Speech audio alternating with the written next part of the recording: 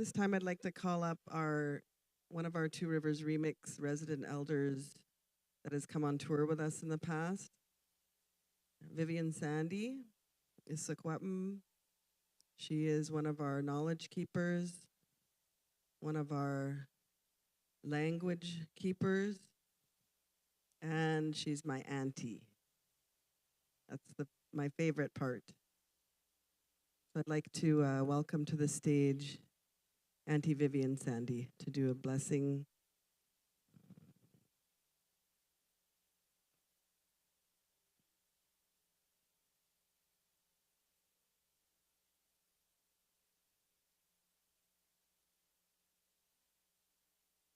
Wade Hochheide,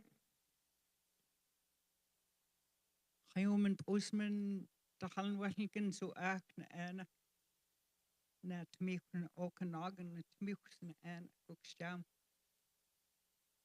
The Hallenwelling Cookers, who stam was Elks Cookna and Nat Mich. And Judge one Nachen slewed me, Mr. Cookby. And the English, Vivian Rose Sandy. Gika, Shawapum, as in Qacha Taltan. I want to give thanks this morning to the Okanagan for us being able to share and work together for the coming generations on your land. I'm very emotional right now. My name in my language is Nachan Sludmin Mr. Gukbi, woman surrounded by chiefs. It's a big job. It's a fancy name, but a big job. In English, I'm Vivian Sandy.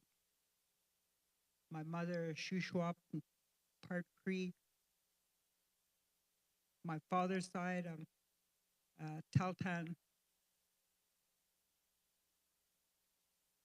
And then I found out that on my grandmother's side, on my dad's side, that I'm related at Skookumchuck, the Charlies. And that's how we are as relatives.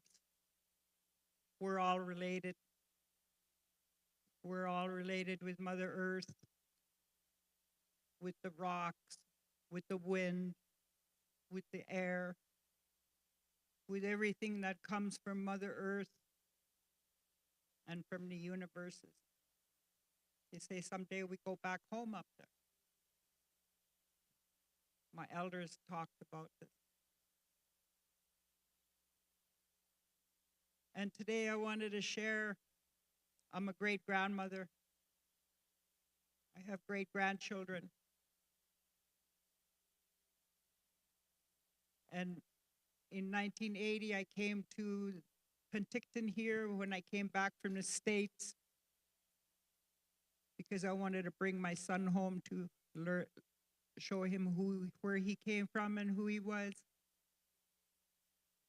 And the elders here in Penticton took me under their wing and shared a lot of things with me where I'm a great grandmother today. I've always wanted to come back here and say Gukshjam. Thank you to the peoples of this land.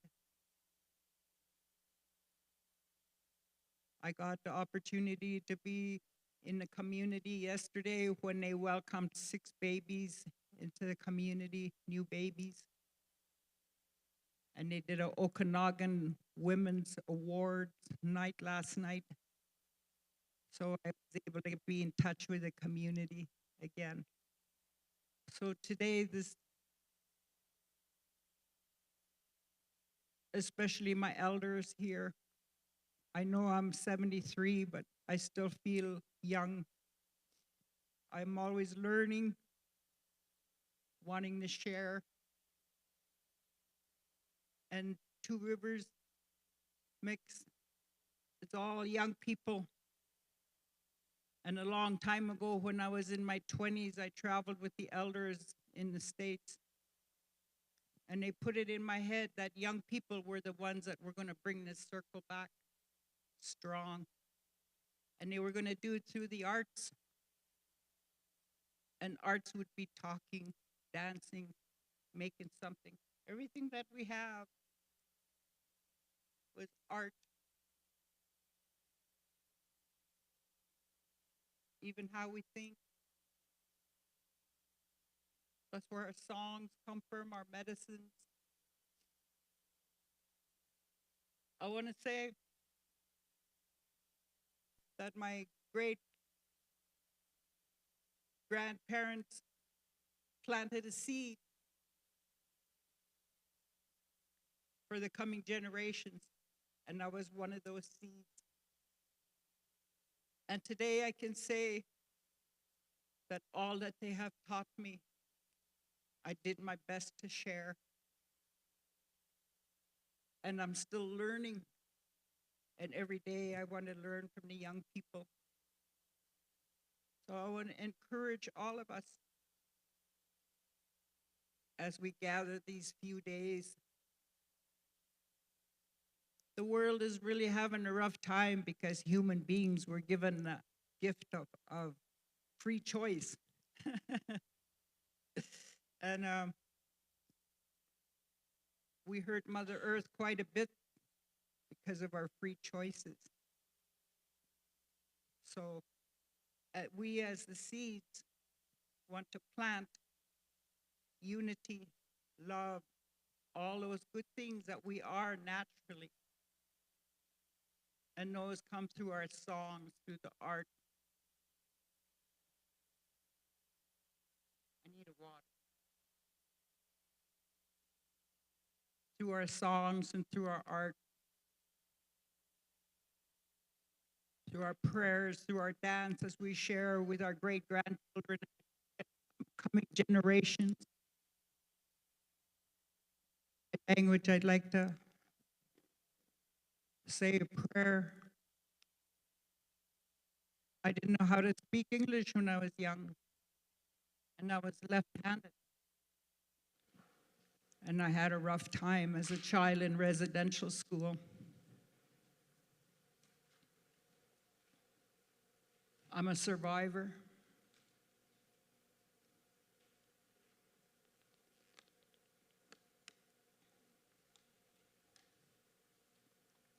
And I counted how many generations of my family are that were alive, and it's 7 generations with my great-grandchildren.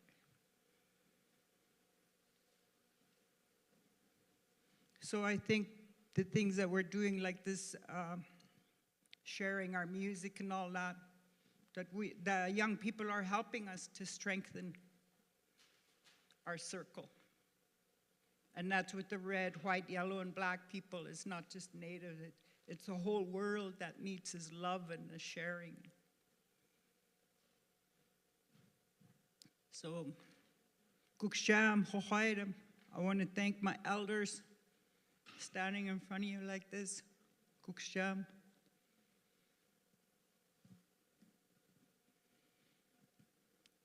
There's a song that expresses all that I said, giving thanks for all these. And it's an old song that I sang, and Okanagan people told me an elder cried because she said she was young when she heard that up in when our elders sang it. And it's a thank you song. Thank you for our sacred pipe. Our sacred pipes, because we're pipe carriers also. Our sweat lodges, our winter dances. This is where I learned from the Okanagan. Gooks jam, gooks jam, gooks jam, stand away. Gooks jam, gooks jam, gooks jam, da ho white system, Gooks jam, Gooks jam, Gooks jam, da malamed, Gooks jam, da taqoden, Gooks jam, Gooks jam, Gooks jam, the soul qua, Gooks jam, the children, Gooks jam, Gooks jam, Gooks jam, dus jam all, Gooks jam, tuk owl, Gooks jam, Gooks jam, Gooks jam, naqi, Gooks jam, smastem, da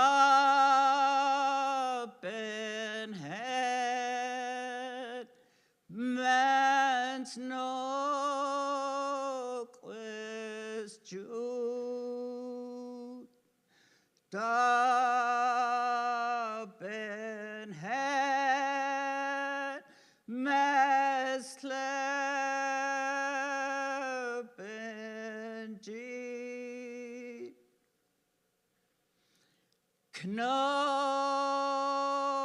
when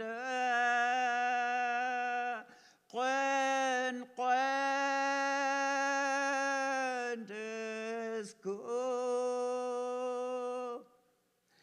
Know when West Mammal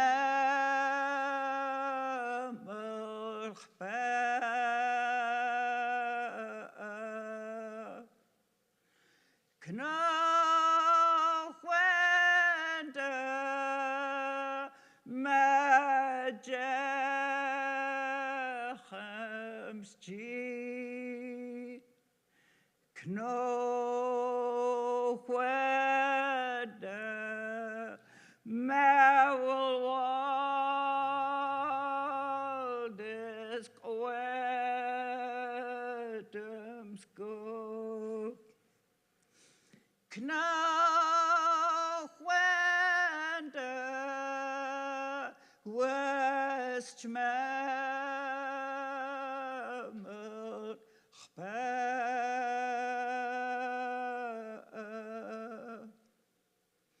Gooks jam, Gooks jam, Gooks jam, down a wee, Gooks jam, da hochway des stamp. Gooks jam, jetwe. Gooks jam.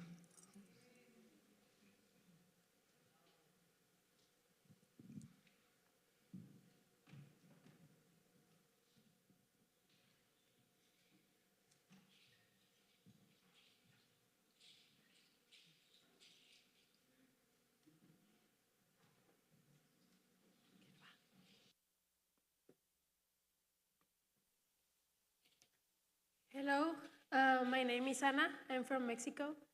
I'm going to share with you, I'm going to do a prayer for the 7 directions and a dance that is called Iztacuautli. Cuautli in Nahuatl means eagle, and it means the flight of the eagle.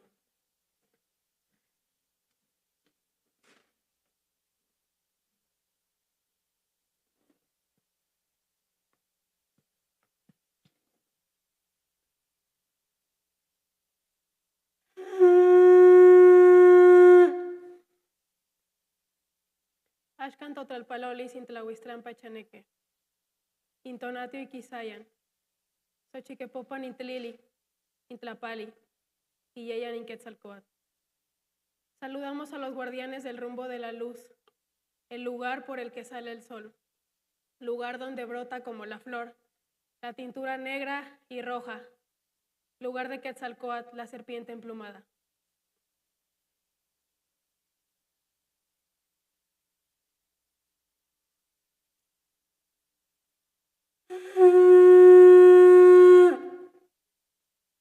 Axcan totolpalolis, insihuatlán pachaneque, intonatiu temoa, iyeyan inyausihuat, coutemotzinco, iyeyan mayahuelihuan mixcoat, iyeyan xipetote.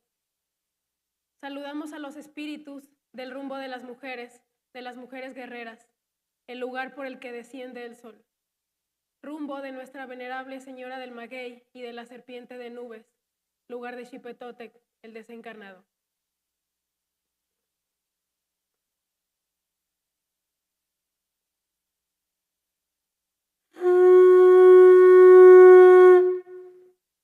Axcan totalpalolis in mictlán pachaneque, intonatiu cochi. Inisejecayan tecuijec tochayac, tonan cincuatlicue, y yeyan tezcatlipocat. Saludamos a los espíritus del rumbo de la muerte, rumbo por donde duerme el sol. Lugar de nuestra venerada Cuatlicue, la de la falda de serpientes. Lugar del viento de obsidiana que corta como navaja nuestros rostros, y de Tezcatlipocat, el despejo humeante.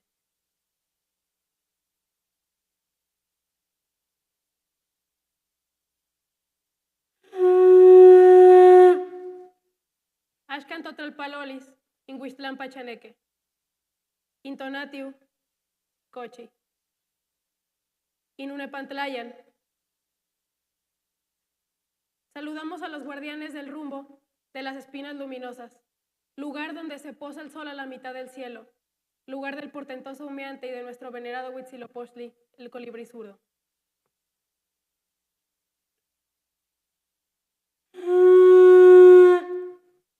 Axcan totalpalolis, ingüey ilhuixictli, ingüey tlanesi, toteotat sintonatiu, tonan cincuatlicue, y yeyan. Saludamos a los guardianes del rumbo superior, el rumbo del cielo, el cosmos, el ombligo de todo, el águila que asciende.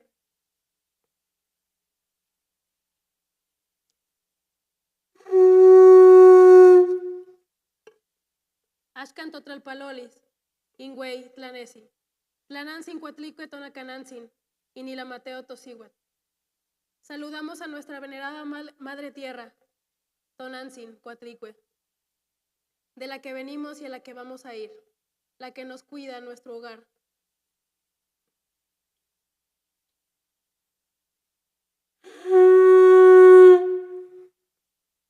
El último rumbo, nuestro corazón. Pedimos por la fuerza, la voluntad, la energía de cada uno de nosotros y de nuestros ancestros que se manifieste el día de hoy.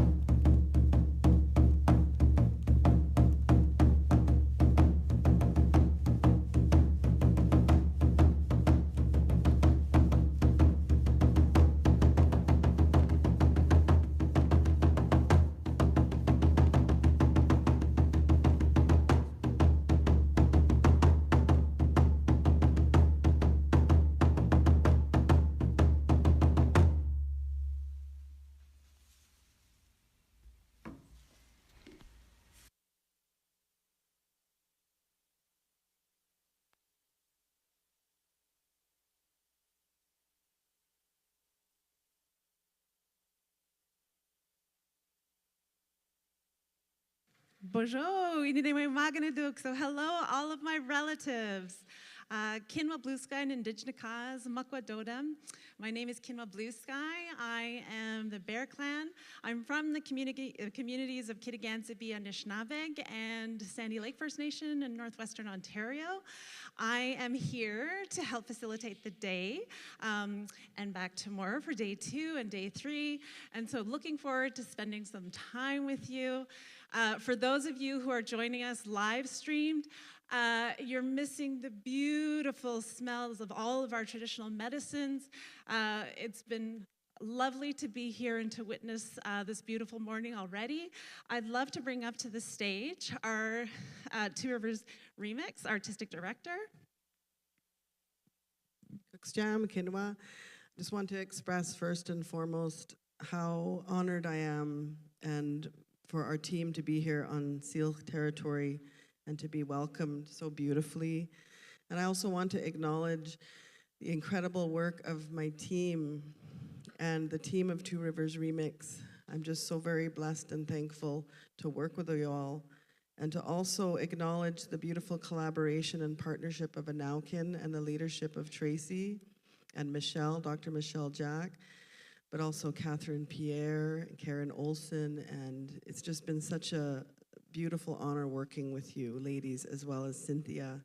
Thank you so much. And to honor our elders that are here, I was just telling Hazel that the last time I saw her was at her birthday. And so that was really beautiful. And I'm just so, my heart is so full right now, seeing each and every one of you. My name is Mika Morgan. I'm Artistic Director of Two Rivers Remix. I'm Sequatm and Statliam and Lakatm on my father's side, and my mother is Nuchanoth. And I'm very blessed and honored to be here in this territory today. And I'll hand it back over to Kinwa. And I'm really looking forward to the first incredible keynote of the day. For those of you live streaming as well, if you want to go to the virtualfeast.ca, it has the full agenda for today. And today we are planting seeds, as mentioned earlier. So planting seeds as part of our original showcase for today. We have our beautiful presenter, or welcoming her back to the stage, is Tracy. My apologies. Yeah, I'm also getting a shot of myself in the back. I feel a little bit like Beyonce.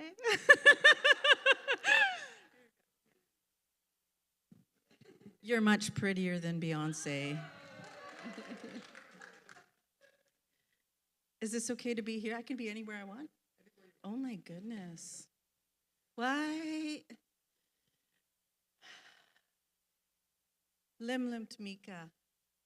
When we talked about this last year, when we went to the event at the Cleveland and it was just an idea, I just want to thank you for the good energy that your team brings here and the ancestors that they also bring here. And I was feeling very tired this morning, but as soon as I got in the building, I woke up. So, why isquist sumachat kentil sin Pinkton? So my name is Suma Khatk, and I live here in Penticton.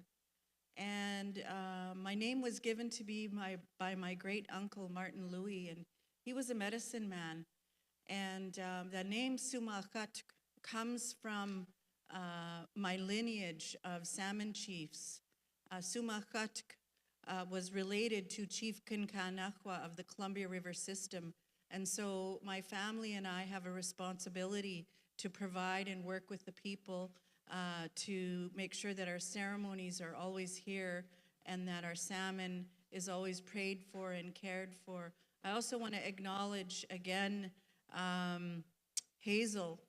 Hazel comes from the line of Mourning Dove, and Mourning Dove is a very important woman. She was the first woman to be published in North America when a time when women were property of men. She was the first woman to find her way into a college in Alberta and get some skills. And she found ways to be coyote and to talk to people and find ways to create space and to document our Chaptik stories. So, you know, I always have to acknowledge Hazel for her matriarchal role within the community. I want to thank Rose for guiding us in such a good way at the center here, and always being here to say the prayers for us in the language. And just to shout out to Rose and Kathy, Jordan as well. They're the first cohort to graduate from the Bachelor of Insilchin Fluency degree program. I want you to give them a big hand.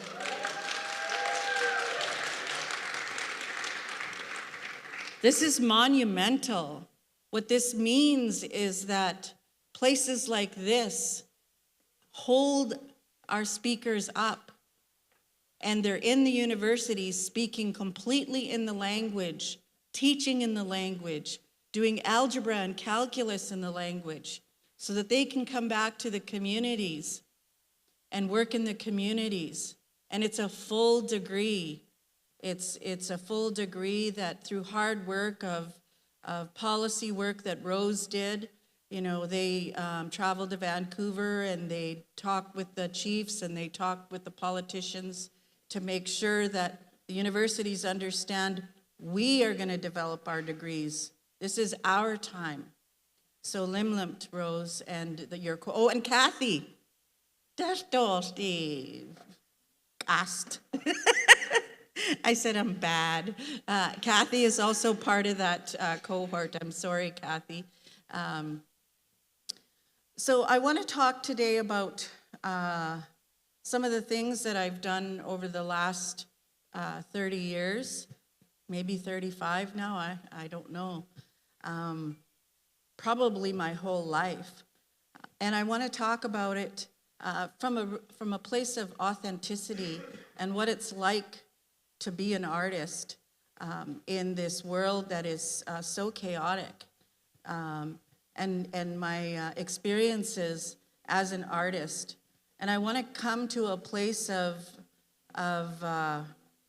peace in terms of how the struggle has been, because as each of you that are artists here in this room, you understand the struggles that we face as artists.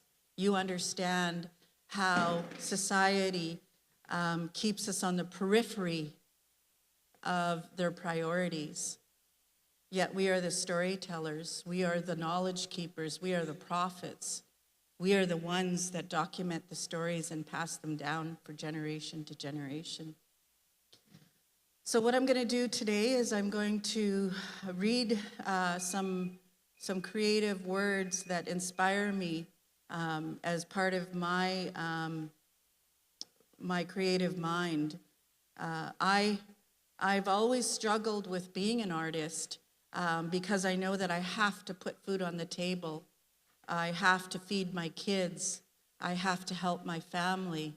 As we know, today's world, as much as we do everything we can to hunt, fish, pick berries, share our clothes, share our money, share our homes, it's really difficult as an artist because of the way that the economy is set up right now, where the best of the best get all the perks and the funds to be able to do what they want, in terms of Western forms of art, ballet, symphony, all of those forms of art where the rest of society looks at it and says, this is valuable. So I've struggled pretty much my entire life with working full time and doing things that have helped me along the way, like clerical work, like washing dishes in restaurants, like cleaning hotel rooms, like working as a bank teller, anything, catering, serving ungrateful people in, big convention centers, so that I could support my art. so that I could create one more little film, so that I could bring a few people together and talk about our creative ideas so that we could share them with one another. And I know that that struggle as an artist is deep. And what I found out over the last 35 years is that it's the artists that support one another. You know, I can talk about the late Lee Miracle getting together with Maria Campbell and Jeanette in Vancouver, and them all staying in one place and sharing a loaf of bread and some bologna, because they didn't have money to get hotels, but they needed to talk about the things that needed to get done, about creating writing programs. Margot Kane was included in that.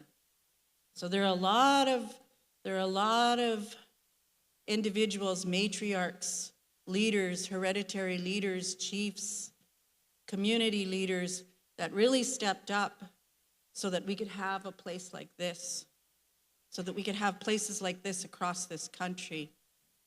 There was a time, as we all know,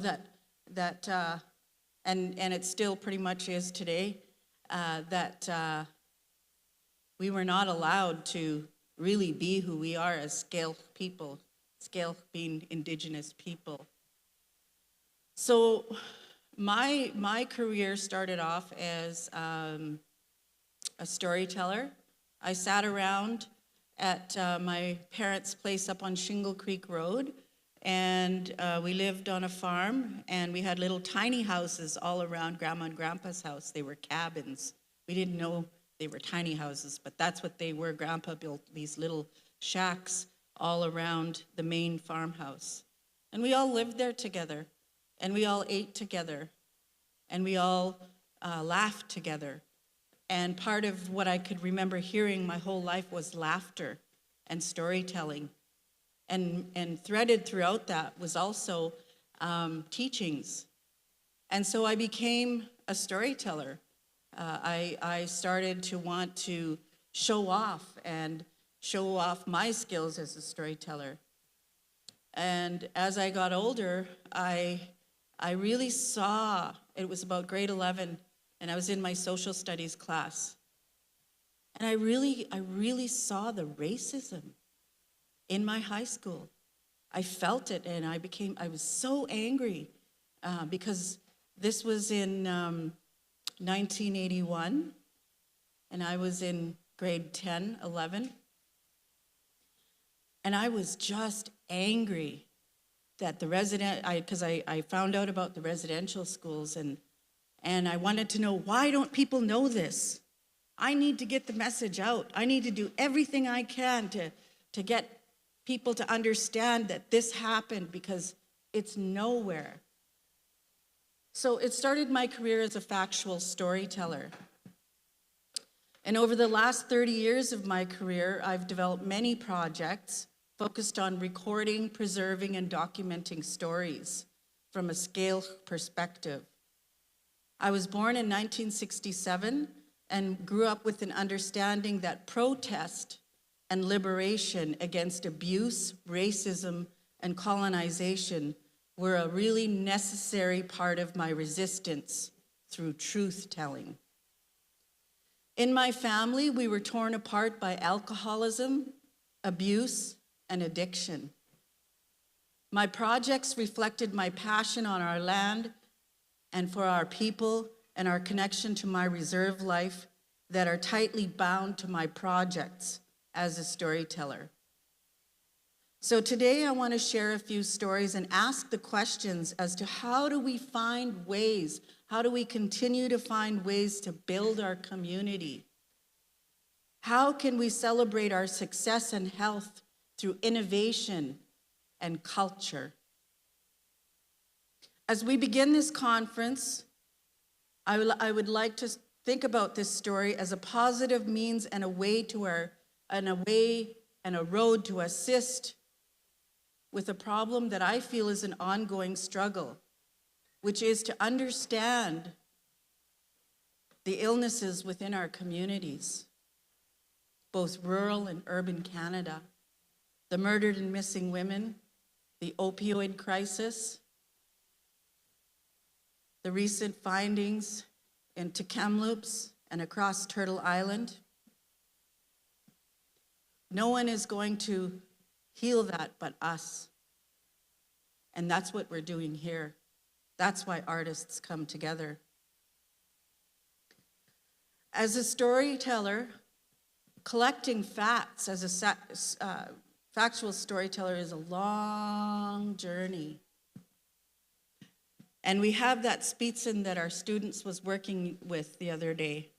And that Spitzen, there's a word that Hazel knows and Rose knows, and it's tripala. And that that Spitzen represent that umbilical cord lasting forever, for as long as you can weave that will go on forever. And those are our rights. And so as we come together over this next 3 days, that's what's happening here. We're weaving together our rights. We're weaving together our stories so that we can heal. We can heal the land. We can heal ourselves, our communities.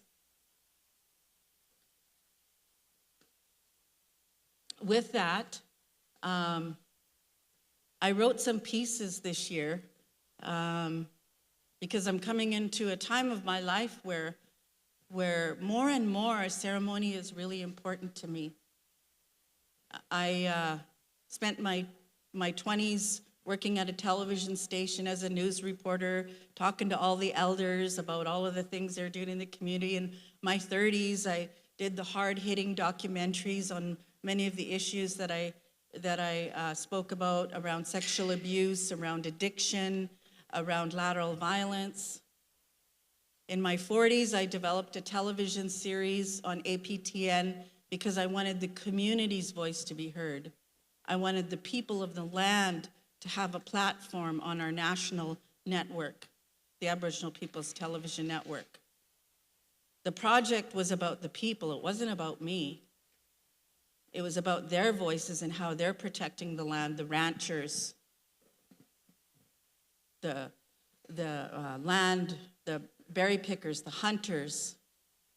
All of those people they gifted me with being able to tell their stories. So now I'm in my 50s. What do I do? My gift has been that I've learned to write through this beautiful place, the Inaukan International School of Writing. I started in the 1990s, and I went to school with Barbara Fraser.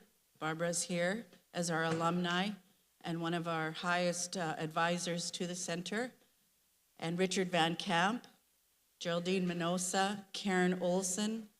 Many of us went to the writing school, and we were being protested against into the city of Penticton because we're scale. It was at the height of the Oka crisis, so we had to stick together. There was restaurants that wouldn't even serve us.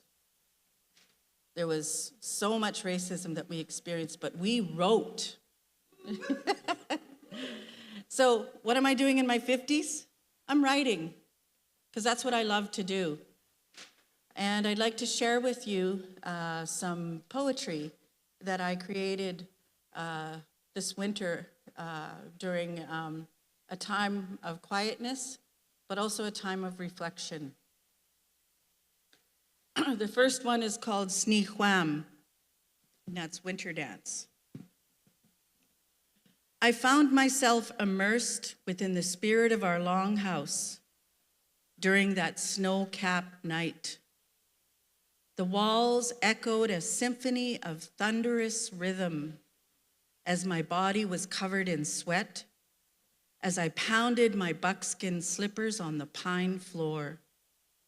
The rhythm of my relatives surged through my blood and bones in harmony with deer rattles, in sync with the ballads of old souls. In honor of our highest food in ceremony, as I stirred a cast iron pot, it simmered with deer broth and danced with salmon roe. I stoked the old wood stove mesmerized by the bright embers as they flickered, a kaleidoscope of ceremonial colors.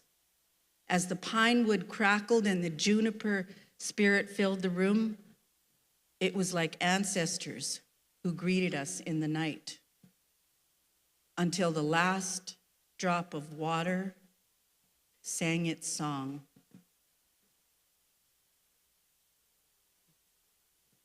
The next one is called Colonial Grief, because with ceremony, certain things come up and we need to process certain things. And so I really needed to process how colonialism has impacted me and our communities. Colonial grief. It started 500 years ago and creeped onto our land like venom, screaming out splintered family factions, fists clenched, pounding Bibles, sharp fangs, stealing trees and water, death grief like a smog of pollution etched by the many faces of residential school and death. We stand tall against the greedy eyeballs of bureaucrats thrusting red pencil lines on stolen homes called maps. We stand firm as mothers cook, buck roast, feasts filling our community, serving elders while children sat together with aunts and uncles. We pray together, humming in Silkchin hymns together with drum songs, painting a mosaic of rosaries and floral kerchiefs, while loved ones carried our relatives to the Sage Mountain. Maybe when the lines on my face resemble the maps of Tamich, waiting for us to speak in Silkchin, we will remember what really tore us apart. Wai'ihi.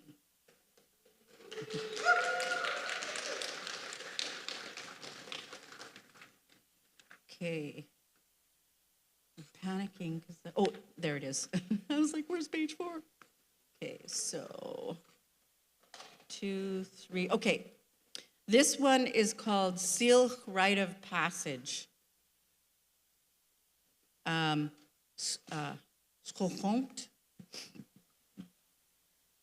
I heard Chickadee's song, reminding me to walk with my eyes open. Turning the corner, I witnessed rose hips dance to the breeze on that crispy blue morning. My body shivered to the first light of day.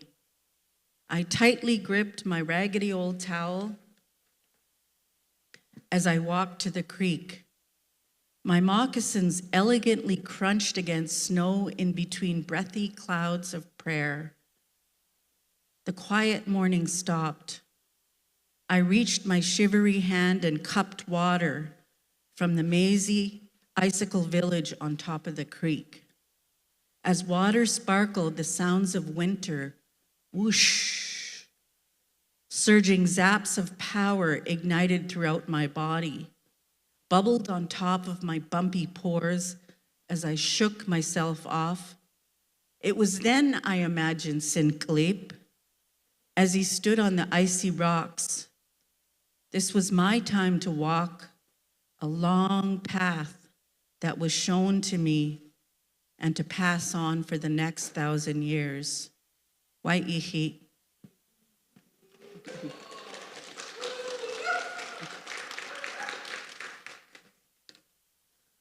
Oh, and I really should have read this one first because this one's about grief, but I'll figure out a way to pull it back together after this. It's called Spa'a, and it's about grief. And it's about a time when my father passed away when I was 18 years old. It's only been 4 months. As I stare each day into the fragmented glass, mourning my short, wiry hair that fell on the dusty floor, releasing my bloodline. When I found out it was supposed to be spring, but the frigid winter man shook my soul. And this intense swirl punched against my lungs and heart. The frequency was like lightning and intense tears, spinning my brain like forceful dust devils that awakened me into the night, stirring up anguish, fear, hollow abandonment. I'll either beat grief up or bargain with it. Denial, acceptance, they don't know how to dance with me, but they will flirt with my time. It's morning again, trepidation and exhaustion, while rubbing my gunk-filled eyes, grasping for yet another day. Maybe if I open up the drapes, I won't notice the dull and callous clouds between the dark days. I'll do that over again. I'll do that stanza over again. Maybe if I open the drapes, I won't notice the dull sky and callous clouds between the dark days. Tiny bursts of light skip across the floor, waiting for me to join them.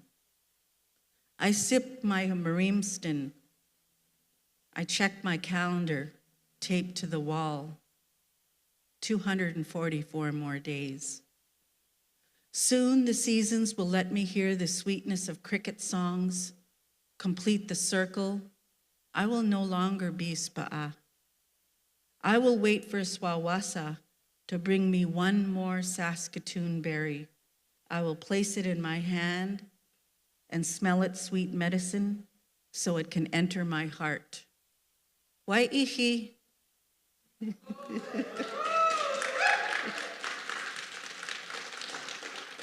How am I for time? I'm good? He's like, 6 minutes. Okay, so it's been a pleasure sharing my craft with you. You are the ones that are the most important here. You are our guests. And I want to say to each and every one of you, hold each other up. Have fun this next couple of days. And let's all work together and let's make that big circle even bigger. Wai'ihi.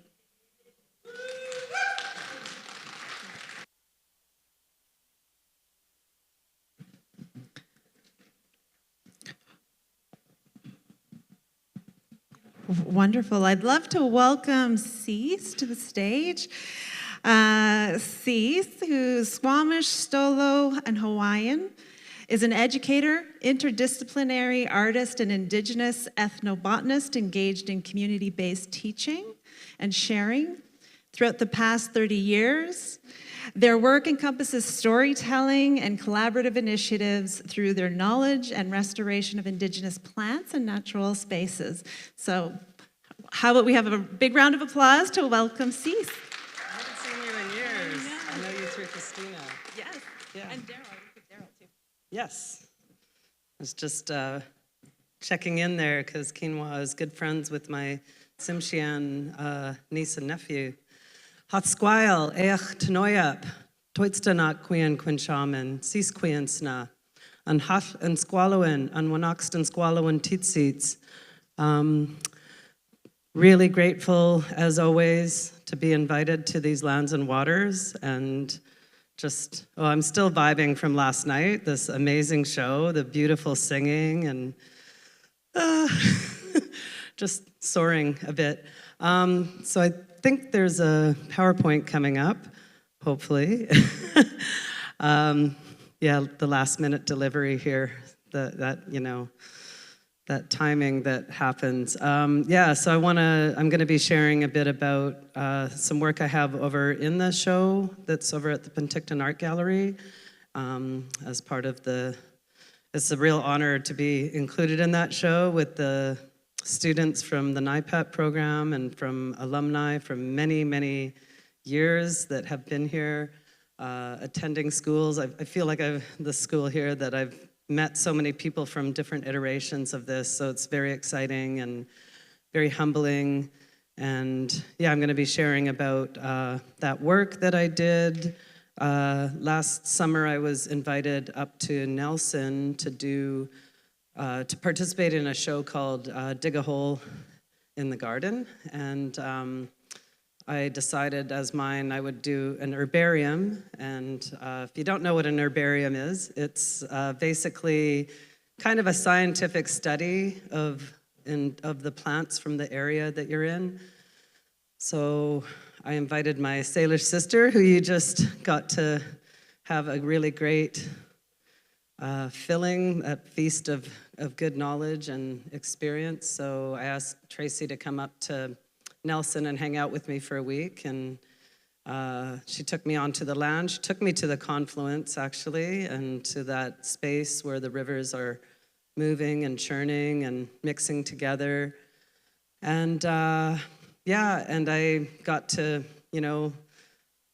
walk that land with her, talk about the water, talk about that importance, and talk about the things that, really mean a lot to me as a person moving through different territories.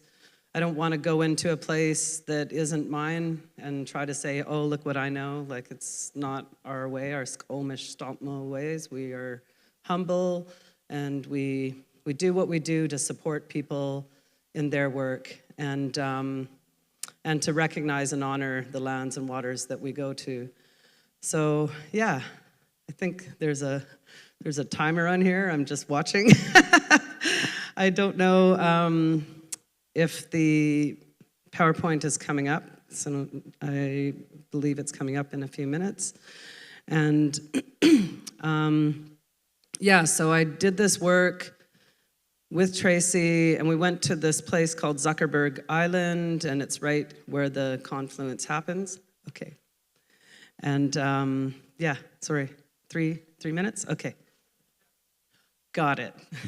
That's kind of my fault, because this morning I've been trying to figure out the days and getting schedules and stuff, so I just delivered that moments before I got up here. But as I said to Tracy when she was a little nervous this morning, I'm like, you know what you're talking about. So I know what I'm talking about, but I'll give you other backgrounds too, because the other thing that I'm helping present up here is my work and Tracy's work in augmented reality. And so I really hope people are going to go check out the show at the Penticton Art Gallery. There are some amazing, it's a whole gallery. Literally, there's 3 sections of an entire building that are all dedicated to Indigenous arts. So that's kind of like, let's kind of give all these students here a round of applause, and the festival people, and for arts in general, in like the reason that we're all coming together. Oh, thank you. The green button, great. And I love technology. I'm like, here, I got 2 things going on. Feeling so high tech. And literally, I've seen this space through several iterations. I've never seen it so Hollywood, so I'm still kind of like, wow. I got Rose on 2 cameras, and I got, it's like, I'm laughing because at one time Tracy was calling herself Tracy 2 Cup, but we're gonna have to call Rose 2 Camera. She's operating too. And I'm doing this, but it's not, oh, I do it when that comes on, got it, okay. Still watching the little thing go by. So, oh, there it is, okay, yeah, and perfect. Okay, so I'll go through my little PowerPoint here. Yeah. Hopefully it responds. And I'm pushing the green button. Is it delayed? Oh, there it is. Oh, one back. Okay, there we go. So this is actually when we walked on to Zuckerberg Island. That's kind of like the first thing we saw, strange little pathways. But what was amazing was all the indigenous plants that are growing there. And, it's just like got this kind of colonial energy there that's just disappearing and erasing itself in the land. The plants, of course, they've held the test of time, and yeah. Let's see, I pushed it, but I'm gonna give it a minute. It's just slow, right? I'll try it again. There we go. Oh, and and I love this picture. Tracy and I were down at the river, and this is actually the area that we're all focusing on this week, Confluence. So it's that beautiful water, and it's just shimmering, and just the power of being on the land with people from the land, learning from people. I think, when we're creating work as artists, sometimes we need those guides. We need people that are from the land to really show us things. Like I can say, here, these are these plants, and this is what we're doing, but being guided by a matriarch who knows these stories. Everywhere we went and around the Kootenays, she had stories to share of her connection, and it really made it more deeply meaningful for me, and it helped me to feel that permission from not only the people, but from the land itself to be on there. And I'm doing this again. Okay, there we go. Yeah, I'm gonna stand back a bit so you can all see that beautiful columbine in the corner there. Yeah, so the flowers, the medicines, even in this picture, you can see the grasses, reeds, the trees. And so, my process of working is always to ask permissions, whether it's of the land, whether it's of the people, the plants, the medicines, and to think about where does this knowledge go? It's one thing to create something, but where does it go? Who are you accountable to? Who are you responsible to? Where does your work land? So, yeah, when you're doing the right things and you're asking those questions, the answers just come to you. That's what I know. And just a little bit of process of how I do things. So my daughter, Sonaquila, who's now my language teacher, I like to share that message that, sometimes we raise our youth, we teach them things, we teach our children things, but our children come back and teach us things too. And her knowledge is so valuable. I exchange my plant knowledge with her. She shares the language with me. And I talk about her right now because this was the way that I presented this work was actually from my daughter, Sonaquila. And she did an herbarium years ago, and she hand sewed everything onto the paper, and it was just so beautiful and powerful. And I asked her permission, again, permissions, right? Can't just take somebody's work just because they're your relative. You need to put honor and you need to acknowledge. So I said, how would you feel about me doing that? She's like, do it. So yeah, I just went out, and I actually went with Tracy, and we picked out strings that I said, help me find the threads. So she wanted threads that resembled the land and the plants, and so the thread, it was actually embroidery thread, so it was really colorful, but just to really exemplify that work and to show. So those were my tools, little scissors and things, and oh, where did it just popped around. Okay, I'll try it again. There, oh, and it went ahead. Okay, so, and I'm hoping with that sunlight there, you can still kind of see this is like the beginning process, gathering things, lay them out, prep them, and get them ready for sewing onto paper. See, 1, 2, there we go. And weighting things. So I had to do all this within a week, picking things, drying them, sewing them and stuff. So I just used these bricks that were in the gallery with a bunch of the packaging from other artwork that came in. And I went around town and grabbed a bunch of newspapers. All those things really helped to pull the moisture out of the plants while you're drying them and getting them ready for sewing and putting onto the, here we go, one more. Oh, there we go. Okay, yeah, so just taking the different things, realizing, like in a branch like this, how much of that do I want to sew? I'm going to sew every tiny little leaf and twig. So pruning them down a little bit, but yeah, and just using those colors in every way that I can, and letting the medicines tell their story too, of gathering. And then there's a story behind the image. So I think West Coast people that do button blankets would really appreciate this, because this is a teaching I learned from them when they make their button blankets. They have ceremonies where they turn the blanket around and you can see all the threads and everything. And so I loved that there was a story on the back of this of these papers with the plants on them. And just, you know, just I guess in a way that radical tenderness that goes into sewing plants onto paper. It's quite a process, and this was at the end of it all. I actually was really lucky that there was a young woman that lives in Nelson. She went home for the summer. She's going to Emily Carr. And she showed up on my last day there, and she hand wrote everything out for me. I just had everything on my iPhone, and I gave it to her, and she just sat there and had really nice hand printing. I have awful hand printing because I've been a digital queen for too long. I'm like, I'll type it and print it. But she had this beautiful, elegant printing. So she did all the printing for me and just took all my information and wrote it down. And this was like the whole element at the end. But yeah, it was fun. Yeah, so the other side of technology, I've just shown you the oldest technology on the planet, which is the plants and their teachings, you know, and now we bomb ahead to the future, to augmented reality, and talk about how can we tell our stories in this modern digital age, and how can we give integrity to what we're doing in a digital medium. Because a lot of people, I think, are still at that crux where they're like, no, if it's digital, it's not real. And meanwhile, I'm telling all these youth that are working in digital media, it's from your heart, it's from your mind, it's from the land, so it's real.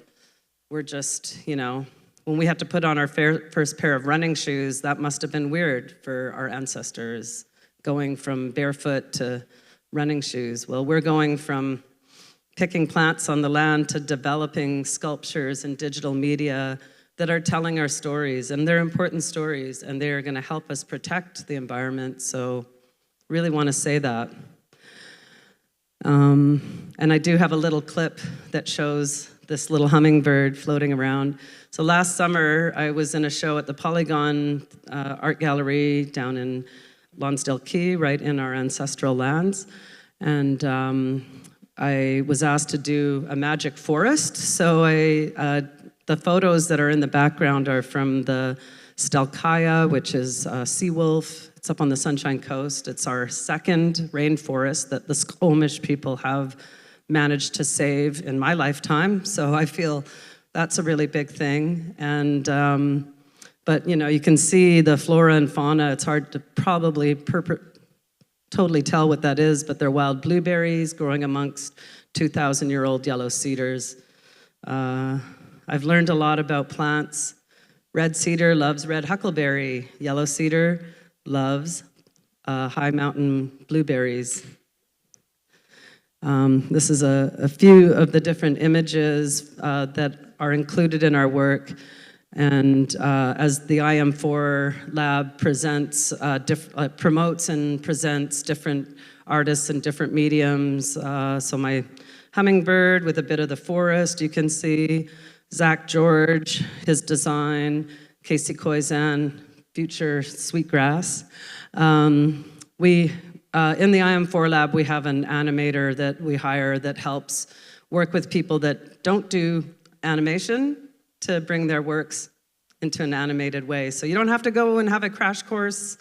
I'm at 56 learning how to use Blender and Unity, and hope that inspires you, because it is not easy when you have a 56-year-old brain and PTSD and all that fun trauma that goes with that, and trying to remember things. So I teach youth, and they learn something, and it sticks with them. I have to reread my notes every time I go into Blender because it's so complicated, but it's a beautiful program, and this is the things that it creates. It creates beauty, wonder. It helps us tell our stories. It helps us bring our imagination, even of things from the very far past, into the very present. So I think that's really important. We can do that kind of work. And over here is Tracy's beautiful huckleberry with a with our classic little pollinator that they're trying to save up here and all across the Americas, really, the monarch butterfly. Earlier, we're hearing about pollination and milkweed and such. And again, my work back here, but I love what the IM4 lab is doing. I literally kind of felt like I'm probably redundant now as an artist in media, and then along comes futurisms, and I'm like, oh, I must go to the light. and I really do see the futurisms as that light, and I'm a little moth just floating up there going, hey, take me. I want to be on that ride. Yeah, so here we go. Let's step over here. So you can see the little clip of that. Yeah, and so I really appreciate the opportunity to share this kind of information and I really appreciate that Mika literally snuck me into this conference, and Tracy's like, you gotta bring her. And I'm really happy for the women in my life that support me and the work that I do. And just a note that at the end of my show up in Oxygen Arts, we planted this little garden with indigenous plants from that area. I just really think, that's the work I do all the time, planting gardens everywhere I go, because the pipeline is destroying everything. I was so heartbroken driving here. I just was angry. I just kept flipping the bird past all the pipeline construction. But we have to put medicines down for the next generations. We have to keep planting them. We have to keep teaching people, whether it's real and on the land and looking at these medicines and touching them and getting poked by things like Oregon grape and being reminded that it's important for us to hurt a little bit and to bleed a little bit. It's important for us to have to trek into these lands to find these medicines. It's for the future, it's not for us. Like everybody here in this room can say that if they haven't done it, they can still go out and hug 2,000-year-old trees, but will our grandchildren be able to? That's the thing that we must keep investing in the future. So thank you. So sweaty and nervous, sorry. Oh, that was so beautiful. It is spring break here for most communities in the province, and my oldest son, Dewagan, has been volunteering at one of the childcare centers. And he came back the other night, and I said, what happened to your face? And he had a big cut, and it was like bloody. And he said, the children were throwing pine cones at me. And one was like sliced his cheek, and I thought, boy, you really have to, respect the seeds and our plants. I'd love to invite Mika up.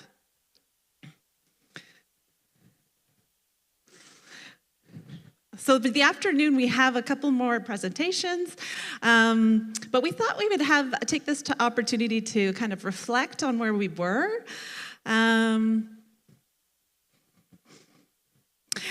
The other thing that I wanted to say is that we had a graphic recorder at the first one, Nijitsil, and so she presented.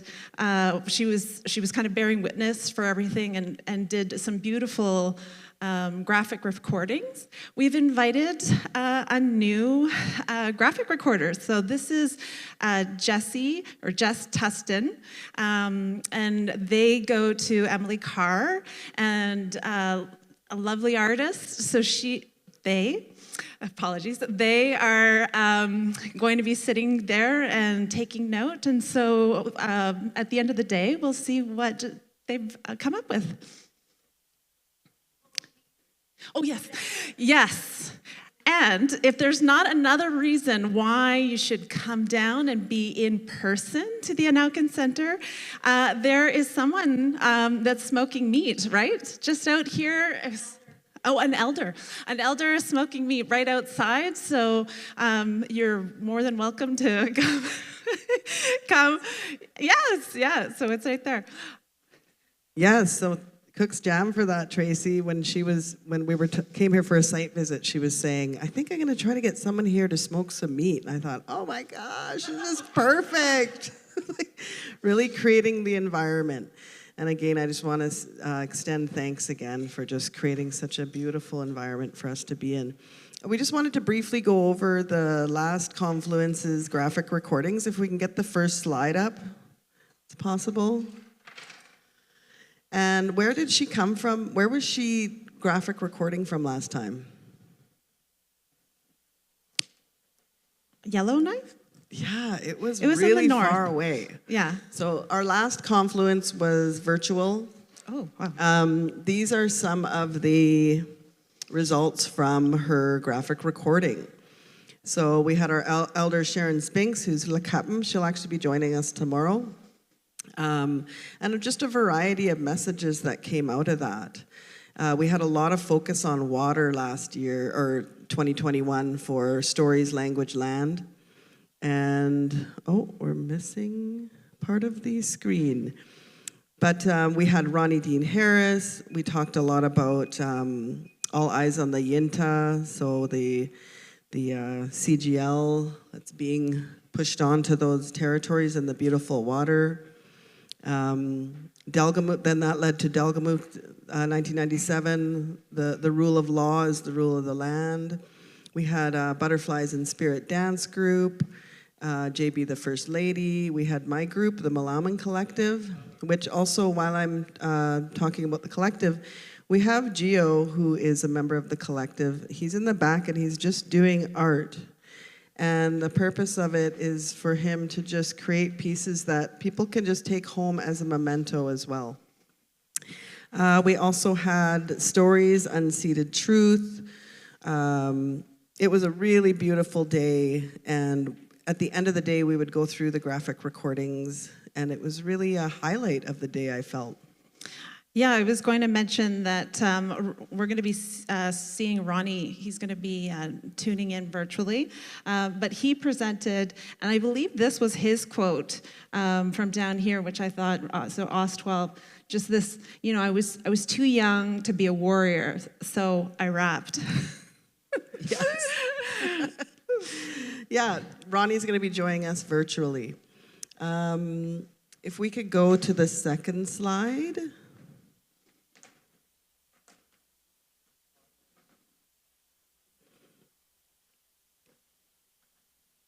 And actually, I'll just share how I met Jess. I was at Talking Stick Festival, and we happened to just serendipitously sit beside one another.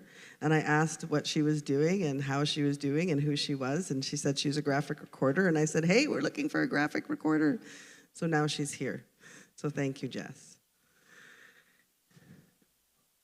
Oh, and here's the Looks second like one. we're getting the screen back. This is awesome. Okay, now we're on day 2. So day 2, we had Elder Daryl Minabariat, who's Lakapam. He came and spoke some good words. His great-grandfather was actually one of the signing chiefs of the memorial to Sir Wilfrid Laurier in 1910. And so we have been to Cook's Ferry, Spence's Bridge, to that beautiful amphitheater there that is a memorial to that, to acknowledge the signing of that very important historical document. We also had Ronnie, Kevin, and there's some people that are actually here this year that were a part of this last year. One of them was Saltwater Hank, also known as Jeremy Paul, who's just sitting back there. We had the Spiritual Warriors who were part of a showcase, but this time Leroy will be doing a workshop. He's a language revitalizer. Do you want to talk about a bit about this too, Kinma? Yeah, I was going to say, so day 2, we wanted to focus on language, so unseated tongues. And so I was thinking about how Kalila Rafanen had shared some of the language and being open to learning and studying. I think from this day, I just found it was so empowering to hear and like the use of both traditional languages or languages being used in both music and poetry and art, and just creating spaces for it. Yes, it was, and I would like to acknowledge Russell Wallace, who was also a part of our, I believe he was part of our Bearing Witness. He'll be doing a virtual presentation tomorrow as well. We used the term unseated tongues from his album, which is a beautiful album, if you ever have a chance to check it out. And yeah, if we can go to the next slide, please, the last one.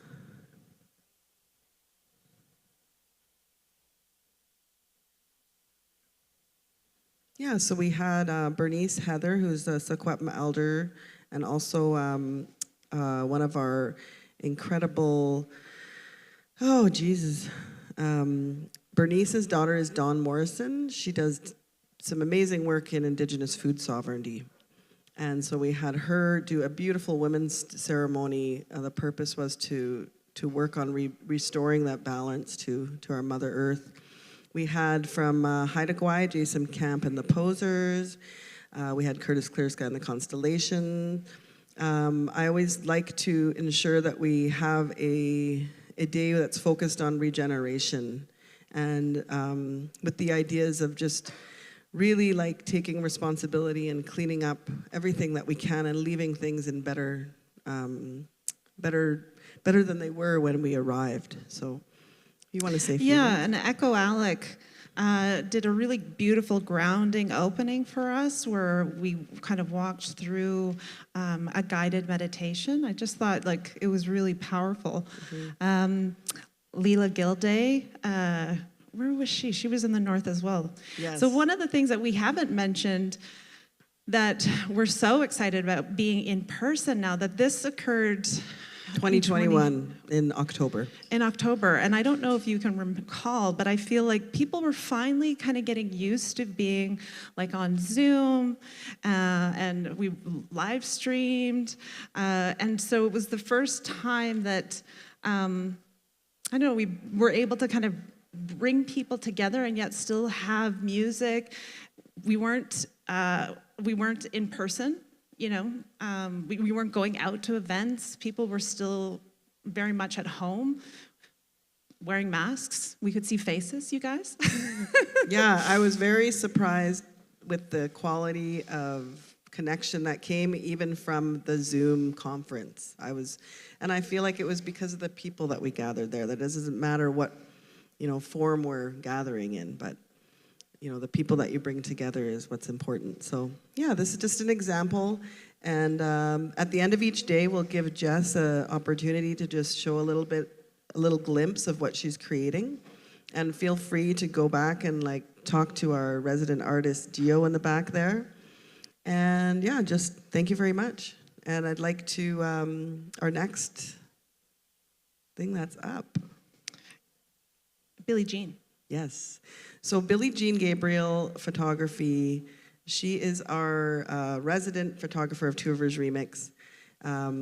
She's just going to we asked her to come. She is coming tomorrow, but she wasn't able to make it today. But we really wanted to give her an opportunity to express her own perspective of being our photographer, because she has never really had the chance to do that. It's always her showing her pieces, and then everyone loves it and appreciates it. But I realized, Billie, you never have a chance to do that. And this is her home community, Billie Jean Gabriel.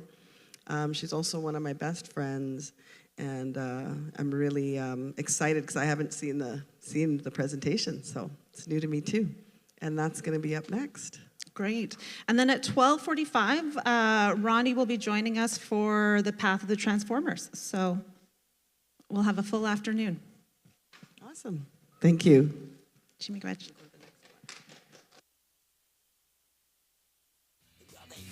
Well, y'all just kill and y'all just take. I learned to steal, survive at 6 years old.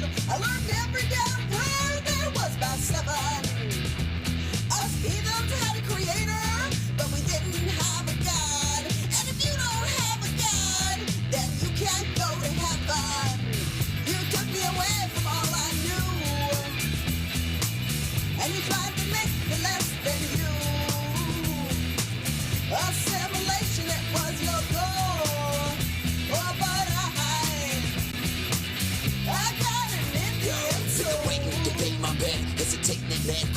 cash, mistaking my past for nothing. Leading to something, vibing I wake, conniving through hate. Drunken, how we bait, chase, I race. How the place I face, waste. And mistakes, got my life on the plate. But hey, what the hell can I say? So with the book of the pain, I hit a dunk of the checks. Drinks, taking, can't save it. Looking to break, thinking. Just my drinking had me up on the state. Where I couldn't understand the plans amongst others in the gutter. Saying I wondered about my brothers. Life in the blood, got dumb, I doing dumb shit. For years I sat under a cloud, walking around in midsummer. So no, this is for everybody that's suffering. We look like coyote, yeah, we lived. Being kicked around by those damn priests didn't teach us how to give. We had to steal and fight for everything we had. It wasn't until I was older I learned good from bad. You took me away from all I knew, and you tried to make me less than you. Assimilation, it was your goal. Oh, but I got an Indian soul. I got an Indian soul. I got an Indian soul. I got an Indian soul.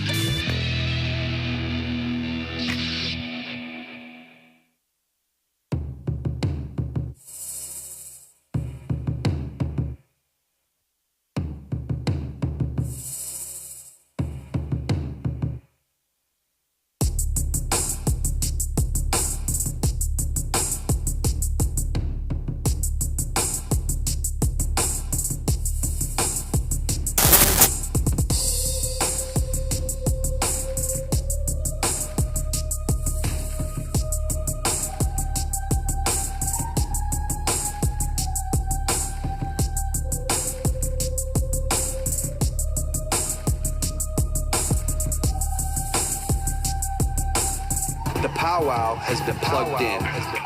Me, free. Me, free. The awakening, free. Ancestors dance to the drum. Me.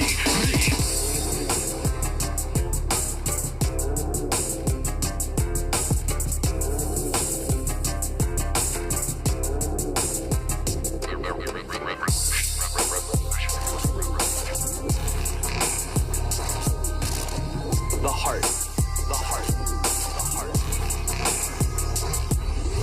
Music, culture.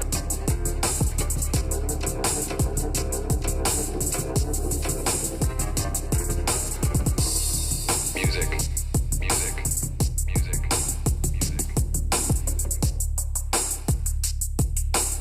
The powwow has been plugged in. Me, free. Me, free. The awakening, free. Ancestors dance to the drum. Me. No, I don't need you to think for me. We already can think for free. The awakening. Music, culture. Music.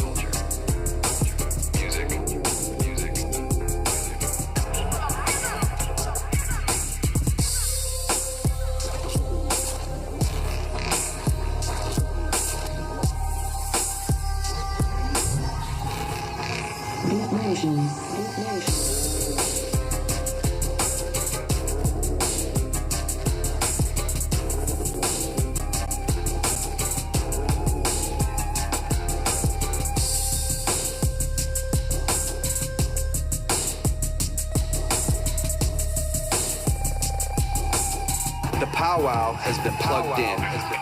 Me, free. Me, free. The awakening, free. Ancestors dance to the drum. Me.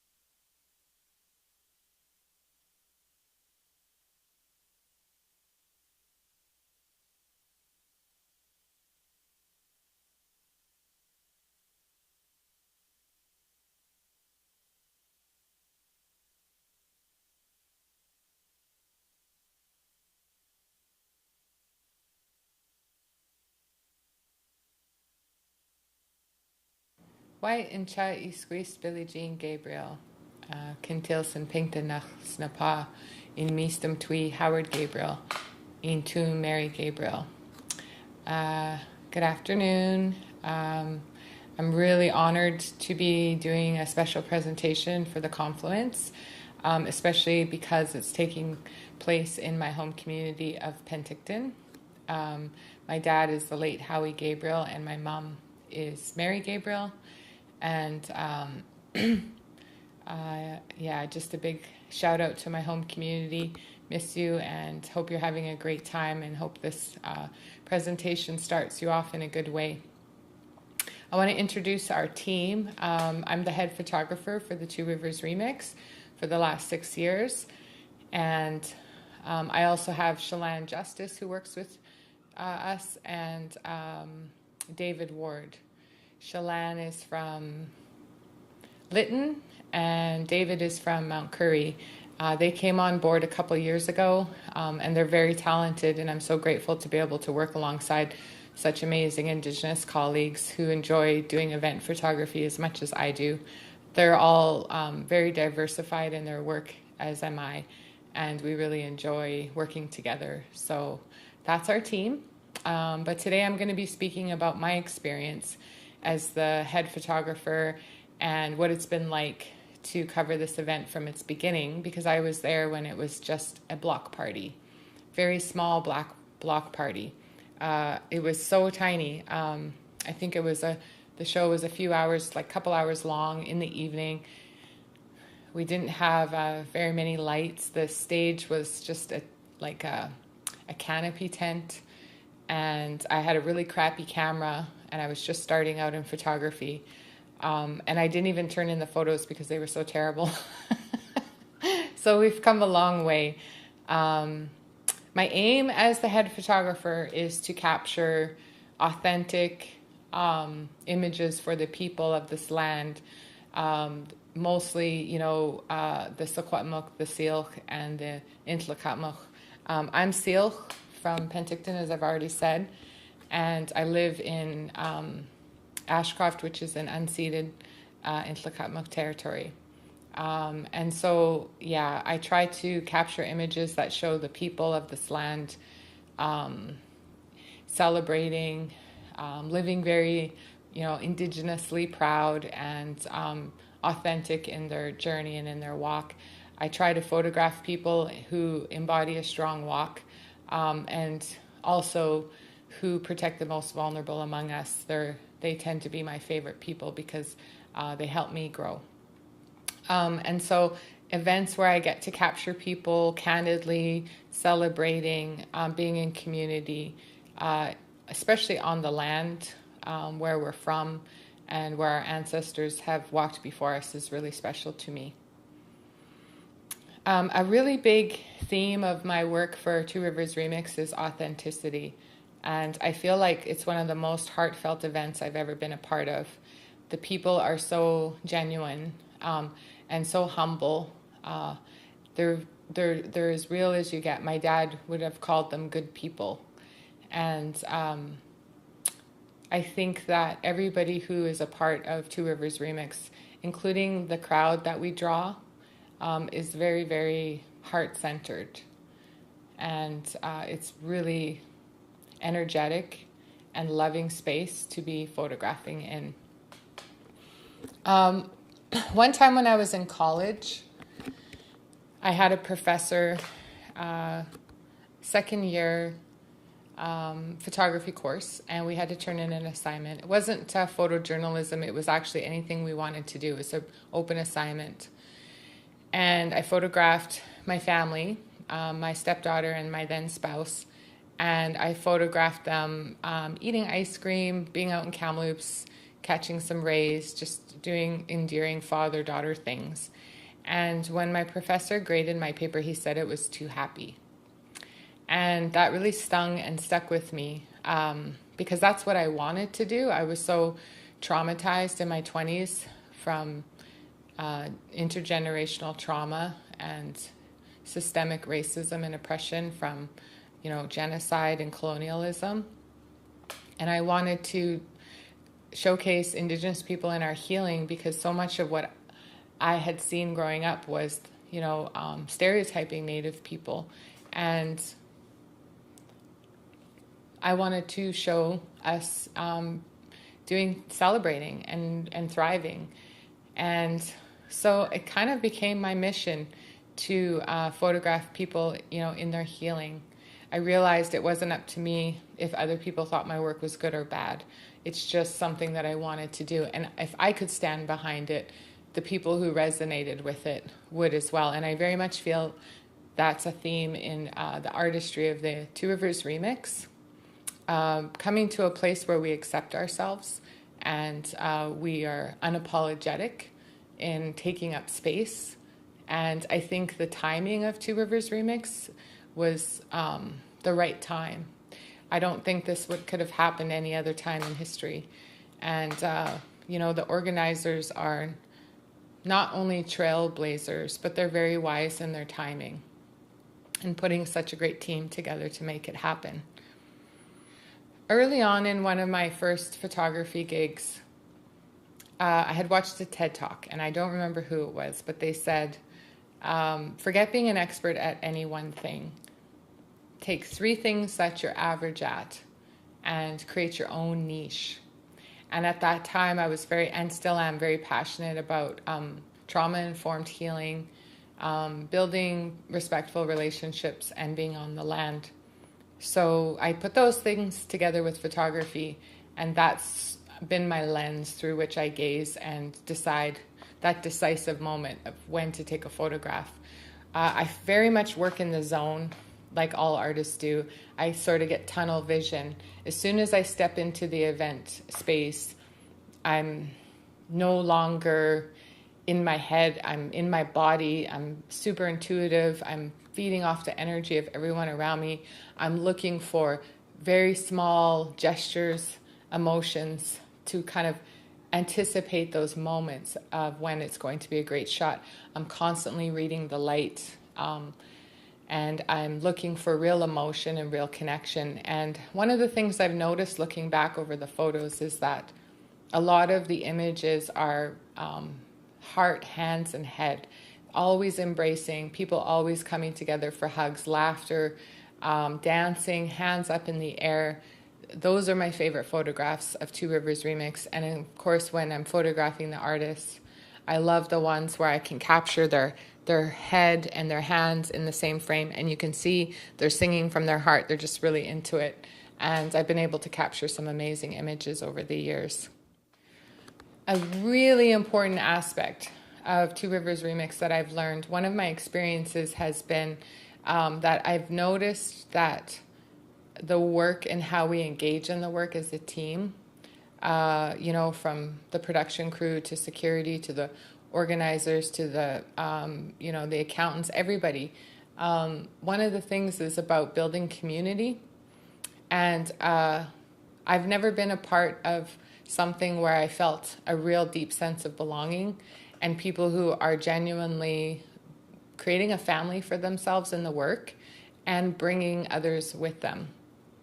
In 2018, Curtis Clearsky and the Constellations, his wife Tia, and I had done a photo album cover for them the year before.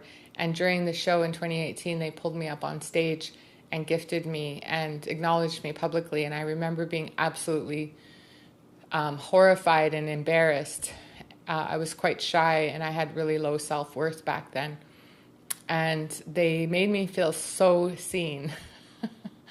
And I just couldn't stop crying.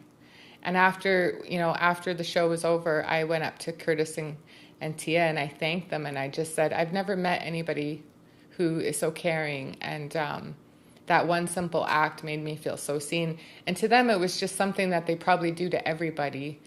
But they really acknowledged and felt the impact that they had made on me. And they were so grateful for that experience as well.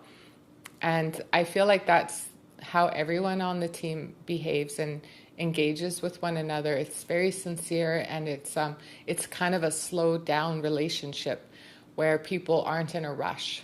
And we have people tattooing Indigenous tattooing, Echo Alec has brought in that aspect. We have people who do like massage and healing touch. We have people who sell their art and talk about their artistry.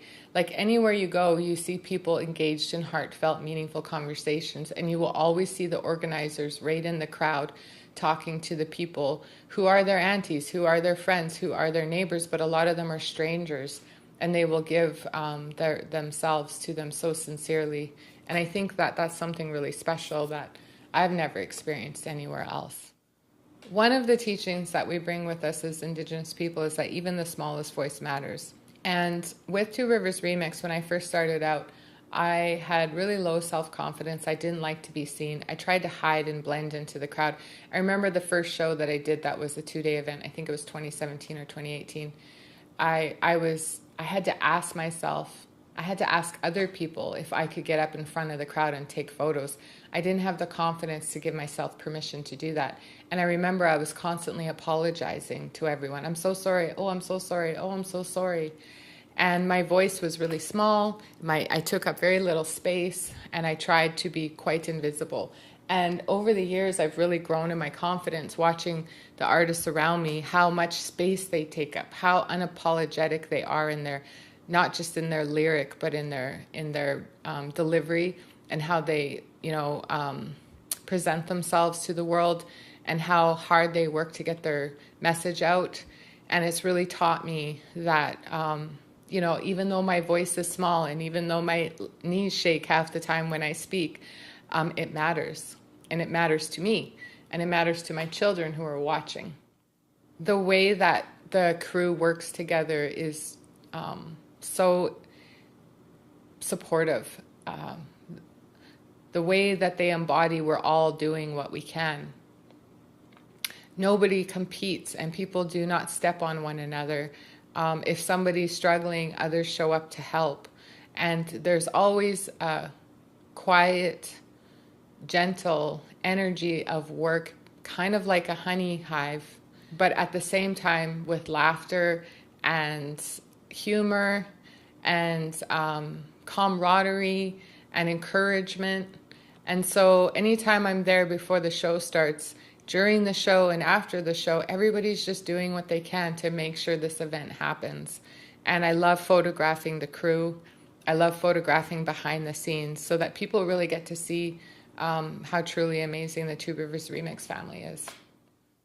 One of my memorable moments, I have a few. One of them was the Morley Loon tribute and meeting the artist from the Native North America album. What an incredible, incredible experience.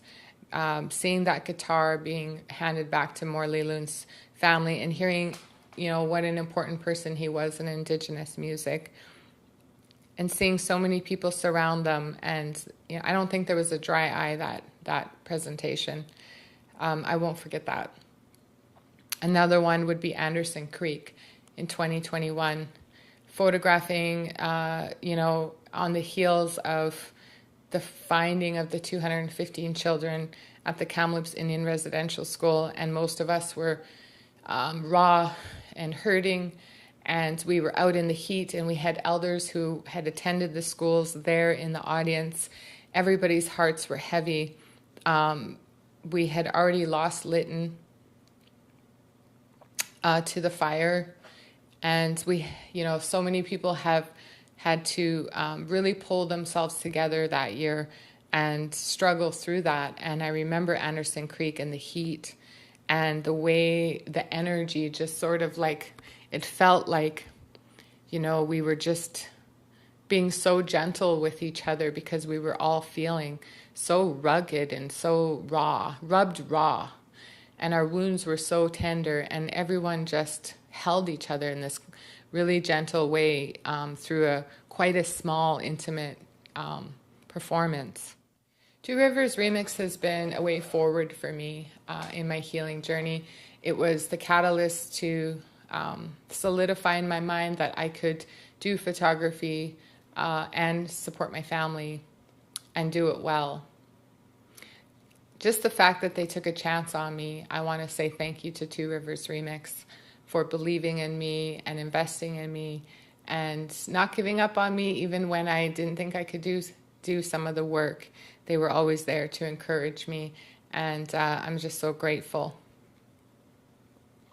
When we support Indigenous artists like myself, when you hire me, and when you hire our Indigenous musicians, and you hire our film crew, and you hire Indigenous people, you're supporting our community's health and wellness development plan. It's ongoing. It's going to be a lifetime process for us. And to be able to do work like this is very meaningful, and we're needed. We're needed in the world. Indigenous music needs to be here on the center stage. It needs the light that it deserves. It needs the attention. And so, go out and support Two Rivers Remix when it comes to a community near you. Support our photographers. Watch our pages. Follow our pages. And definitely, give us a shout out. Some of my favorite people with the Two Rivers Remix crew is the youth. They are so amazing. We have some incredible under 30 folks who are just go-getters, and to think that they are going to be the next up and coming is just amazing. My own children have been able to get a little bit involved in some of the work. My eldest is learning videography. They're actually helping me with this video. They'll be editing it for me and putting in a slideshow and doing all the good things. So I want to give them a big shout out to the youth. So I'm pretty happy with the things that I got to share today. I've prepared a little slideshow of some of my favorite images in the last couple years since the last Confluence. And so I'm really excited to share them with you. And I just want to give a big shout out, a big thank you to all the Two Rivers Remix fans who come out. If it wasn't for you, we wouldn't be able to do this. And a big thank you to the organizers, my team, and my crew. And thank you for continuing to trust in me and choose me in the work. And I'm really looking forward to this year. White Lim Lim.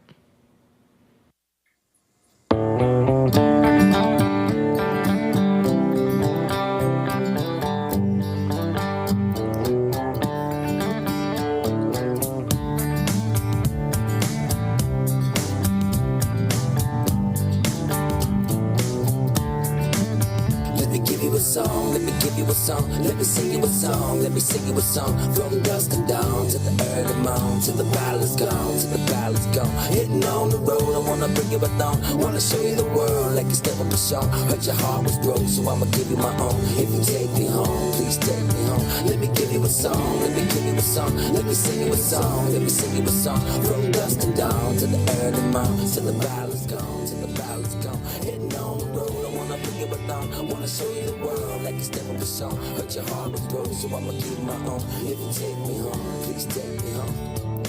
Always shifting, moving, changing, always thoughtful, rearranging, always far but somehow near, suspended, cloudy but still clear, passing place, exchanging glances, evading our lost possible chances. We bring peace to what was whole, being mind, body, soul. Always shifting, moving, changing, always thoughtful, rearranging, always far but somehow near, suspended, cloudy but still clear, passing place, exchanging glances, evading our last possible chances. We bring peace to what was whole, being mind, body, soul. Let me give you a song, let me give you a song, let me sing you a song, let me sing you a song. From dusk and dawn to the early morn, till the battle is gone, till the battle is gone. Hitting on the road, I wanna bring you along, wanna show you the world like it's never been shown. Heard your heart was broke, so I'ma give you my own. If you take me home, please take me home. Let me give you a song, let me give you a song, let me sing you a song, let me sing you a song. From dusk and dawn to the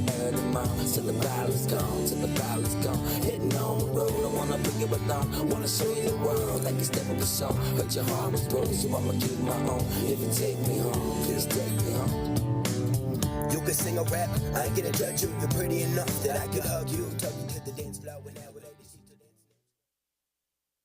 North? Who are you? That's Easy Sass. What's your name? Chira. 1 second. Can you talk about what your nations are? Raven and Crow and Raven. Are those your nations or your clans? Clans. What nation are you? I don't know. What do you mean you don't know? What does nation mean? What does nation mean? Are you Haida? No. Are you Niska? No. What nation are you? Teltan. And? Tlingit. What does nation mean? What does nation mean? Tlingit. What does nation mean? What kind? Do you live in the ocean or do you live by the rivers? Rivers. Which is inland, right? So you're inland Tlingit? Tlingit? Yes. Can you see that? I'm inland Tlingit. Say, I'm inland Tlingit. I am inland Tlingit. I am inland Tlingit. I am inland Tlingit. I am inland Tlingit.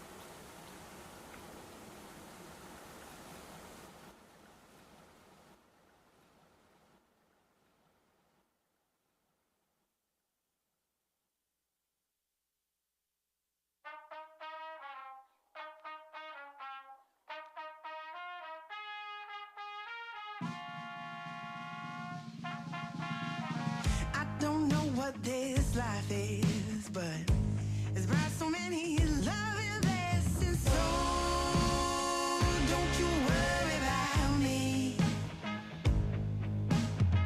35 years, 12,000 weeks, too many days I didn't get much peace. Oh, don't you worry about me.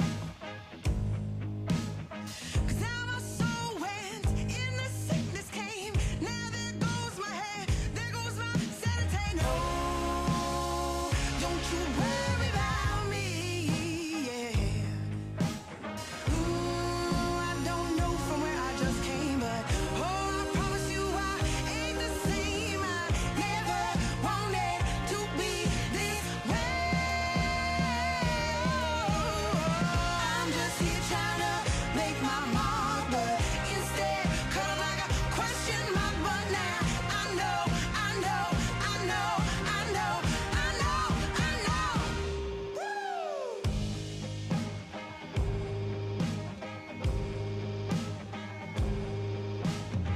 That man, he loved me with all of his might, yes. That man, he loved me till he was straight out of line. Oh, but don't you worry about me. My sis didn't know, my father so sad. My poor mama's had a heart attack. But no, no, no, no, no, no, no, don't you worry about me. 'Cause now my soul went from this firmament. Oh, it's this again. What a predicament. Oh, yeah.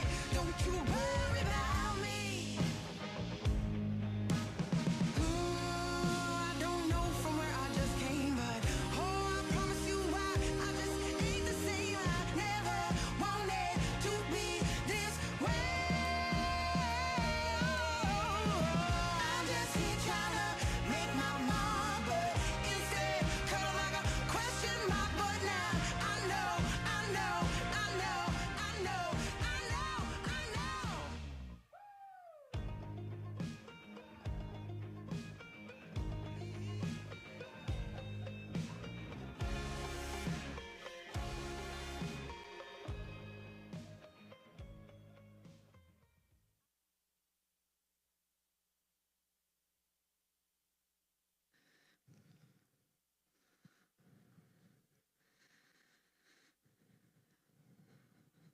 Do you want me? Oh. Hi, everyone. Welcome back. What a wonderful presentation from Billie Jean. Photography. A good reminder of the significance and importance of supporting so many of the artists, the creators, the musicians. It's beautiful to see and to support our artists. Yeah, I thought I would welcome Ronnie. Hi. Awesome. I can see myself a little bit. Hi, Hi, Ronnie. everyone. Did you Hi. want to quickly introduce yourself? Yeah. Do you want me just to start? I can just start if you guys want to. I don't want to take up too much of your time. I kind of have a script. Okay, I can roll through it. Yeah, thank you. Round of applause, everyone. Not quite sure who that was, but thank you for your introduction. Thank you, everyone, for being here. Thanks to those who are tuning in via the live stream here to this Confluence, this work that our family members have in mind up here. My name is Ronnie Dean Harris, Malithuk Telsqui, Malithuk and Squashed. My family's come from Stalo, Statlium, Inglakapmuk territories. I'm coming to you live and direct here from a place called Chichelis, probably more known as Sapperton in New Westminster. I've been the host of the Two Rivers Remix for a number of years now. I also sit on the board of directors with the Two Rivers Remix, and I've had the opportunity to, really watch the growth of this gathering and this sort of musical artistic movement that's happening here that you're all gathering to grow. And so I'm sorry that I can't be there in person. My family and I were going through a very transitional time in our careers and in our work for the next couple months. So it's got me locked here at Chichelis, where the Burdett meets the Fraser River. I wanted to share, I didn't want to take up too much of your time, but I wanted to share some ideas that I've been thinking about and some of the work that I've been doing and some of the direction of the work that my research and my expression has taken me. And so my presentation is called The Path of the Transformers. The reason for that is that the stories of the Transformers have really kind of encompassed a lot of the work that I do, and so I want to share some ideas about that. But first off, we have to start off in this proper way. So I'm going to share my screen here right now. So obviously, this is called In the Path of the Transformers. I just wanted to recognize and acknowledge and give a moment to recognize some of our loved ones who passed in the last however many years. We've been going through this wave of people crossing over. We are sitting at a confluence between life and death a lot in the work that we do. I want to give a big shout and recognition to the Edenshaw family, our brother and our nephew, Kimiwan, who just passed away. We had some loved ones who passed in the Squire Reserve, my brother Francis Smith over in Sartlip, and the uncountable many others and the families that are experiencing and holding up this heavy weight of grief and loss. Recognize and acknowledge the grief and trauma that sits in the rooms with us at all times, not just from the deaths in our communities, but also from the numbers that we face from the residential schools, and also from grief and trauma from climate catastrophe. So where we're at. So I wanted to hold space and make sure that we have a seat for those dear ones that have crossed over to the other side here at the circle that we're going to have today, as that world encompasses what we're going to talk about as well. I want to recognize and acknowledge the people there at Inalkin, and I probably spelt it wrong. You're going to see a lot of wrong spelling in here. I'm not a language specialist, but I'm trying my best in this presentation. But I wanted to recognize the Inalkin Center. That's like our indigenous mecca of arts here in British Columbia. It's a place where lots of people have gone to find themselves, to find their role in the artistic community, find their role around this artistic fire, and then you all are gathering there. You are all converging there today and in these next few days to talk about the things that we're going to talk about. So I want to recognize, acknowledge the Inalkin Center. Obviously, I recognize and acknowledge Jeanette Armstrong, whose work has been pretty instrumental in some of the ways in creating a framework of how I've tried to understand Indigenous consciousness and the way to carry myself and sort of see a framework for resurgence in my own ways and how we're working on that here in our territories. And so a big shout out, loyalist to Jeanette Armstrong and all of us here as well that are, kind of working on some language things. Or, her work is very instrumental. So at the Alkin Center, for all the work that you do. So I'm going to talk about a couple concepts, core concepts, squalqual and squalquam. And so squalquals squalquals in our Halkomelem language is described as our family stories. It's the stories within our human history. It's our genealogies. It's where we gathered. It's where we hunted. It's where we fished. It's where we lived. It's the stories within memorable time. So my squalqual, I was born at Chilliwack, Chilliwack General Hospital. I was raised in Kwantlen Territory, not far from here, just up the river at a place called Albion in the Kwantlen Territory. I was raised by my adopted grandfather, Tsitsumton. He was a Kwantlen elder. He passed away many years ago. I was also raised many years in Musqueam. I spent many of my down the river here at Musqueam with my cousins and my family. And it's the very instrumental place where I've come to understand and started a lot of this work that we're going to talk about. Right now, I live at Chichilis. Chichilis is one of the traditional place names for this place that we're at now, called Sapperton. Sapperton is a part of the northern eastern part of New Westminster. It's where the Burnett meets the Fraser River. It's also known as Squaquetaquin. And for now, we've been calling it Chichilis here. We try to utter these names of these place names so that the land can begin to recognize itself again. I have ancestors at Coquitlam, at Scowlitz, at Yale, at Spuzzum, Kachta, at Seal, at Mount Currie. Most locally here at Coquitlam, my great-grandfather is Chief Coquitlam, just over at the Coquitlam River, which is, a crow's flight just over that way. And so that's my squalqual. That's how I'm connected to this area. My ancestral name is Malithuk, comes from Chief James Yale. Chief James was the chief during the 1913 to 1916 Royal Commission, and he testified in that commission.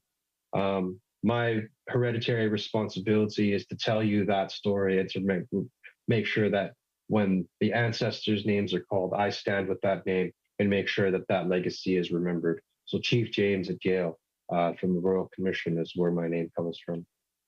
Shuoquiam. So the concept of Shuoquiam can be described as the stories that come from our what they would call mythical times. So the time before the Transformers, the time before these changes, the time when our ancestors were interchangeable with animals. Up the river there, Shuoquiam can be described as Spatak. So Spatak and Shuoquiam are the same sort of stories. They're aligned. I know Spatak is in Inkakapukchin, Spatak is in Statlimpitch. I'm not sure about our cousins up there, what Spatak, your sacred stories. Hopefully you guys will have these conversations after this. But those ancient stories for me have been a kind of a focal point, and a big shout out always to my uncle Sonny McCulsey for laying out some of these concepts and to help me understand them. So Shuoquiam are those creation stories, those ancient stories before human time. And so there's these different eras of time and place that exist. Squalqual being the human time, Shuoquiam being our creation time, the time of our ancestors when they're interchangeable with animals, the time of the Transformers, and the time of our Telswale skyborn ancestors. And so living at Chichilis here, myself, my family, whoever else is here, we're in proximity to Schweimouth. Schweimouth is a Transformer story from here, which is a rock there up by the Patella Bridge. Not far from here, we're also at by the Pitt River in the land of Swanissit. Swanissit is one of our skyborn Telswale ancestors who created the lakes, deeds, did a lot of things that were passed down in our ancient stories. I was initiated at the Swanissit Longhouse in Catesy, and so that's part of my squalqual to that. Shuoquiam is my traditional initiation into the Longhouse Society happened at the Swanissit Longhouse. So that's how my squalqual leads to Shuoquiam, to the connection to creation. So why Transformer stories? It's not something I've always focused on, but it's something I've always been told about since I was very young. The first stories I was told from my grandparents were the stories of Chaos, the Transformers, and some of the deeds that they did. Throughout my research of trying to understand place names, trying to understand my position in reality of the indigenous consciousness, Transformer stories keep coming up. they're some of our most ancient stories. These transformer stories, some of them predate the floods. They represent the shift in our consciousness. These transformer stories always have a place where we learned something. They always have a place where things were changed, whether it was from human to animal, from human to stone, or the transformation of landforms and formations. There's always some sort of shift in consciousness that's encoded within these stories. Also encoded within these stories are the values and principles, our traditional ecological knowledge, markers of biodiversity, genealogical information, narratives of complex ideas translated as stories, words, symbols, and syntax. And so sometimes you can find within these stories biological or physical equations in physics told as a story instead of as a mathematical formula. These stories are important because they've been passed down throughout the epochs of time, handed down throughout the floods, the fires, mosquitoes and tuchia and residential schools and Stephen Harper and all the other things we've had to survive. Is these stories still exist and they're being passed down through our names, through our place names, through spirit, through ceremony, through song, and through our artwork. And so for me, holding up and making sure these stories and unfolding and making sure the strength of them is supported is of the utmost importance. As these embers of these stories have survived the floods and the fires since before the floods. And so it's really important for us to keep kindling these flames and making sure this ember glows bright so that we can hand it on to our next generation in a more organized and strong fashion than when we got it. And so this path of the transformers that I'm talking about, the reason why it's important to me is I feel like I've always lived on this path of transformers. At some point, I lived here in New Westminster in 2014.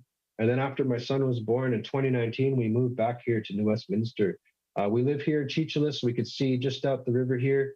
So I think about this place, and wherever I go, I'm always looking for the ancient stories, always trying to find the place names, always trying to find these transformer sites, always trying to find these rock formations and figure out, locate myself to them, locate myself to this path. And so where we're at right now, we're sitting on part of this path where the transformers went around on their journey. And so their journey started down towards Tawasin. They came up through Musqueam and then through here.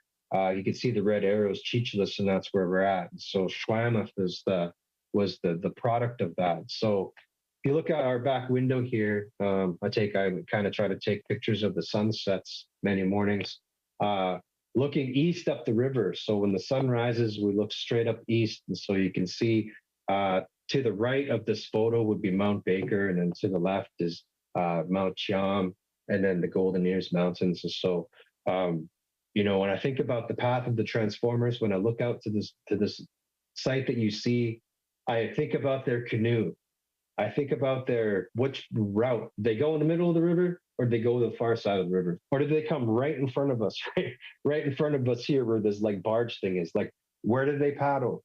Where exactly did these stories take place? All these questions come to mind to me because as we look for sacred sites, we try to find places to connect to our consciousness, connect to indigenous consciousness with our ancestors. I find these places should be nexus points for that.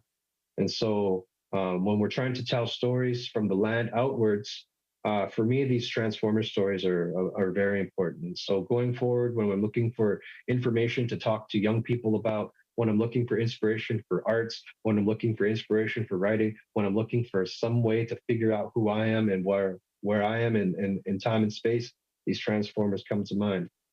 From a very young age, this has always been a favorite book of mine. It's called Catesy Ethnographic Notes.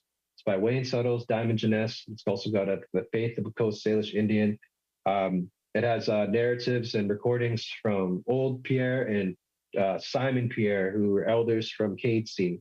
And so in this story, Simon Pierre relates the story of the transformers as he knew it and the pathway. And so part of this tells the story of when Chaos, the transformers, proceeded past Musqueam to the north arm of the Fraser, and then ascending up the river, approached New Westminster, where a warrior named Schwameth, the killer, stood waiting to kill Chaos as he killed other strangers before him.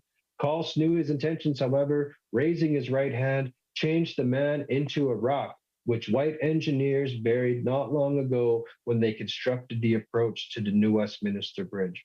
Now, this story was recorded in the 30s.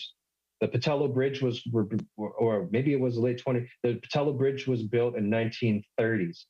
So at some point, this stone that was the marker of this story, as Schweimer, the killer who stood to challenge Kals the Transformer, was buried when they made the approach to the Patello Bridge.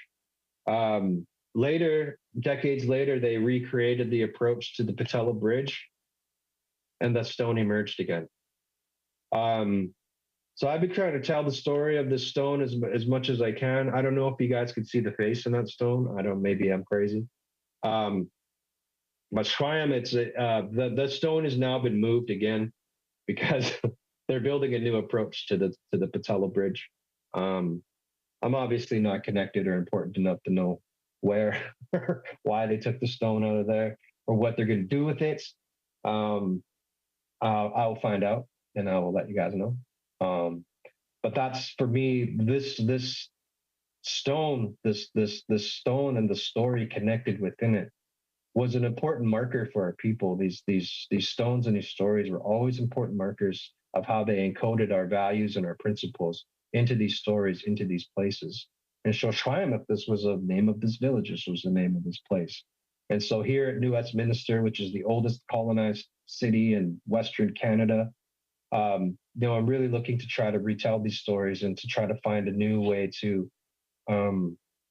reemerge our Indigenous consciousness here in this place that has been displaced for so long. Also in like a very, politically mixed place. It's very difficult sometimes when you talk about ownership and the frequency of band offices and Indian Act politics. For me, if we're talking about understanding story from the land outwards, then creation stories would be exactly where that comes from.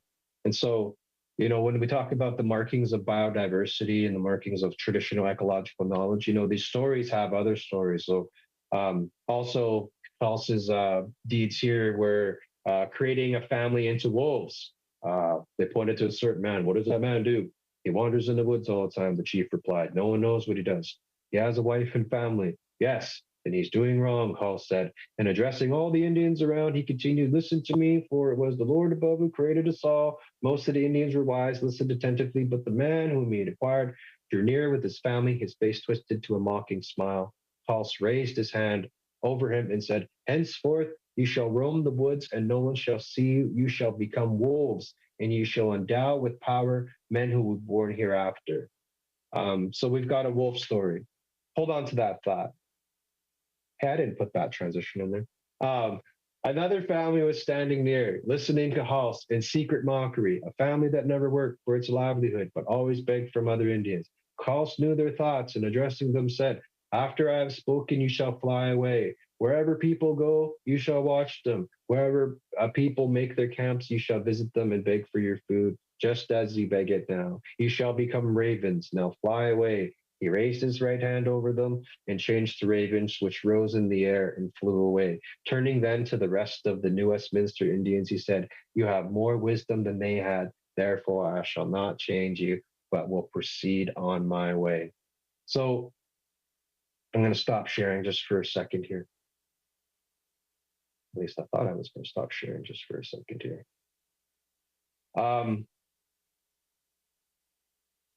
So for me, those two stories, those are only two stories from this area. And they encapsulate these two emblems of wolves and of ravens. And as an artist, as somebody who's trying to interpret an Indigenous consciousness or reality, or as storytellers, sometimes it's not our job to tell other people's stories. But if we're trying to research and revitalize our culture, then maybe it is our job as artists to interpret the stories and the symbols that are encoded right into the land. And so if our ancestors had the wherewithal to them to tell these stories and connect them to this place, then that had to be for a reason. And that is under my belief because I think there is no wasted thoughts or words in an oral culture.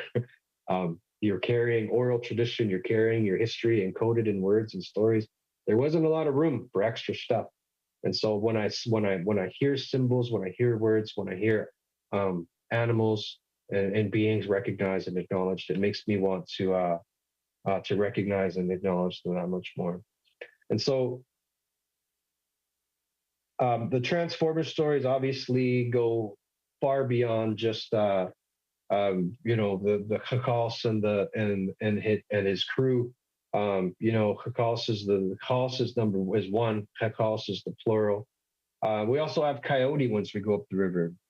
Coyote becomes a transformer, does transformations, and also Kakwala, the son of Hogfennel, has transformer stories and also interactions with these transformers that we're talking about. Speaking of Hogfennel, I'm drinking some Hogfennel or some Kakwala tea as we speak. So when this comes to art, and I hope I'm not boring you guys too much, and I know this is getting a little bit theory heavy, but let me try to figure out how this ties into art and how I've been processing it. So as an artist now, I do many different things. So I do design. I also do music stuff sometimes, but design has been kind of a heavy thing, and trying to figure out how, as a designer, I can contribute to this long work of our people revitalizing this culture that we're working on, right? Like, what is it that I can contribute as a designer? And so really trying to understand the design principles of our Coast Salish design, of our Halkomelem design, but also the symbols and syntax in which we use. And so for this project, I'm working on a project here at New Westminster, which is an arts project, working with a number of artists. And we're trying to figure out what we want the art to be about. And so part of that has been collecting the Swohuam stories, breaking them down into the characters and the animals and symbols, trying to understand the cross references to the plot narratives, the values, principles in the stories, and then linking the resources to it so that people can kind of go and interpret it themselves. I'm doing another art project at Seabird Island where I'm doing the same thing, trying to find all the Swohuam stories so that I can look at, well, what symbols need to be in this art, delineating where those symbols go, and then being able to have that bank of symbols that I can just start to design on or start getting other people to design on. So that we are, incorporating the symbols of those stories into the art. And then in reducing it in that way of Halkomelem design, telling it in the most simple way, and making sure that it activates the memory of those stories, activates the memory and principles and those values within those stories, and in a sense connects you back to that place through those symbols.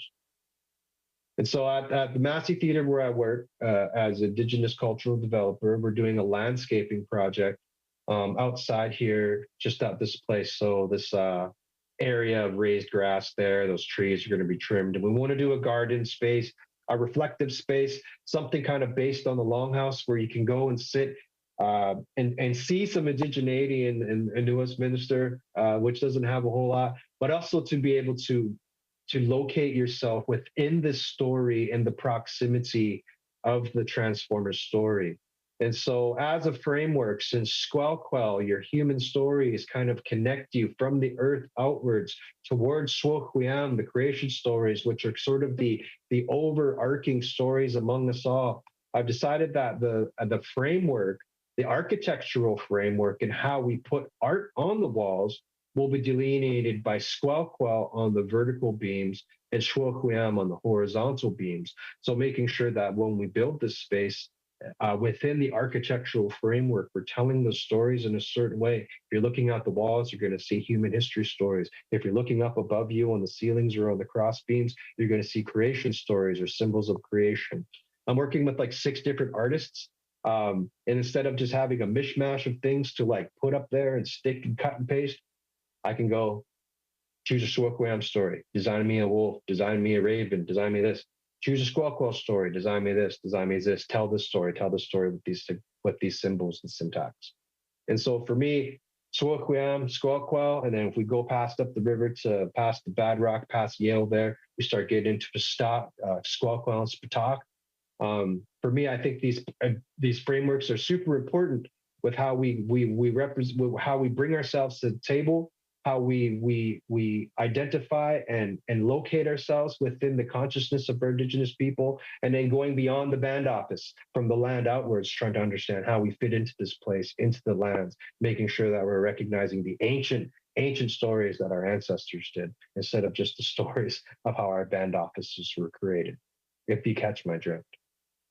So another thing that I really think about often is signatures and markers. Signatures for me can be defined as these anomalies between stories and a comparative analysis. So if you're reading one story and you're like, hey, that happened in this story, and they're from different places, to me, those are signatures and markers, which I think need to be explored. Sometimes the signatures and markers can show a geographical connection, a genealogical connection, a linguistic connection, or sometimes a connection through time, before the Ice Age, after the Ice Age, before the Transformer times, after Transformer times. You can draw connections through language and symbols, between stories, between nations, and even between these timescapes, which I just repeated over again. So one of the anomalies that I've noticed is the story of Swanisset. So Swanisset is here in the Confluence territory, here in Musqueam territory, Katy territory. Swanisset was one of the deities and beings that we all looked up to, before the Lord. Swanisset came before the Transformers. Swanisset was a skyborn ancestor. There's a number of skyborn ancestors that were sent to the earth in different areas, and they came to do these great deeds. Some of the deeds for Swanisset: he brought sockeye salmon. He married the princess of sockeye salmon and brought sockeye salmon to this area. That sockeye story of Swanisset marrying the sockeye salmon is actually one of the founding principles in the R versus Sparrow Supreme Court case. And so these stories, this oral history, is important even to our title, because in the R versus Sparrow case, the connection to this ancient story that predates Canada, predates America, predates the court system, of Swanisset being married to the sockeye salmon, this kinship with the Sockeye people, was a founding principle in how oral tradition can be used in these court cases and the title cases. And of course, the R versus Sparrow case is one of those defining cases within how we define our sovereignty under Section 35. And so some of the markers between Swanisset, Swanisset also brought Uakins here. Swanisset went to the sky world, and I'm going to tell you a bit more about that after.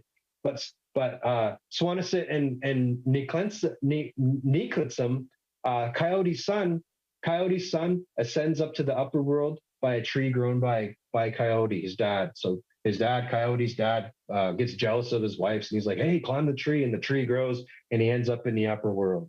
Right, so Coyote's up there. That's the place where he's digging, or Coyote's son's digging roots, and he pulls it up, and it's blowing air, and it turns out the roots are the stars. And so picture this upper world above our world, where Coyote's son is at. But Swanisset also ascends to the upper world via Sheridan Hill, which was a mountain that apparently existed over by Pitt Lake there. He ascended this mountain, went into the upper world, but then when he returned, he destroyed it. And so there's big giant boulders all around, like Pitt River and Pitt Lake, that are the remnants of that giant mountain that he smashed down with other boulders. Both Swanisset and Coyote's son, they both meet elders up there who help them. They help the elders by getting this weaving stuff, and each of them are both lowered down to earth by these elders. And so there's these signatures that are very similar from the Swanisset story to the Coyote's son story, that for me, I want to know more about it. I want to know why. And so, and I think it goes to show like the ancient connections that our people had, that we all had common stories at one point in time. And I think that's before Ice Age and after Ice Age, another kind of a time barrier that we have.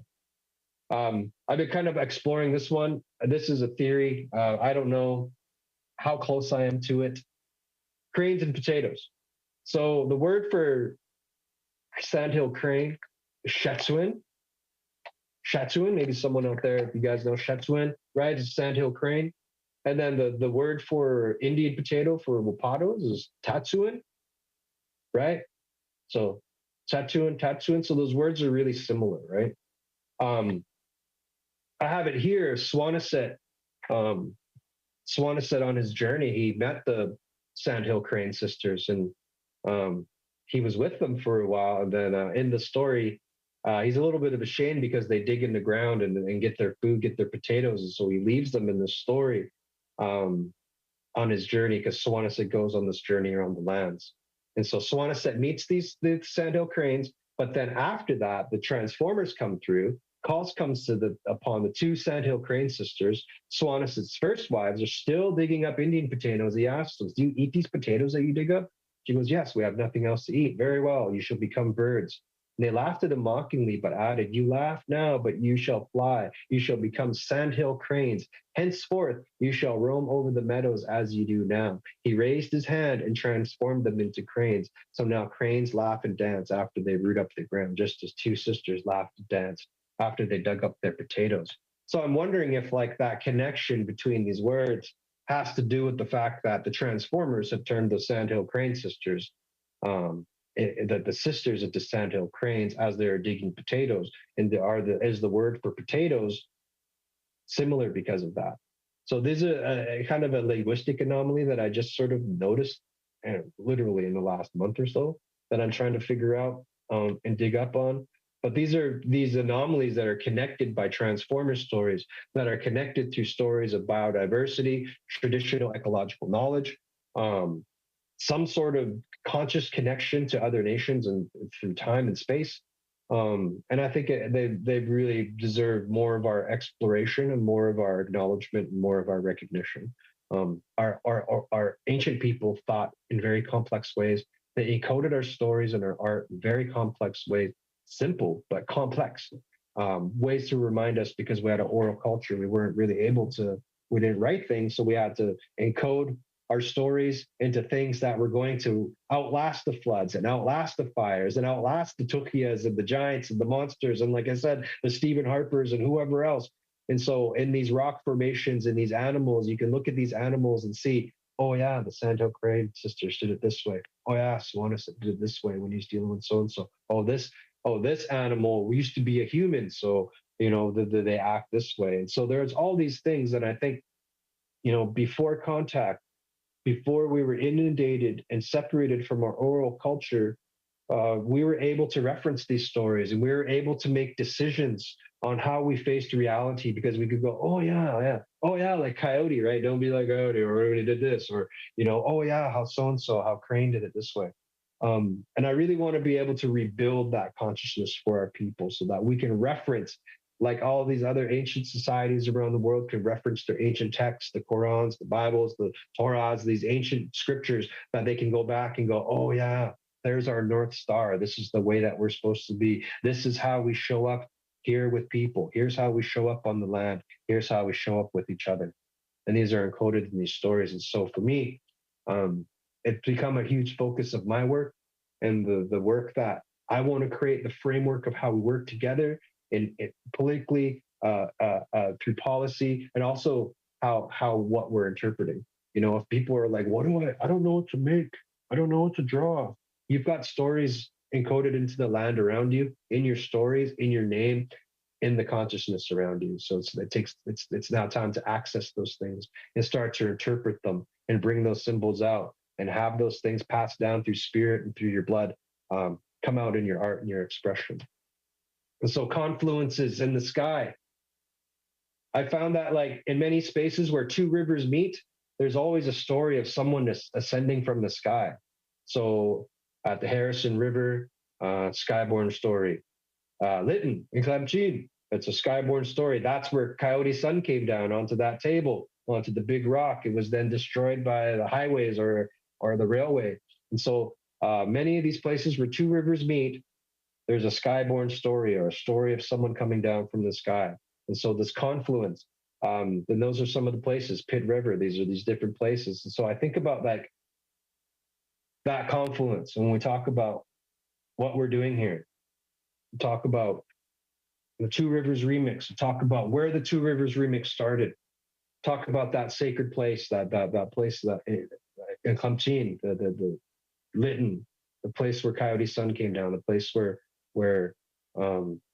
our ancestors are buried, a place where we learned things. There's so much more for us to unravel in all the places we're at. And I hope that while you're up there at the Inalkin Center, you think about this path of the transformers, think about the path of Coyote, think about the path of our ancient ancestors and those people who did those deeds and created this land that we're in. For me, this has sort of become the body of my work, and wherever I go, I'm always trying to locate myself to the traditional stories, to these transformer stories, to the point of I actually created a place names map on my Google Earth for my own working map so that I can kind of understand where these things are. And so, I don't call myself an expert at any of this stuff. I'm just somebody who's trying to learn.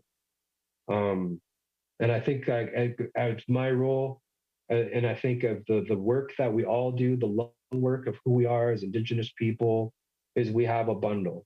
And so my bundle contains that work. It contains understanding who my mom was, who my dad was, who their parents were. And that bundle contains understanding their squawquel, their stories, where they hunted, where they fished, where they ate, who they were, who they loved, where they lived. And then that bundle also contains the Shuokuam and Spatak, which is our ancient creation stories and how we're connected to those things. And so I think not only as individuals, we have a bundle, but as families, we have a bundle, the same bundles within. As communities, we have that bundle. As nations, we have that bundle. And that long work of organizing and making sure that those compartments are understood and organized better than when we got them. Because some of the times when we get this bundle, our ancestors had been running from destruction, running from colonization, running from floods, running from fires. And so many of us haven't really had a time to look in these bundles and really understand what's in them. And I think these confluences, these conferences, these gatherings are an important part of that. When we get to open up the bundle and see what's in it and be like, oh, that's yours. Oh, this doesn't need to be in there. Oh, this is all of ours. And then when we're done, we close up the bundle and we pass it back to the next one's coming along. And so this work is part of that. When I got this bundle, it was just a box. There were some notes of paper. There's a whole bunch of stories that I had to remember and sit and write down. And then there's the corroboration of it, which is collecting materials to back up those stories and to make them real and to start to find ways to tell them in a way that lands it into the hearts of our young people and make it accessible so that they can interpret the materials and tell the stories for themselves. And so in this work, in this path of the transformers that I find myself on like every day, that's the focus of this work. When the pandemic came, I knew that I had to put more focus into the language and more focus into this work and my contribution into the long work of our people. And so as all the storytellers and knowledge keepers and organizers there, I hope I could plant some of these seeds in your hearts and have some of these conversations and really think about, where we are on this path and what it means to us and what your role in the preservation of these stories is going to be. We all not going to have the same role. We're not all the speakers. We're not all the storytellers. We're not all the fire keepers. Sometimes someone's got to watch the door. Someone's only holding a word. Some person's got one story. Some person's got one version of the story. But each and every one of us, when we sit around the fire, creates this complete weaving of our understanding of this reality between our Spatak and our Squoquam and our Squawqual and the earth. So I'm going to leave it there. I hope I haven't taken too much of your time. Again, thank you to the Inalkin Center, to all the good people up there, to the organizers for doing this work. Again, a recognition to all our loved ones who passed on and to our families carrying that heavy weight. If there's, if I can provide anybody with materials, I've got lots of Stalo, lots of Incocapital stuff. If you want to have conversations, how we can sort of try to work together on this stuff. I mean, I'm making coloring sheets. We're working on stuff for kids, trying to do kids' books to really introduce these ideas at a young age so that we can grow with these ideas. So don't feel afraid to reach out and let's build together. So, sure, almost.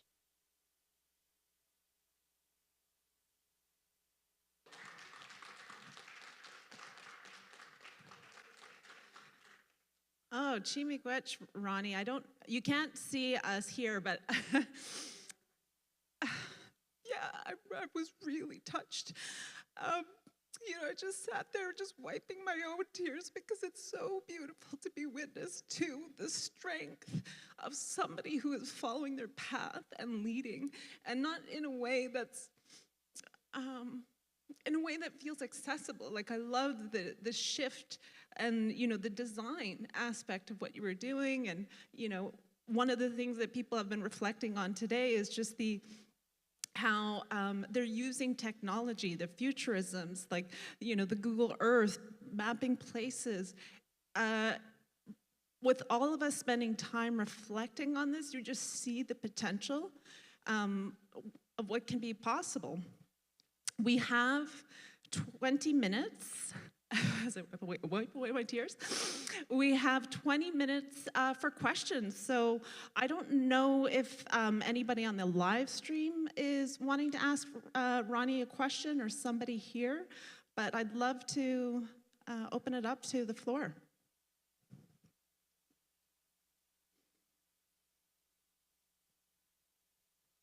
Anyone have any questions here? If something comes up, we can get back. But I just wanted to also acknowledge Ronnie, just as a mentor, as a friend, and as a trusted, someone that I go to when I need to talk about things that are really important. I really trust Ronnie's intuition and his guidance. And that's why I really wanted to, when we were talking about having an MC that would really take on the role, we called on Ronnie and he came to that call, so I want to just acknowledge him for that. I know that it's a lot of work and it's a lot to carry, and Ronnie is actually the one that reminded me that when we are working together and when our relationships with one another, when we can be vulnerable and share what's going on with us, it enables us to each take a piece of it so that it's not so heavy. And when I'm having a hard time, I reach out, and I'm thankful for Ronnie to reminding me of that lesson, that we're all here to support one another and hold one another up. And especially in the times where we need that strength. And Ronnie, I just want to acknowledge you that you've been that strength for me. Thank you. And we do have a question here from the audience. It's more of just an acknowledgement. This is Cindy. Hey. I grew up down the road from you. we share the same grandfather, and Wanik. Mom wanted me to say Wanik. And just so very proud of the road that you're on, and that the good work that you're doing, the giftedness and the bundle you're carrying. And I just want to lift my hands up to you, Ronnie. Such an amazing work that you're doing. And definitely I want to connect with you to have some discussions around this more, to instill things within the Wanik along the river and such forth. I have my mother here, Florence Quenawet, and my sister Lorena. And we're just sitting in awe at you're talking about Squilqual, you're talking about creation, you're talking about all these terms, and we grew up listening to these terms in the Longhouse, and you just embody them. And we just thank you so much for bringing this good medicine forward. We can't thank you enough, and carry on with the good work that you're doing. Hookstjam Heichka. Thank you. Yeah,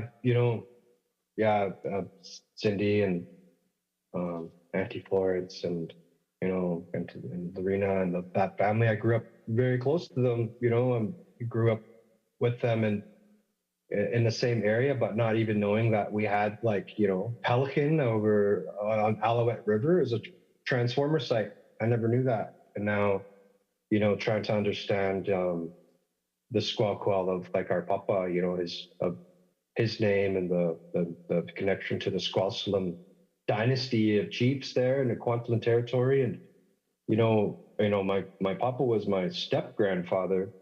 And, I feel like now I'm starting to get to know him more as I start to understand the ancestors and try to figure out where we were and all those important stories. And so, yeah, it's really, I'm glad that Cindy's there and Auntie Florence and Lorena are there. They've been very instrumental in, teaching me to use my voice as a singing voice for one, and also, being the purveyors of very beautiful culture. So I put my hands up to you too. I just wanted to share something real quick, just because for transparency's sake. This paper here, we have to take care of everything that belongs to us by our uncle Naklahatsi. Oh wait, I'm not even sharing it, am I? Oh, it's not shared for some reason. So it's a paper called Everything We Have to Take Care of Everything That Belongs to Us. It's by Albert Suddy McCulsey. That's been a very instrumental paper and really because I can't just call uncle and ask him questions every day, which I'd love to do. But being able to understand these principles of Squawkwam and Squawkwell and how they translate to us, how they turn into law, and how they create the framework between us. Also, that book, Katie Ethnographic Notes by Wayne Suttles, and The Faith of a Coast Salish Indian by Diamond Jeunesse, and also the Seapass poems by William Seapass. The whole epic story is the path of the Transformers from creation to when Chaos goes to sleep. The Seapass poems are owned by our cousins, the Seapass family, in Chilliwack there. The copyright was then reshifted in 2017 or 2018 back to the Seapass family. And then also our good relative, Gabe George, did a reading of them. So he reads them, he uses the language, there's sound effects. It's a great thing. You can get those stories at Longhouse Press. I really want our kids to understand these stories and be understanding these in their fullest extent, especially in the Stalo territory. I don't know where you guys are up there, up in Si'ilk territory, you have your own ginormous language profiles, ginormous creation story profiles. And so I'm interested to see more of these come out and how we as artists will interact and be like, oh, here's my account, here's how it connects to this one, and how we'll make cool art from it. So I push you towards those three pieces of information, and they're to me have been very important in my life. So I can share two of them. If you email me, I can share it. But Seapass poems, you're gonna have to get it your own. Hi, Ronnie. We got Ruby Dennis online, and you were just speaking about it, but I think maybe there's an opportunity to share a bit more. Basically, some of these transformation stories, are they accessible orally or in books? Ways for people to connect and learn more. Yeah. Well, I mean, my focus, obviously, I always call it a spiral from where my grandmothers lived. So my Transformers work is focused in the Stalo territory, but also Inklakapuk territory and the Stadtlium territory, because that's where my grandmas are from. Each of those areas has Transformer stories. Also, I mean, Transformer stories go, I see our brother on here, Saltwater Hank from the Simshan territory, Transformer stories up there, Transformer stories that are even similar to ours. So I think we have a big role of all of us learning these stories and coming together at one time when we're like older and going, okay, here's all the signatures and anomalies. So for those looking for Inklakamo, Simjan, and Statlium Transformer stories, some of the James Tate stuff, I think is, I mean, so much work to be done there. So much of a repository of stories, and like, for me, I look a lot at the symbols and the accounts, and then, I'm less about, oh, well, this version is the right version. No. This story is so big that you can't see around it. You can't see over it. You can only tell your story from your side of it. And then we all kind of create this synthesis of the understanding. So all the accounts matter. All our grandmas are right. So we all need to hear these stories, embody them, and bring our knowledge to the table. So, I mean, those James Tate stories and the American history stuff, I mean, that stuff's available online for the most part. If you want to email me, I can ship you a bootleg of them. Those for me are a huge body of them, and I know in the Stalo territory, there's the Norman Lerman stories.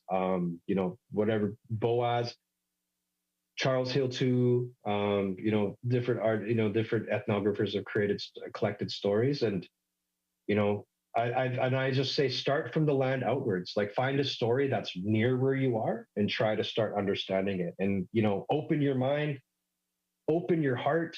The symbols and the narratives in there come from a different time. There was no church, there was no internet, there is no subway or whatever. So the stories and the symbols sometimes are out of our understanding, but they paint a picture of understanding in an oral context, which may be depicting something else than what you're hearing. So it's important to open your mind and try to read and see the symbols. But then also, if you're reading these stories in English, it's time to go and translate them back into the language and see what's hidden in the language. So there's linguistic signatures, I think, that there's many of us that are there to explore.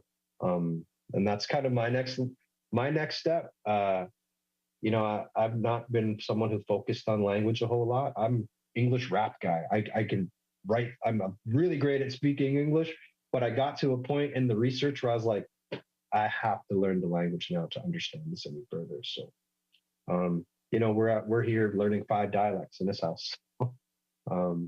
The Tate stuff, Boaz, there's Transformer stories. I have a repository of stuff that I can share. Email me, ronniedeanharris@gmail.com. Let's share. Let's get people activated and looking at materials, and hopefully we can have a next Confluence, a big talk about Transformer stories and how we can activate them into the work that we do. We have another question, and I also love this, being curious and open and willingness to try and practice the language and learn more. So here's the question. White Ronnie, my name's Andrea Watts from Penticton, and I really want to thank you for touching on the markers part of the stories. That really resonated with me because you're right. We have different versions of the same story, and none of us are wrong. It's kind of like the same thing when we sing and drum. We honor where the song came from, but maybe we might sing it a little bit different, but our hearts and intentions are the exact same as long as we're honoring where the song came from or the story, and we're respecting the origin. So I want to thank you for bringing that to the attention in a positive way to share with people. Thank you. Yeah, it's been, it's scary sometimes, I mean, I've done presentations and had people be like, hey, who gave you permission to research your own people? Like, I don't know. Approaching this work with care is super important. Like I said, I'm not in the business of telling anyone else's stories, but I am in the business of telling the stories encoded into the land where I am. And I think as artists, if we're going forward into doing art, like say murals and spaces or if we're interacting in art spaces, then you have a duty to find out what the Shwokwamers or Spatak stories are in that space. Who were the Spatak ancestors in the space that you're sitting in right now?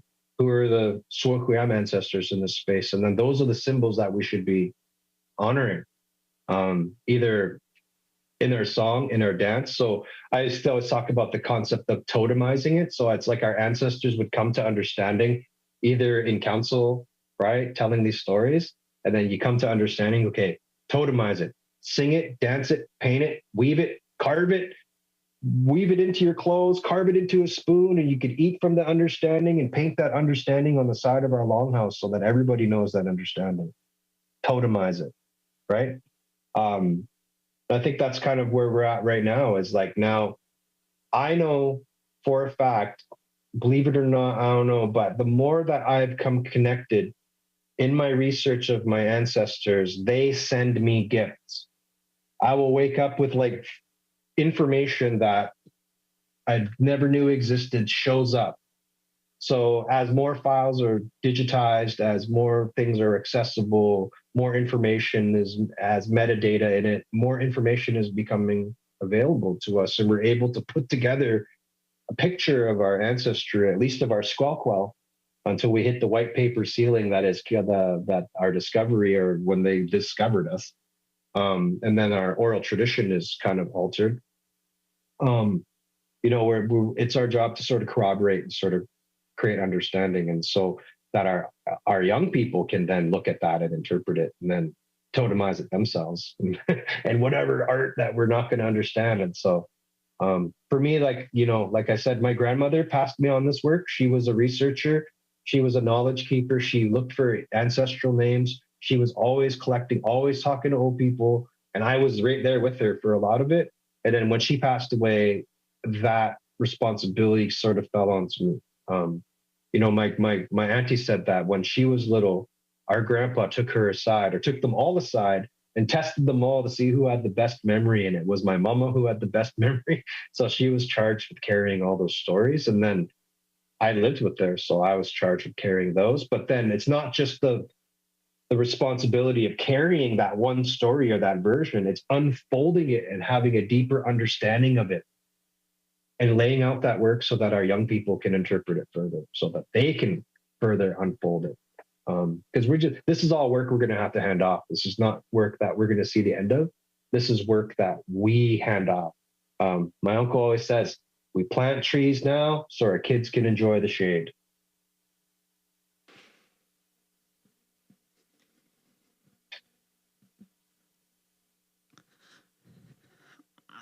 Great. Any final words before we sign off?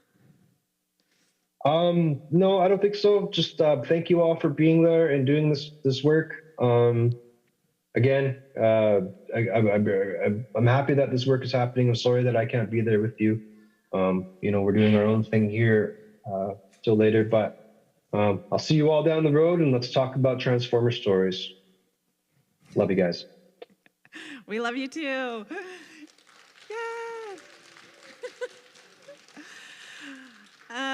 Wonderful. Okay, so we have Kim Gucci up on deck.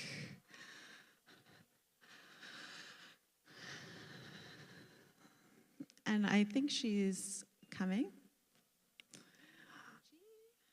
Up on deck. Did anybody try the smoked meat? Is it ready? Yeah? And I think she's coming.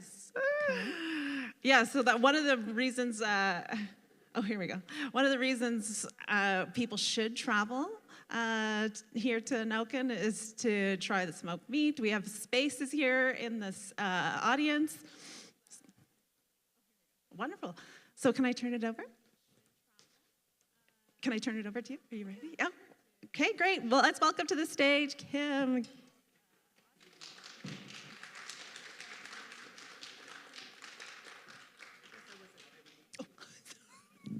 I love your mock looks. I have the same ones. They're awesome. Yay, twinsies. White, Hadi, How's everybody? Well, I'm going to start out with an exercise because I think that we all need to move our bodies because we've had soup and sandwiches and smoked meat, and I even saw a couple wieners out there on the smoker. I was like, I guess that's sort of traditional. So I have come full circle. I was just telling my friend Jeremy that this is where I started, in this beautiful space.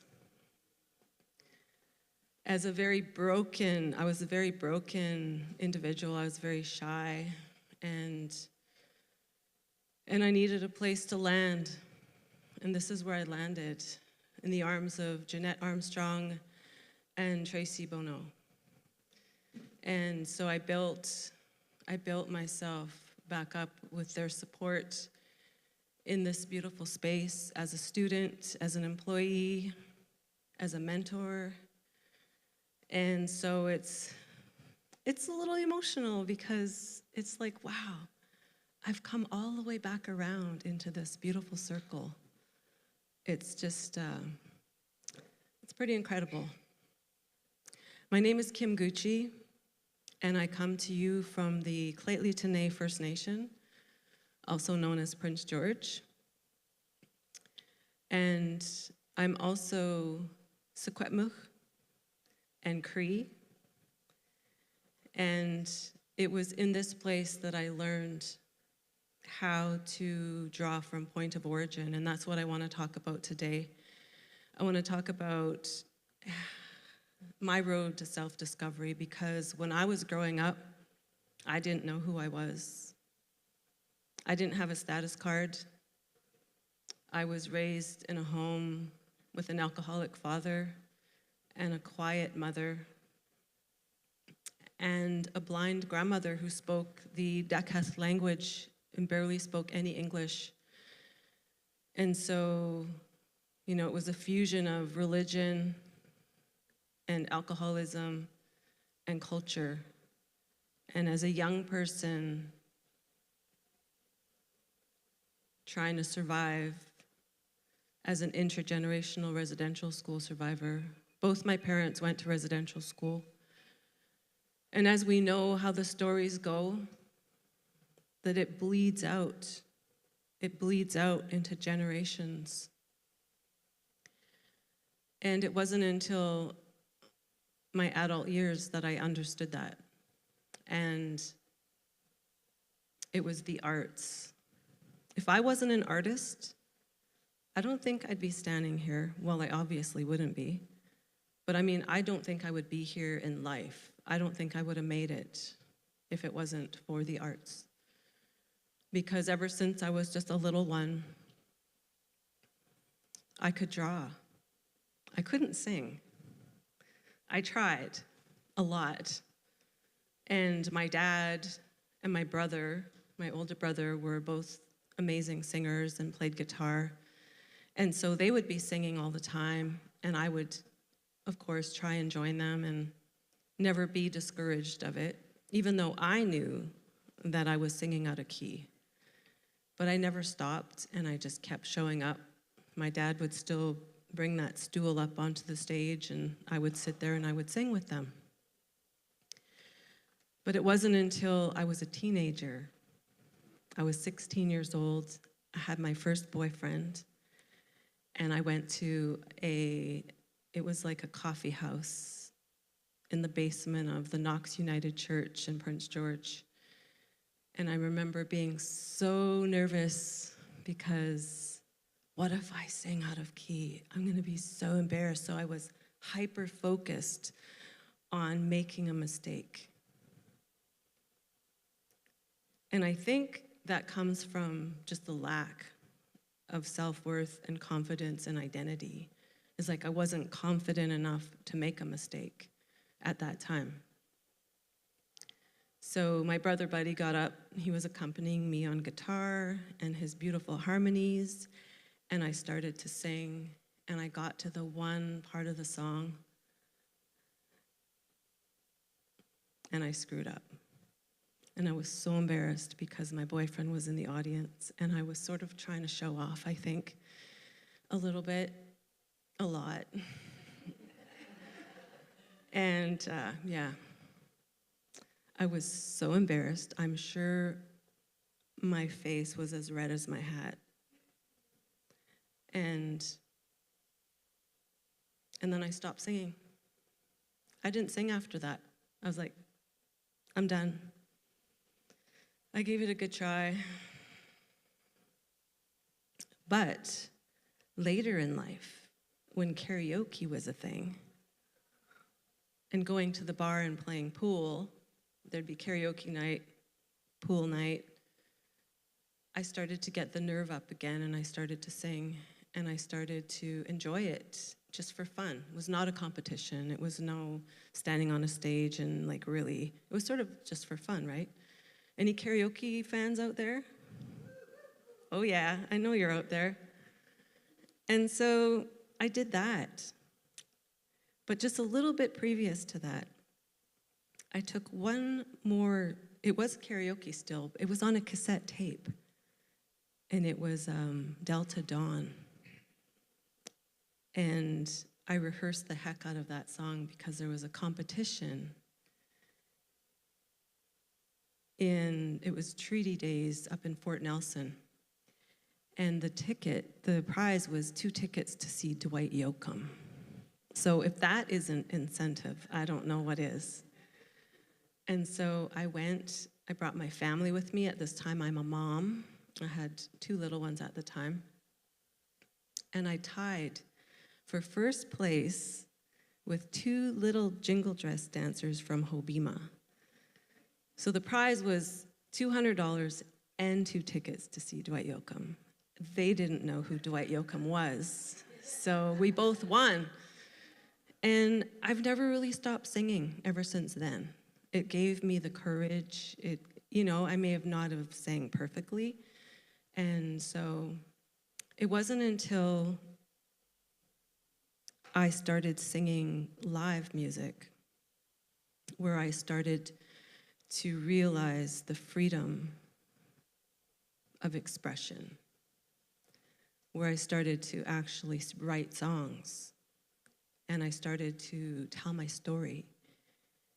And I felt this absolute freedom and authenticity to not be singing other people's songs all the time and to just sing something that came from me. Something that came from me who's been through hell and back. I had a lot to write about. I had a lot to sing about. But it was very vulnerable because I may have hurt some people by singing about things that were my story, because then people get like, oh no, they're singing about me. But I'll tell you one thing, don't ever date a musician. If you don't want a song written about you in some way or another. And so this is what happened. But I was also able to heal, because chanting, I want to read something to you because I haven't memorized it yet, but it's so profoundly beautiful. And I found this a while ago. And I am going to memorize it someday, but I wanted to share it with you. And it was something that I received on the Daily Anybody get that app or that email? The Daily It's supposed to get you in that space.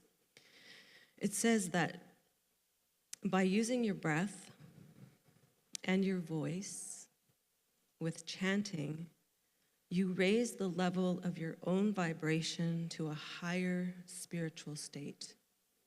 Who can relate to that? You raise your level of vibration to a higher spiritual state. That is what saved my life, was when I learned how to chant and sing and release all of this pain and anguish and hurt that I was carrying in my body.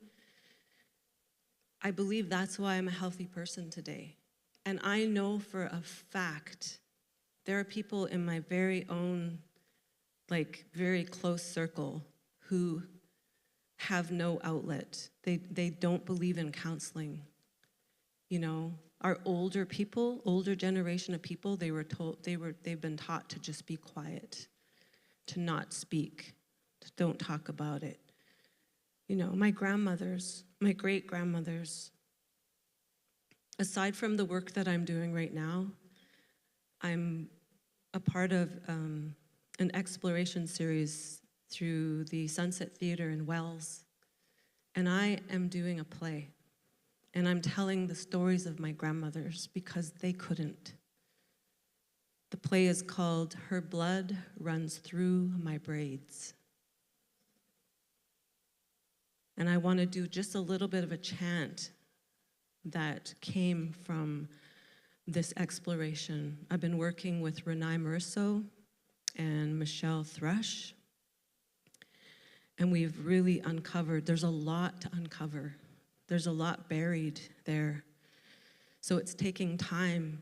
You cannot rush this. You can't say, oh, there's a deadline right there. You need to be done by this day, even though grants tell you you have to do that. We found a way to just slowly do this work. So I just want to chant for you just a moment, and you're going to feel the vibration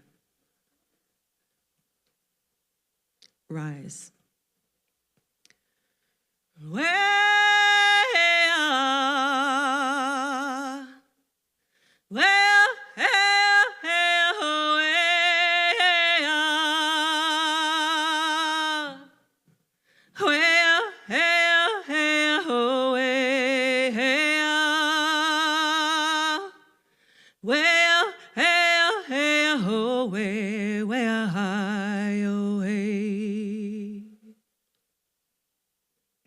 And that came from the words, her blood runs through my braids.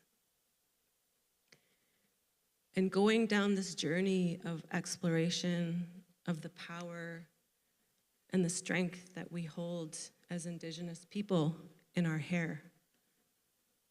And I always love to see when our warriors have their long hair, because I see them as a very, like, you become more in tune with your environment. And I think it's a part of just, it gives you that sixth sense.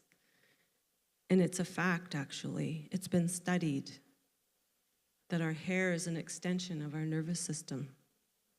And they did a study with the Army, with the US Army. They went and recruited Indigenous men who had long hair because they knew they had excellent tracking skills, that they could be laying in the darkness, on the dirt, in a forest, and when danger came by, they were like, you've seen it in movies, you know, somebody's about to hit them with something and all of a sudden, you've seen it. It was because of that extra sense that they had in their hair. But the US Army didn't know this, and they took them back to their army camp and they gave them military haircuts. They sent them out into the field. They didn't have any of these extra special strengths anymore. You know, there's truth in that. And we all grow our hair for different reasons in different cultures. But I want to go back to chanting for a moment. It says that in many cultures and civilizations, chanting is a form of vocal meditation and has endured through the ages. And it's practiced by many people around the world seeking greater health and sense of well-being and enlightenment and a connection to the divine. Chanting unites the mind, the body, emotions, and breath through vocal sounding. If you suffer from anxiety, you can actually calm yourself because it's a form of breath, because we know that breathing helps to relax the body. We can calm ourselves by humming or by chanting, by just sitting nice and tall in our chairs. Want to try it? Oh, I'm seeing people really scooch up in their chairs. And I don't have to tell you, but posture is everything to do with breathing. And it's like you imagine that you have this invisible string at the top of your head that's pulling your spine up. Try it. It just makes you sit a little taller, and you can actually breathe better. It opens up your airways, opens up your diaphragm. Yeah, just do that once a day. Go. People would be like, what are you doing? Try it. Yeah, so let's just try it. Let's just try a little chant, all right? And this is just going to be totally in the moment. Well, hey,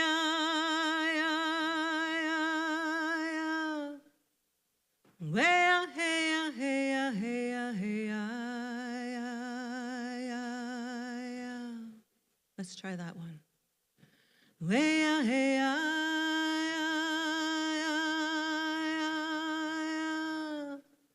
well, hey, hey,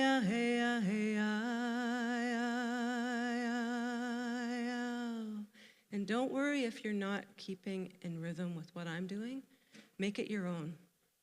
I'm just trying to help you to feel that in your body. Well, hey,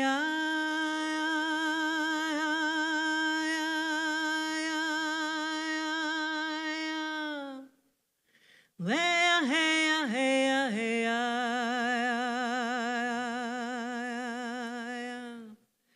well, hey, hey, hey,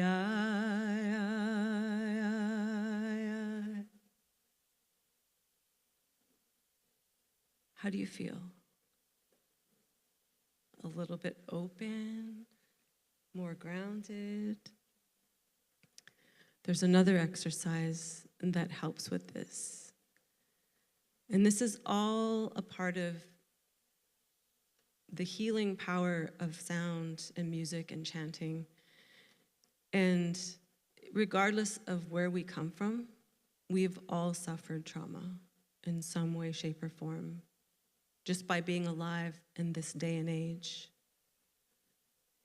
And I think it's very important for us to honor that by taking care of our bodies, by being aware of where anxiety sits in our bodies, intergenerational trauma, post-traumatic stress disorder, sits in our bodies. It might show up in our shoulders.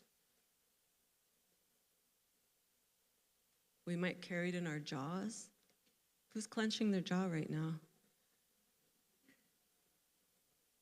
We might walk around with a little frown because we're like, maybe we're in pain, or maybe we're just stressed out and we don't realize that we're carrying it right here. I had a friend who's in the spirit world. Her name was Angelique Prince. And when I would go visit her, I knew she was having a stressful day when I'd walk into her front door and I would see a piece of masking tape across her brow, because it reminded her every time she'd go like this, she'd feel it, so then she would, and she did it because she didn't want the wrinkles. You know, that's legit. So my whole journey has been about writing songs to help heal my body, writing songs to help spread messages, writing songs to help bring awareness to murdered and missing Indigenous people, to residential school survivors, to resilience, to domestic violence, surviving all of these things that many of us are probably feeling right now when I say the words. I know throughout all of the presentations today, I've listened to all of them, and there were so many threads so many commonalities, so many parallels. It was quite, we're all the same. We just all have different walks and different paths, but we all connect in one way or another through our stories, through our experiences. So I've also am 90% over a panic disorder that I developed when I was touring. I was actually discovered here. I was a student here. I've been through the NIPAT program. Back then it was called NAPAT because that's when Aboriginal was an acceptable word. Now they call it Indigenous. And so this was my home for a long time because I was a student here and I also worked here.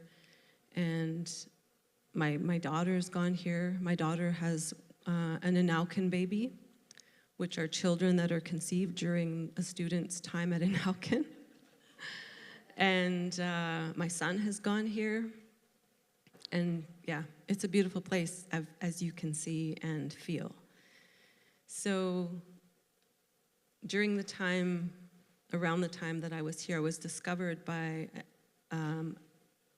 a musical icon in the Indigenous world named Sandy Schofield.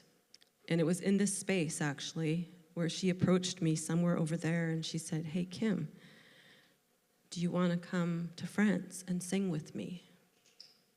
And back then, I was just starting to find my voice.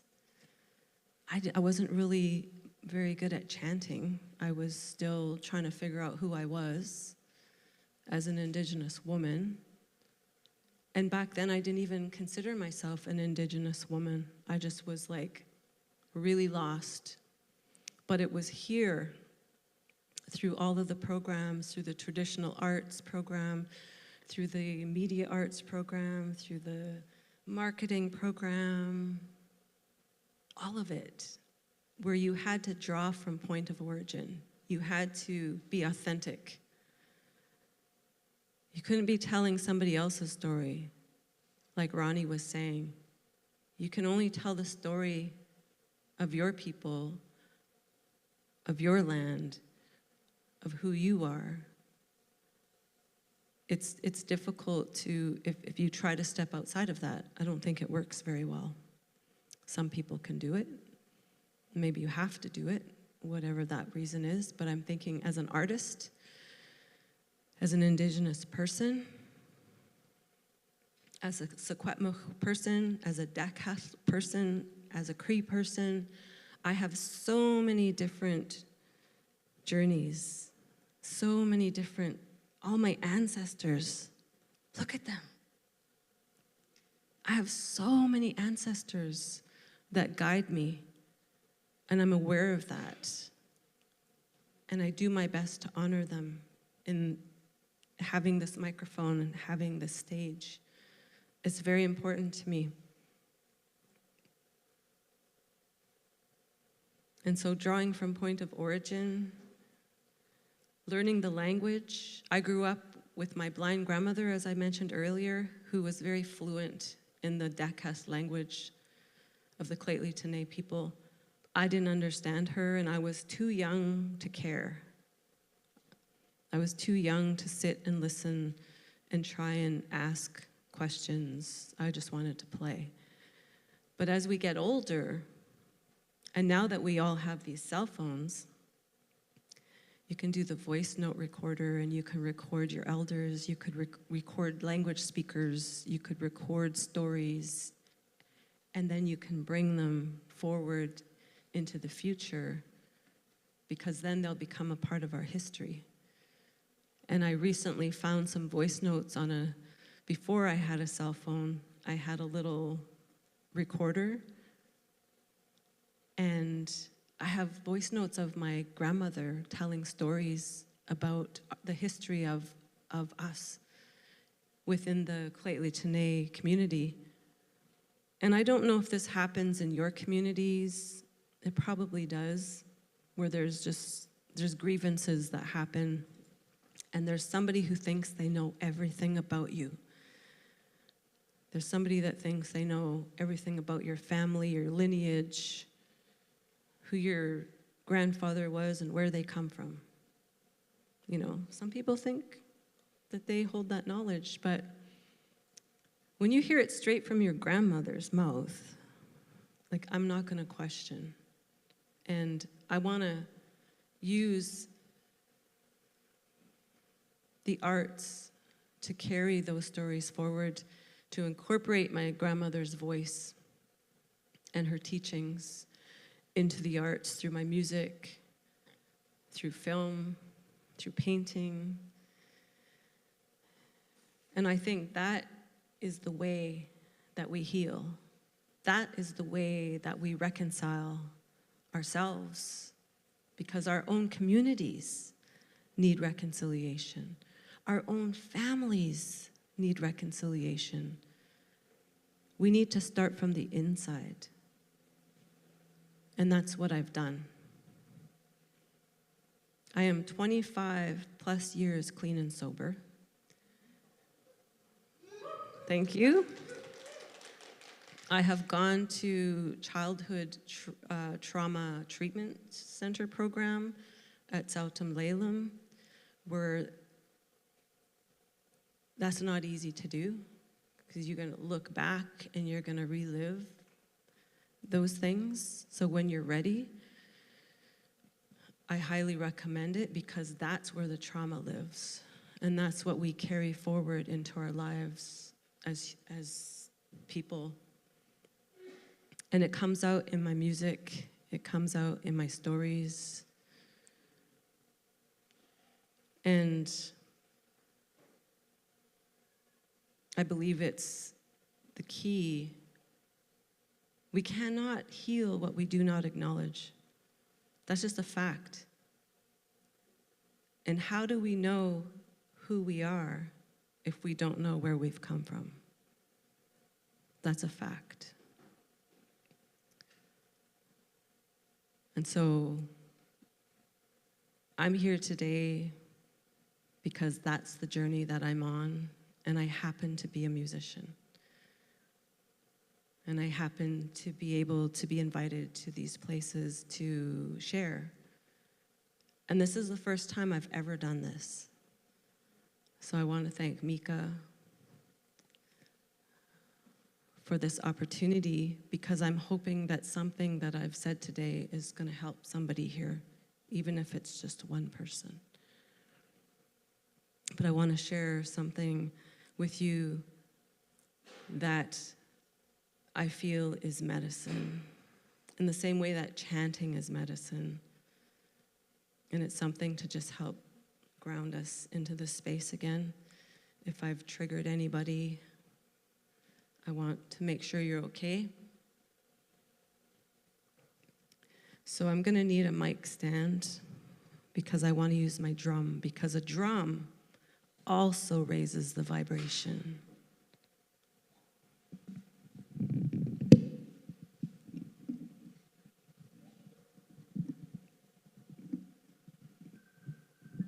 Hello?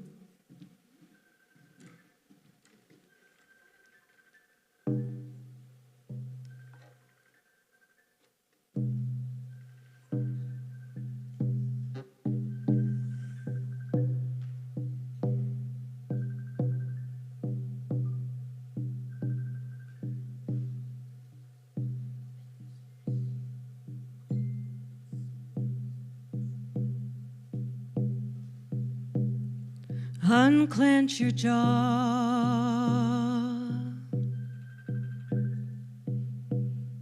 Turn off your phones.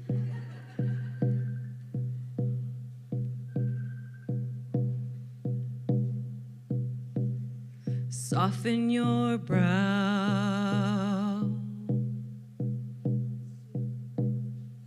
Take a deep breath.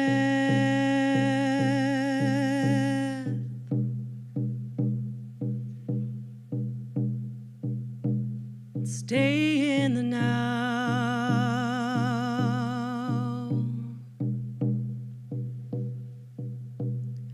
Feet on on the ground,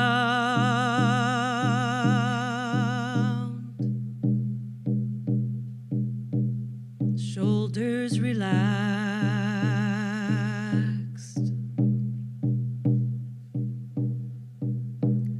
Let go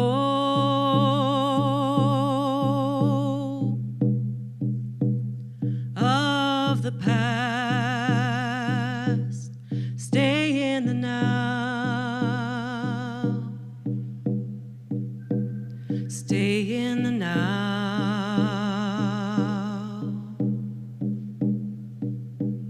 Stay in the now.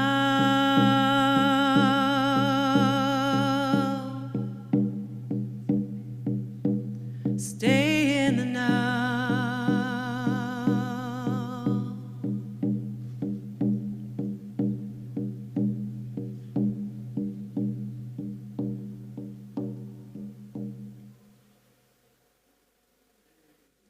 That's the power of the drum. The power of the voice.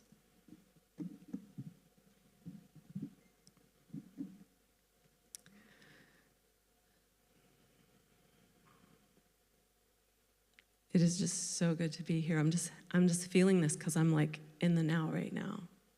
Where before I was like grabbing stories everywhere, I'm actually feeling right here, right now. And it's a beautiful reflection. I never used to like looking in the back of where I came from, and now I celebrate it. I think it's an important part of who we are to know, you know. We may have made some poor choices. Who hasn't? I have a person from my past, from high school, who suddenly appeared in my life through social media to remind me of something that the story was a little bit skewed. It was not the actual truth of the way I remembered it, but you know, it's what happens. Our past is always going to be there, but what's important is about who we are today and how we're moving forward. And like I said again, having music to be able to tell the stories, I feel very blessed because I know there's people who are like, they need that outlet, and that's another reason why it's important to listen to people. Listen to our residential school survivors. My dad died with his story inside of him. And the way that manifests in our bodies, he had throat cancer, and it was a tumor in his neck. He actually came here to my graduation. I remember him in this space. And he would wear a turtleneck, and in the summertime he'd wear the Dickies because turtlenecks were too hot, because he always wanted to hide his neck. And he was a singer and a preacher, and he couldn't tell his story though. So I believe that's what that was. It got trapped inside of him. And my mom hasn't told her story either. And she's riddled with arthritis, riddled with all kinds of pain. And it's, how do we help our elders? How do we sit patiently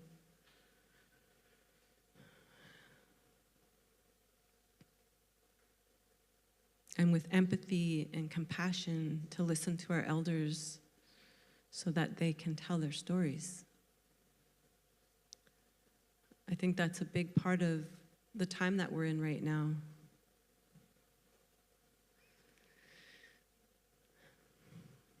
I love telling stories.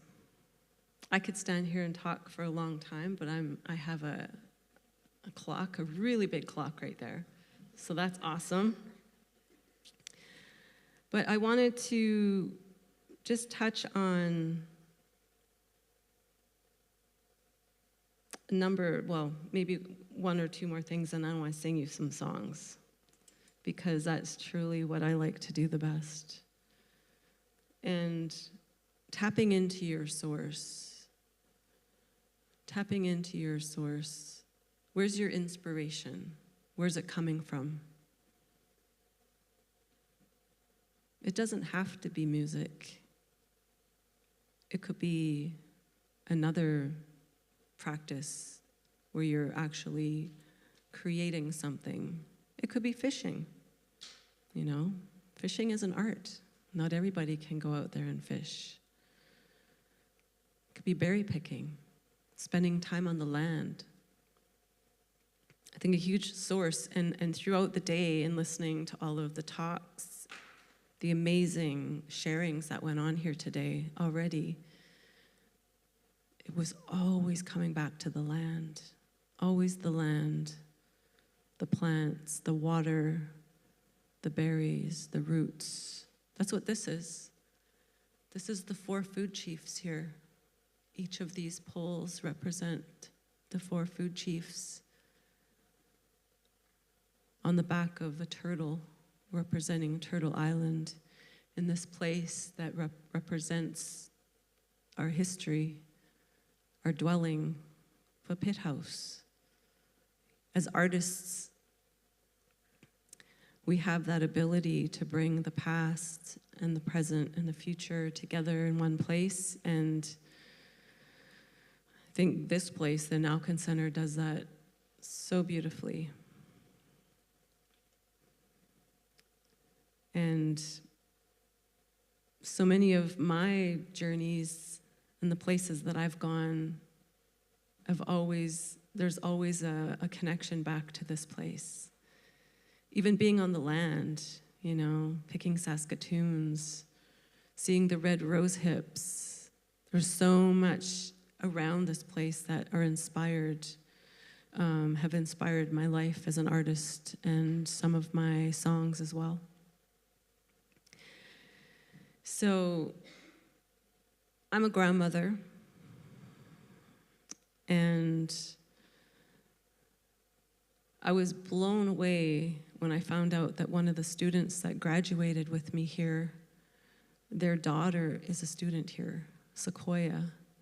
So Amber Weaselhead, and it's so far back there, I don't remember names, but I was just like, whoa. I love seeing how we're bringing our young people forward, and we're creating that path for them. And I'm hoping that's going to be the same for my grandchildren.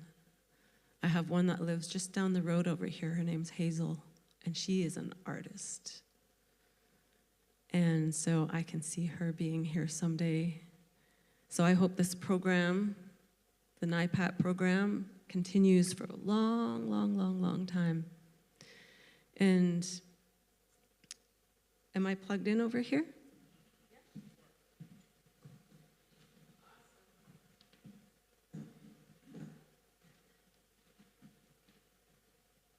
So when I first moved to Penticton, sorry. When I first moved here, I didn't know how to play guitar.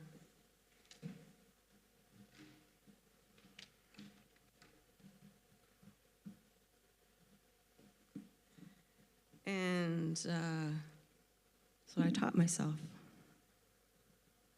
And this was the first song. This is the first song I ever wrote and recorded.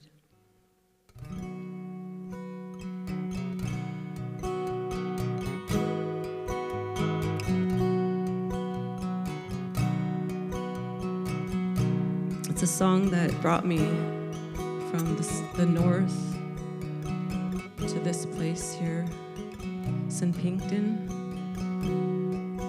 And I was on a pretty serious healing journey. Sister Rain. I've been traveling down this road,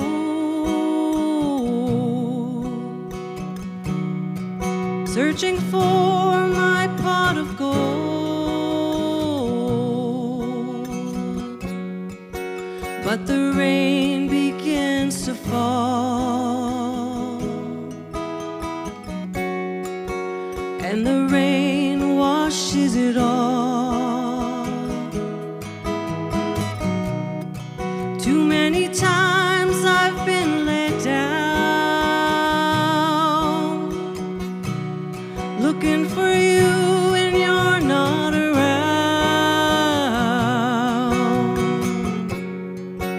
Now I'm traveling down this road alone, searching for my sacred sky home. Well, hey, well, hey, well,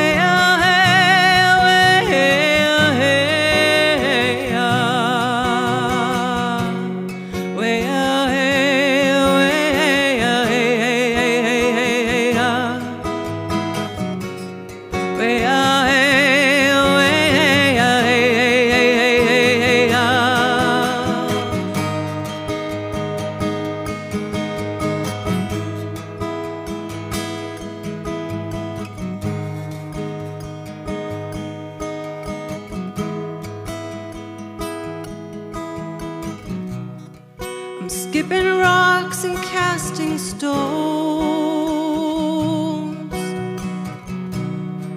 I'm finding ways to be alone. The northern lights, they call my name to join them in their sacred sky games. Sister Rain, fall down on me, wash away this misery. Well, hey, hey, hey, hey, well, hey,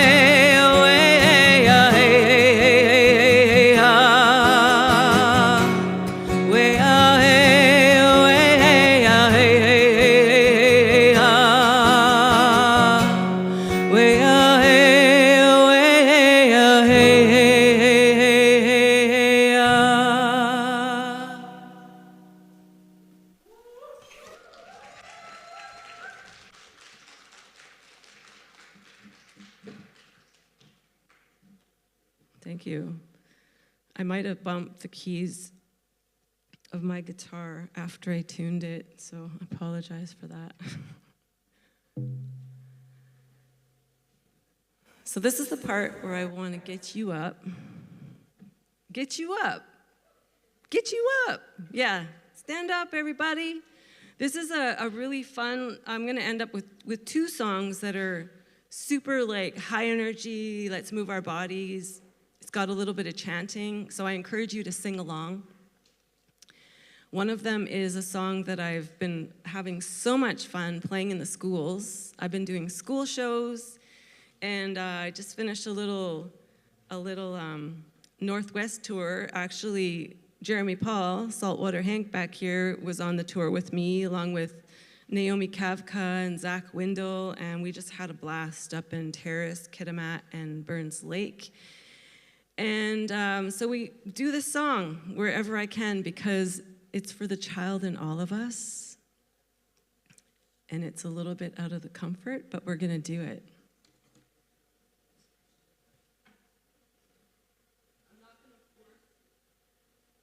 I'm not forcing anybody.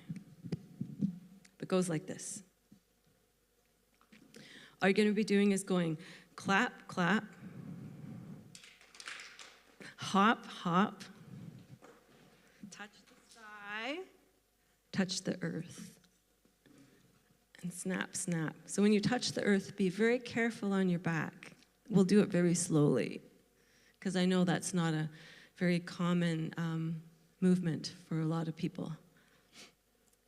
I actually did tweak my back one time doing that because I was having fun. Anyways, it goes like this. Way-ah-ya, hey, clap, clap, way-ah-ya, hey, clap, clap, way-ah-ya, hey, clap, clap, way-ah-ya, hey, clap, clap, way-ah-ya, hey, hop, hop, way-ah-ya, hey, hop, hop, way-ah-ya, hey, hop, hop, way-ah-ya, hey, hop, hop, way-ah-ya, hey, touch the sky, way-ah-ya, hey, touch the sky, way-ah-ya, hey, touch the sky, way-ah-ya, hey, touch the sky, way-ah-ya, hey, touch the earth. And we need to touch her so gently. Way-ah-ya, hey, touch the earth. Way-ah-ya, hey, touch the earth. Way-ah-ya, hey, touch the earth. A little bit of yoga today. Way-ah-ya, hey, snap, snap, way-ah-ya, hey, snap, snap, way-ah-ya, hey, snap, snap, way-ah-ya, hey, snap, snap. So you got the hang of it. All right. Way-ah-ya, hey, hop, clap, way-ah-ya, hey, hop, clap, way-ah-ya, hey, hop, clap, way-ah-ya, hey, hop, clap, way-ah-ya, hey, sky, earth. I'm going so easy on you. Way-ah-ya, hey, sky, earth. Way-ah-ya, hey, sky, earth. Way-ah-ya, hey, sky, earth. Way-ah-ya, hey, snap, snap, way-ah-ya, hey, snap, snap, way-ah-ya, hey, snap, snap, way-ah-ya, hey, snap, snap. You're doing awesome. Well, let's stretch a little bit for this one. It's going to be a good one. We don't want to hurt anybody to get hurt while at a concert, while at a presentation. Because yeah. Are you feeling it in your back the way I'm feeling it in my back? Huh. Okay, let's go. Way-ah-ya, hey, hop, clap, sky, earth, way-ah-ya, hey, hop, clap, sky, earth, way-ah-ya, hey, hop, clap, sky, earth, way-ah-ya, hey, hop, clap, sky, earth. Hop, clap, sky, earth.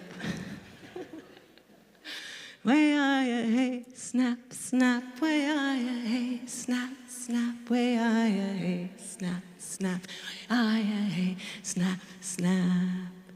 Way-ah-ya, hey, good job, way-ah-ya, hey, good job, way-ah-ya, hey, good job, way-ah-ya, hey, good job, everybody. Woo! Okay, I'm gonna close with a round dance. Can we pull it off? We've pulled it off in here 100 times, so I'm sure we can do it today.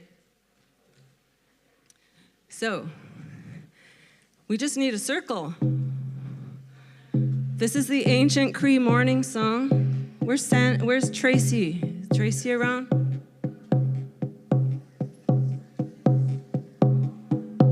So I've been singing this song for decades.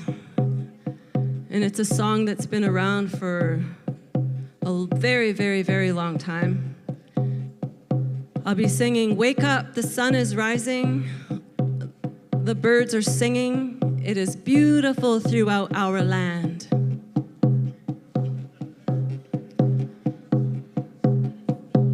Oh, you're looking beautiful. Oh, we gotta move some chairs. There we go. Waniska pita panoma ase pisisa kinekomoak imunagwa kitaski no wea hi hi ho wea hey wea hey hi hi wea hey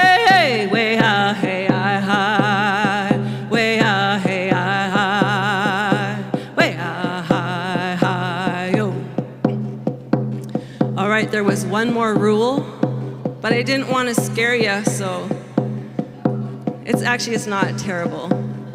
When you hear the word Wanaska, lift your arms in the air and go, la la la la la la la la la. Ready? Wanaska, pita panoma, ase pisisa kinekamoak, emunagua, kitaski no, wea hi hi ho, wea hey.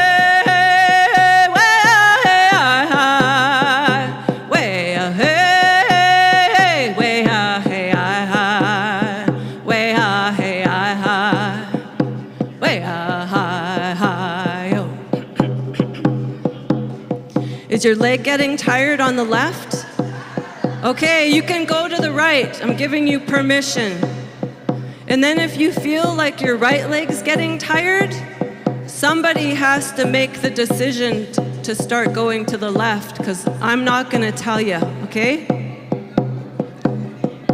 Wanaska.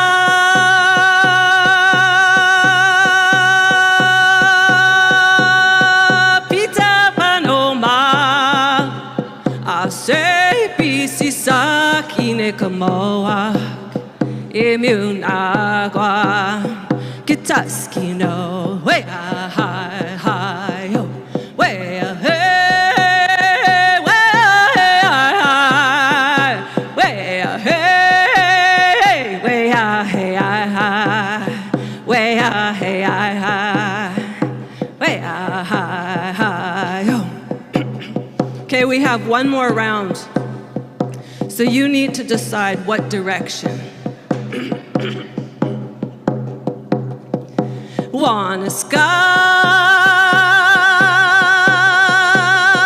pita panoma, ase pisisa kinekamoa, imunagua, kitaski no, wea hi hi ho.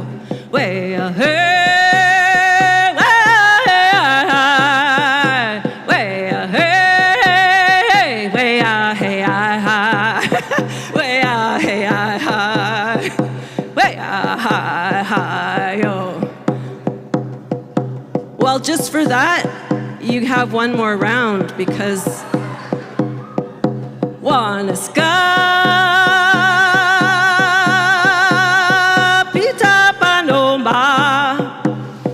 Se pisisa kinekamoak imunagua kitaski no way hi hi ho way hey way hey way hey way hey way hi hi ho.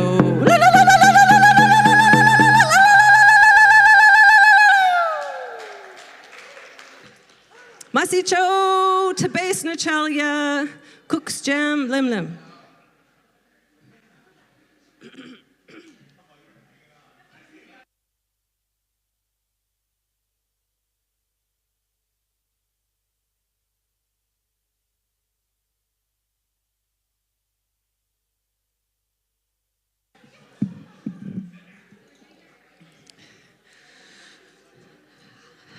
Hello.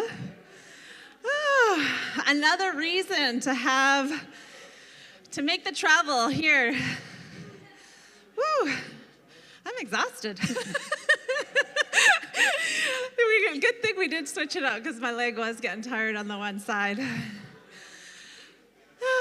Okay, so there's an infusion of energy back in the room. What a beautiful space to be in. One of the other reasons, if you're within traveling distance, to come down is we have a really special table here in the back.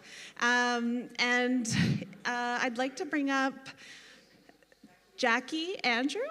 Yeah, come and tell us about some of these medicines that we can make a little bundle of.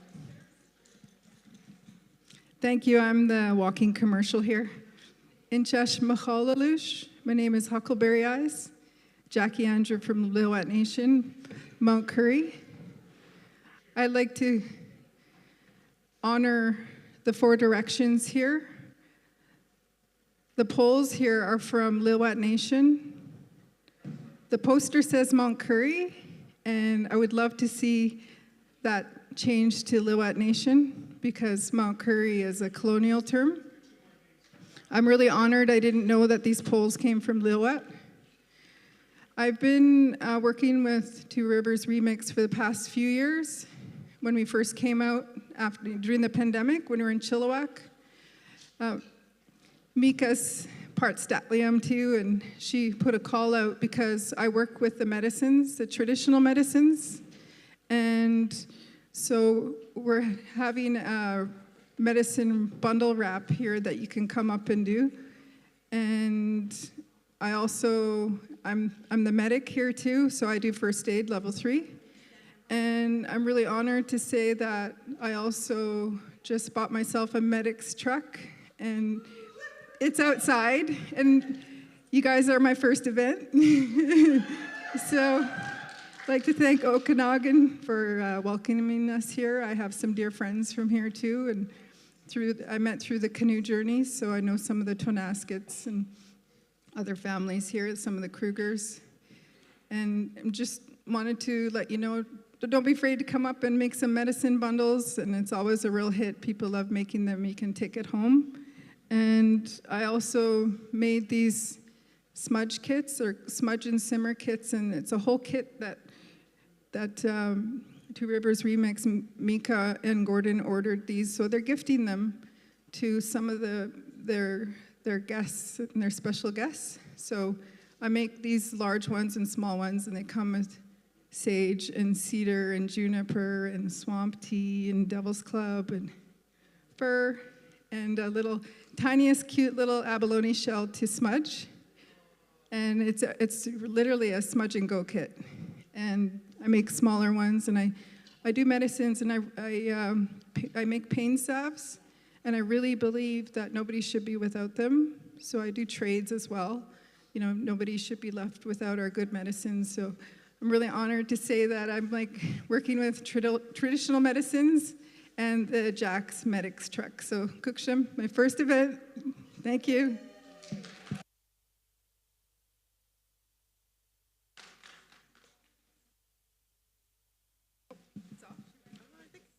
Hello? Oh, sorry. I want to give this to Mika because she's been giving a lot of these out, and I don't think she gets one for herself over the years. So, Cooksham.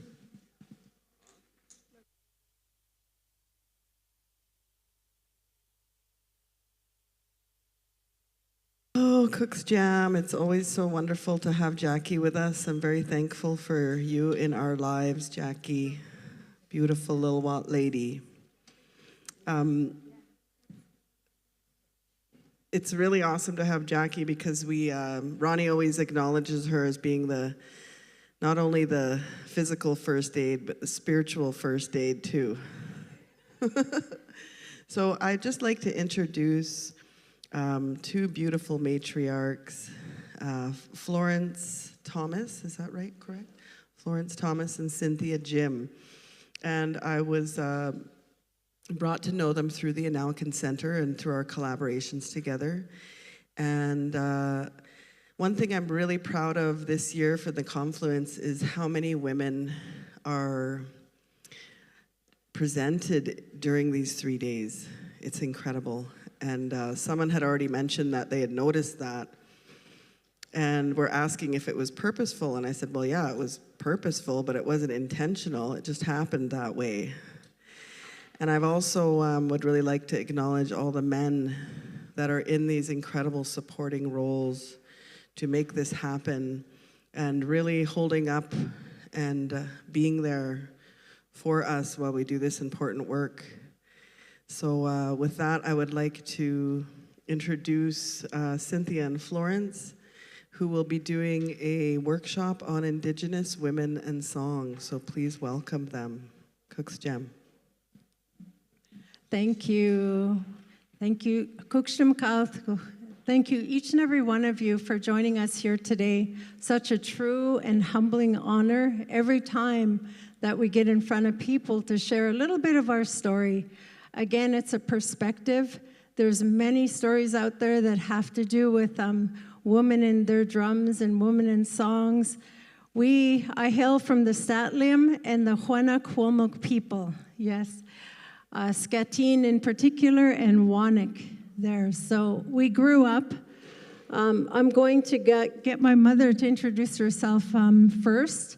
My traditional name here is Shulakwa Kalasawit. There are 12 generation names. I hail from my great-great-great-grandmother, and Kalasawit is my great-grand-aunt on the Wanik side.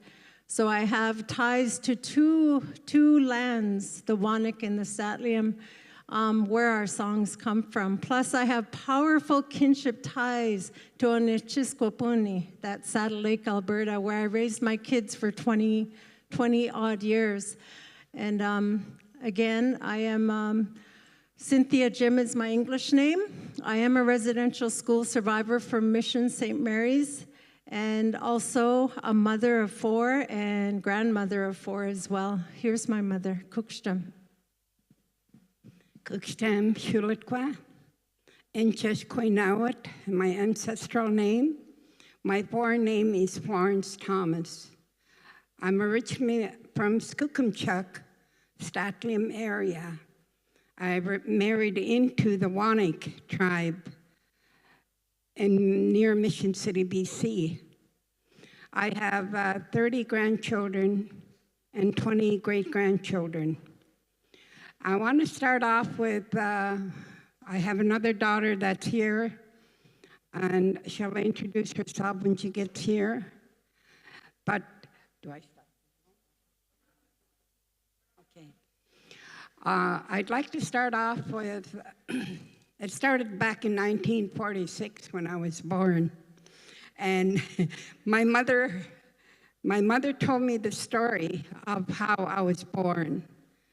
She went into labor at a place called Chemakum, about 6 miles from Skookumchuck. And she came down, she got my godparents to sleigh her down because there was about a foot or more snow up in the interior. And so she came down on a sleigh to Skookumchuck. And we went into this old log building, she said, where they put her on a floor by a big belly stove. And at that time, she had cedar boughs on the floor and a sheet or blanket where she could lay. And she told me that's where I was born, on a floor, on cedar boughs. And so I'm really partial to a cedar tree. I do everything, I make everything out of the cedar tree, the cedar bark of it, and the cedar roots, and the sticks that we make to make the cedar root basket comes from a very young tree.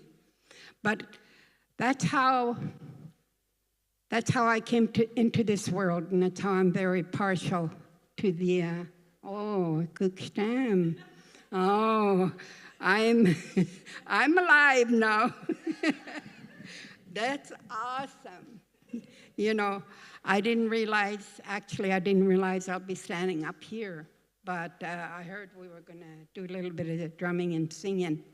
But I want to tell a story of what my mother told me when I was about 8, 9, 10 years old, how we came to sing and hold a hand drum. And the story she told me was about this lady, her partner passed away, and she grieved and grieved and grieved and grieved. She just cried and cried and cried. And you know what happened? This grieving, this cry turned into a song. And that's how we became to sing. And there's a purpose and meaning behind every song we sing. And this lady that grieved and grieved, there's a story about her where they had to, in the old days, this was before my time, my mother told me this story. And what they did, because she couldn't stop grieving, well, they gave her this long stick about 3 feet long, and it's made out of the wild rose bush. And they prepared her for that. And they told her, when she goes up to the cemetery and talk to her partner and talk about what is bothering her, why she can't stop crying. And so she went up, they told her to be up there between 3 and 5 o'clock in the morning. And she went up there. She had this wild rose stick that she had to have when she went by the grave. And they told her, you hold this stick out, and he's going to come and talk with you, but you got to hold the stick out because he's going to touch the stick, and that's the only way that she'll be able to communicate with her, as long as she's holding the stick, that wild rose stick. And so she did that, and the elders from Skookumchuck, this is a story my mother told me, the elders from Skookumchuck talked to her later, and she felt better. She told them exactly what she said or what happened, how she felt after she got to talk to her partner. And so that's where one song came from her cry. So this brings to where the prayer song that came to me more than 40 years ago.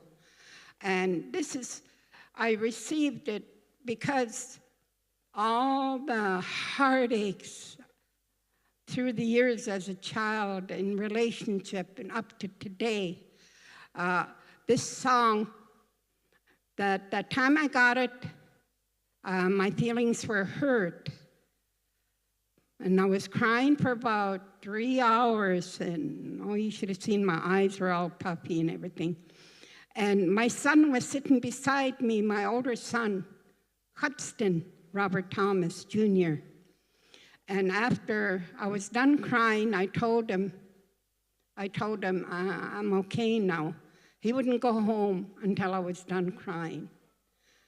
I cried so much, and I was just sobbing, and as I lay down to rest. And then, what do you know? And I was still crying when I laid down, but when I woke up, I was singing this prayer song. The Creator had granted me this song. It is not my song. It belongs to everyone that uses the song, that prays with it to help each other. Or when I sing this song, I always say, when we sing this song, not to be selfish, but to pray for yourself. Because my mentor, Arnold Ritchie, he was one of my mentors when he told me, this round in the sweat lodge, you pray for yourself. And I said, pray for myself? I thought we were here to pray for everybody. And then he said, well, the reason for that, because of all the work, all these people that work with people, we need to be strong holistically, our mind, body, and spirit. So I always stress, think of yourself when we sing this song. It's a helping song. It's a prayer song that is granted to me. If you learn it, you can sing it. I've been asked the English words for it at one time, but it's in Statlium language. That's how it came to me. So I just wanted to share, because every song we sing, there's a purpose and meaning behind every song. It can be a happy song. It can be anything you want. And this song we use we go to services, we use it. And we have a circle like this, we use the song.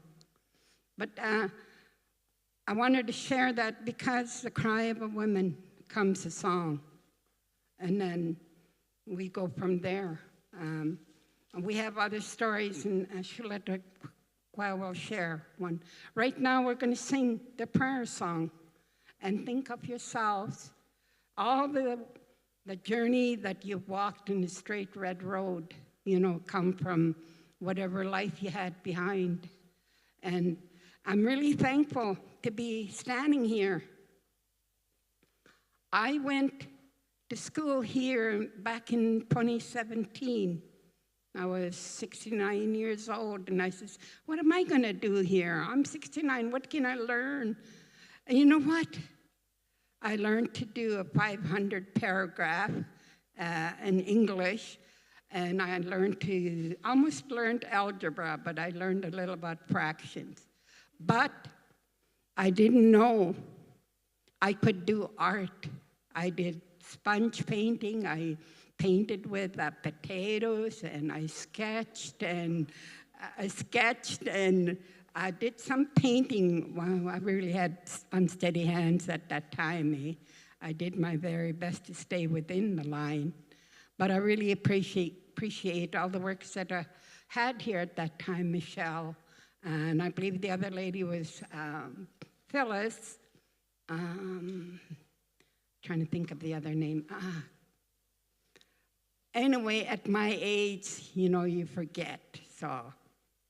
And I used to wonder why my mom always forgot. How come she's forgetting? She told us this and she forgot. Now, my children say, Mom, remember? No, I don't remember, but anyway, I'm thankful that I came to school here to bring out the artistic hand I have. I still have a tote full of stuff that I made in 2017, and I have my biography here and pictures of what I did, and I'm glad I did that. I got a good memory here. Kukstam. We'll sing the song, and then Shulitko, I will take over. Kukstam. I just want to quickly introduce my sister here. Do you want to introduce yourself? Her traditional name is Wayamach, and that's from our territory, and Titwas from Wanik, Yaama from Skugumchuk, Skatin, yes. So we're going to proceed with, we're going to start off in a good way with a prayer song, Kukstam.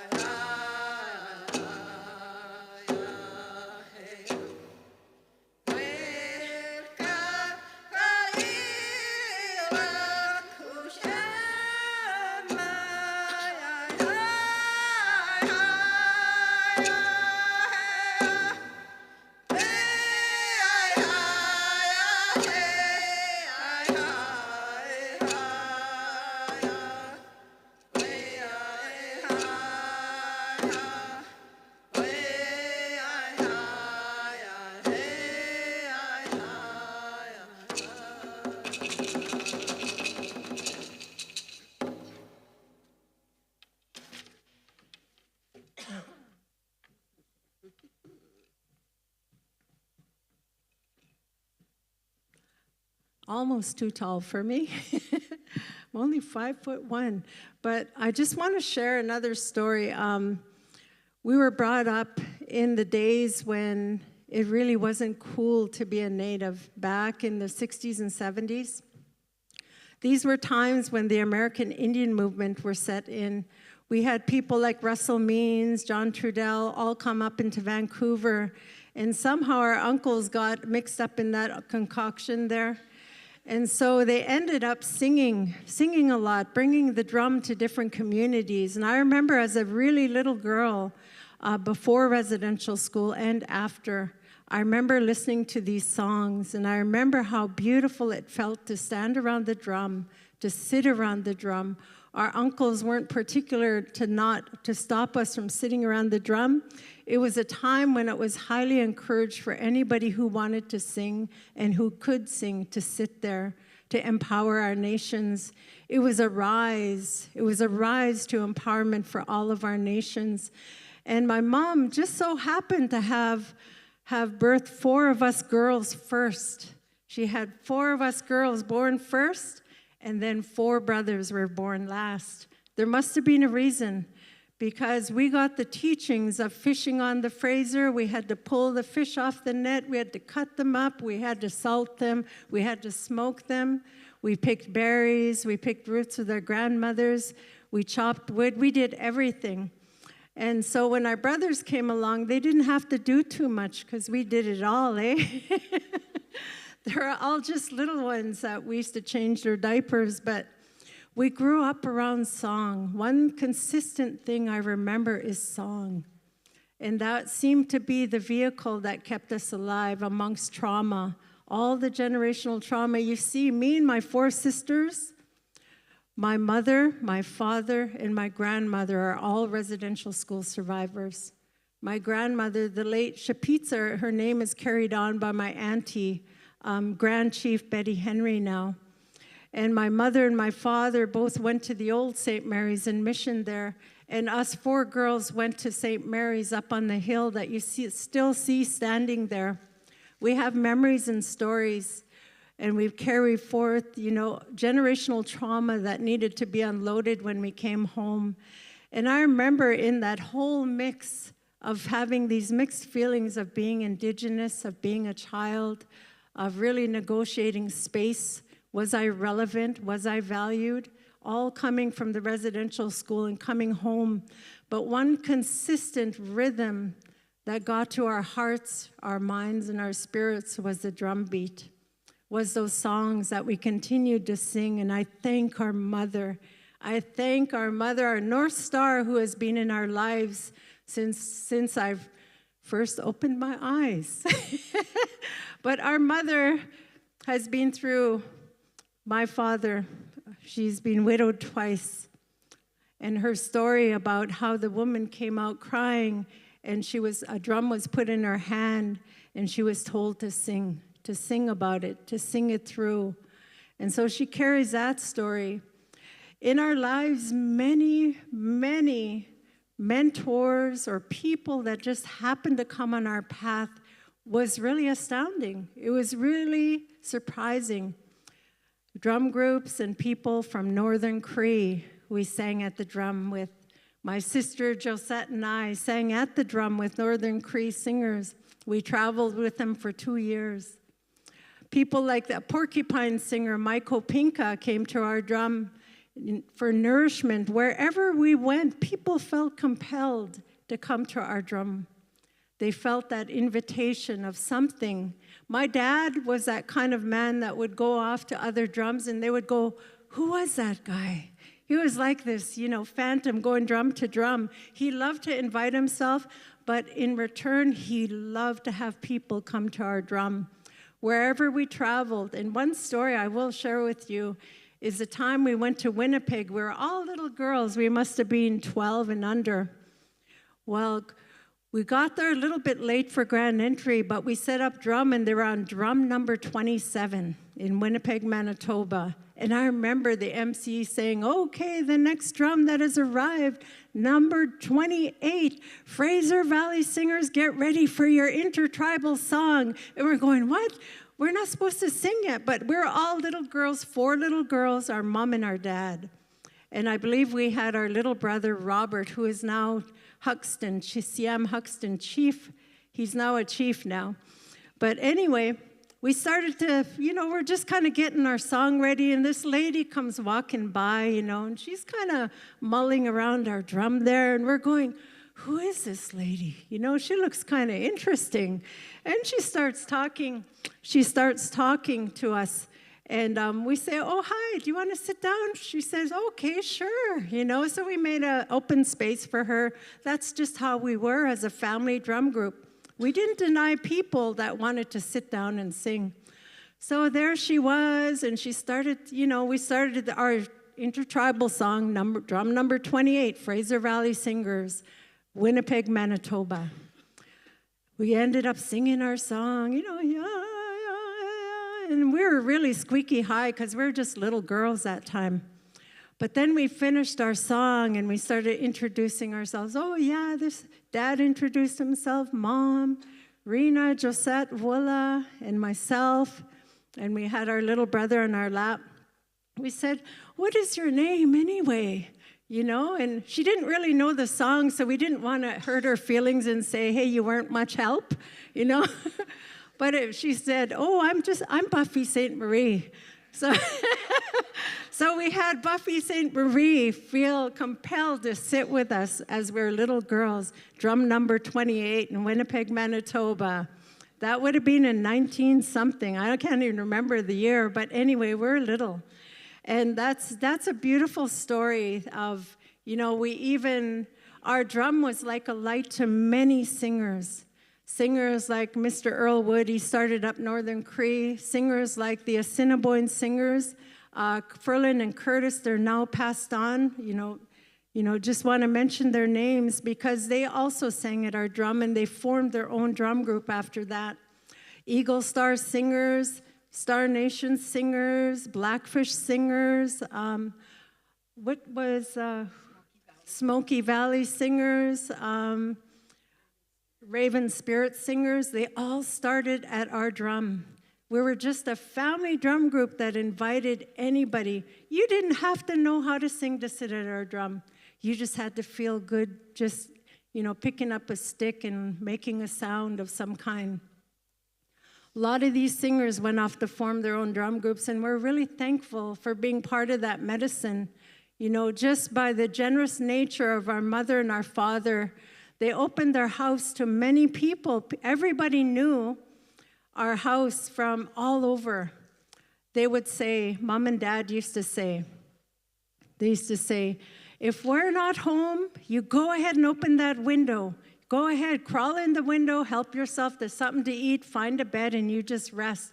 So we had people from Oregon, Manitoba, Saskatchewan, Yakima, and we get home sometimes to different people that wanted to come and sweat or come and sing a song with us. So I thought I'd share that, a little bit of storyline to how our household was run. When we first became singers, we were just little girls. But I thank our mother for being that consistent North Star and role model. And thanks, Mom, for being there for us all the time and showing us and role modeling for that. So I thought I'd say that publicly, and we're going to sing another song. Yeah.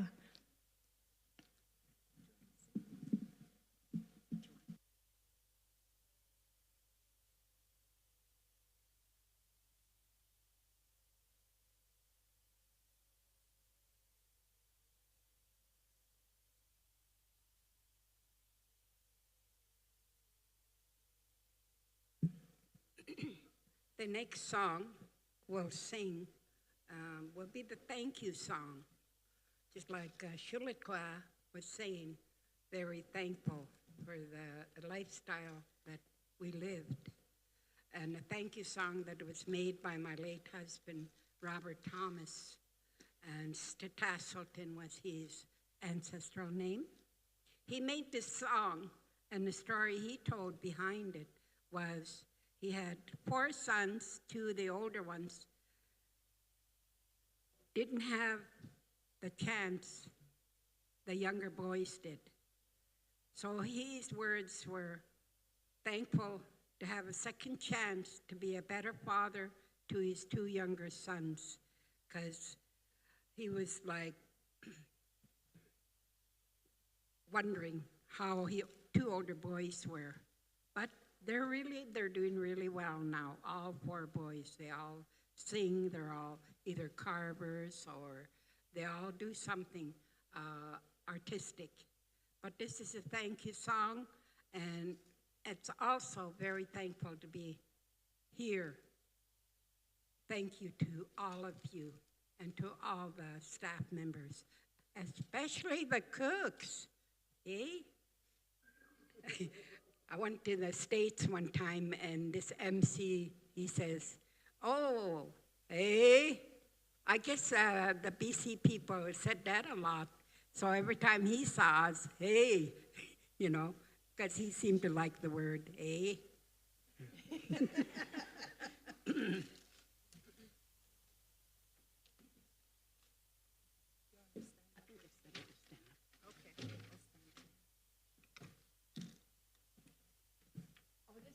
You all.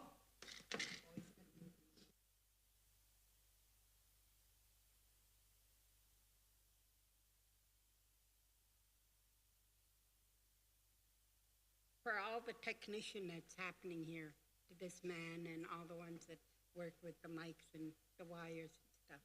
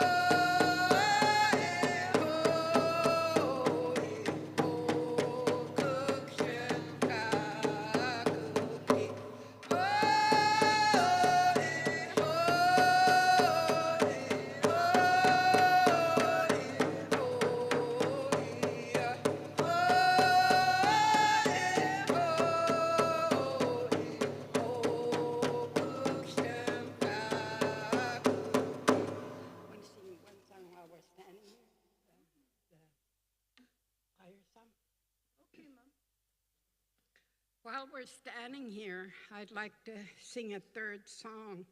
It's a fire song, and the words in Statlium say, we are looking for good. And that's what we're always doing. We're always looking for good wherever we go and trying to raise our children, our grandchildren, looking for good at all times. I kept my children going. We started off canoe pulling. I used to canoe pull with 4 of my daughters and other ladies on a 11 women canoe. And after the canoe races, in June, it'll be all over, the canoe races. And then powwow season would come, and we'd travel to Seattle, Penticton here. They used to have a powwow here with Tabasket that used to have a powwow. They still do, and we come to that.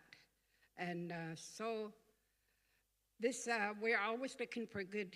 This is what the name of the song is. It's also a fire song.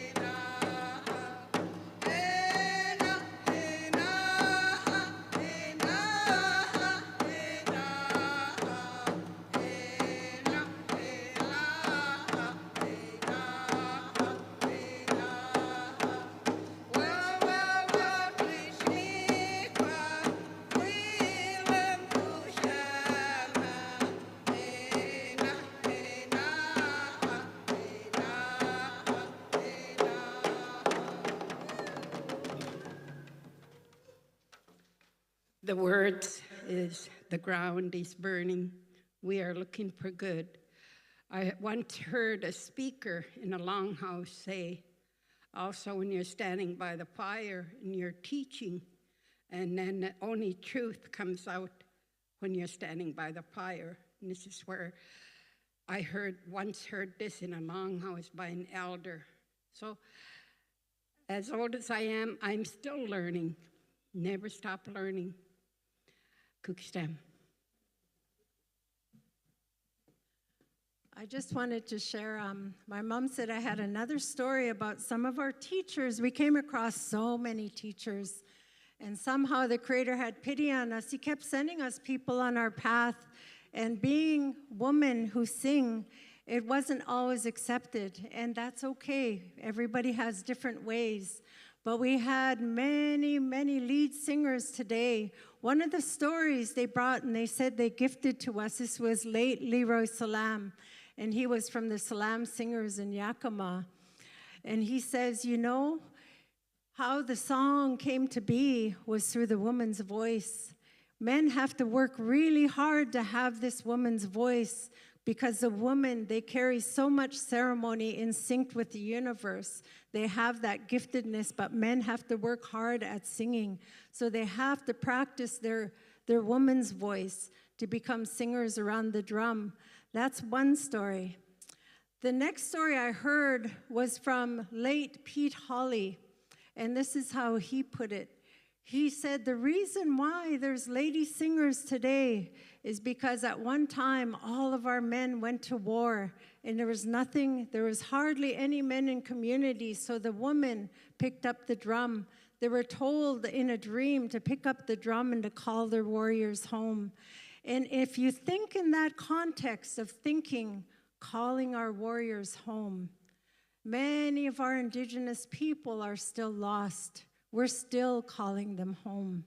We're still calling their warriors on the streets because the strongest spirits choose the toughest lives. Somewhere where light is born, where creation, before he set our people on this earth, the strong spirits chose the toughest lives. They're the ones on East Hastings. They're the ones that are roaming the streets because they knew they would make it through this life, the toughest life. So the people that you see here, like myself, I would be a weaker spirit because I had such a beautiful life with my mom and my father, and they taught us song and ceremony. So I wanted to leave you with those two stories, how the woman picked up the drum to call the warriors home. So in a way, that's what we continue to do. We've been singing. My mom and dad set up the drum since 1968, and as we were born into this singing group, Fraser Valley Singers, and we proudly sing, and sometimes that's not a very comfortable place to be, depending where you go.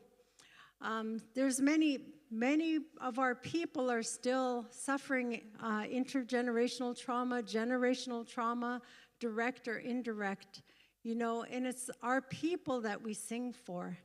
It's not really it's for ourselves as well. Like my mother said, we have songs for everything, for births, for marriages, for ceremony, for you name it, for fishing songs, for berry picking songs, you name it, there's a song for everything. When we came home from residential school, I felt like a broken child. I felt insecure. I felt displaced in a way when I came home, but that song that we were hearing through our parents strengthened me in some way. One day I found myself sitting outside a windowsill with my legs hanging out, looking at the sunset, and I was waiting for my parents to come home. You know, they were out fishing, trying to earn a living for us, trying to put food on the table because there was 8 of us. 4 girls and 4 boys. They had a lot to provide for, so they were always busy. And if they weren't just busy, they kept us busy as well. We had to do a lot of things on the land. So while we were waiting for them, I was 10 years old, back from residential school. And I remember humming this song, looking to the sunset, and it was almost like I was conversing with the trees, conversing with the wind that was kissing my face, conversing with the earth as I seen the grass swaying, because it was quite a windy night that night. And I started to sing this song. At 10 years old, I made this song, so I'd like us to sing that song next. It's, I call it Conversing with the Grandmothers.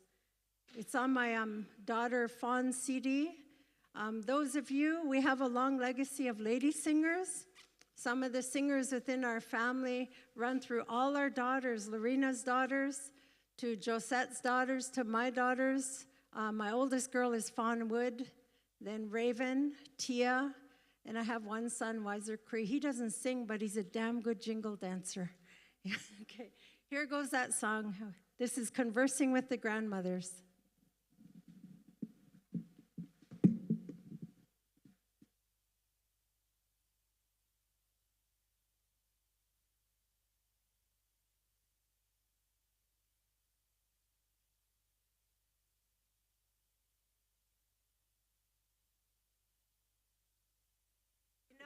It's round dance time, so let's get up and get our juices rolling again.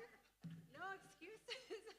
Anybody that wants to join hands, and it's around. I didn't even know when I was making it that it was a round dance. I call it a friendship song, so here goes.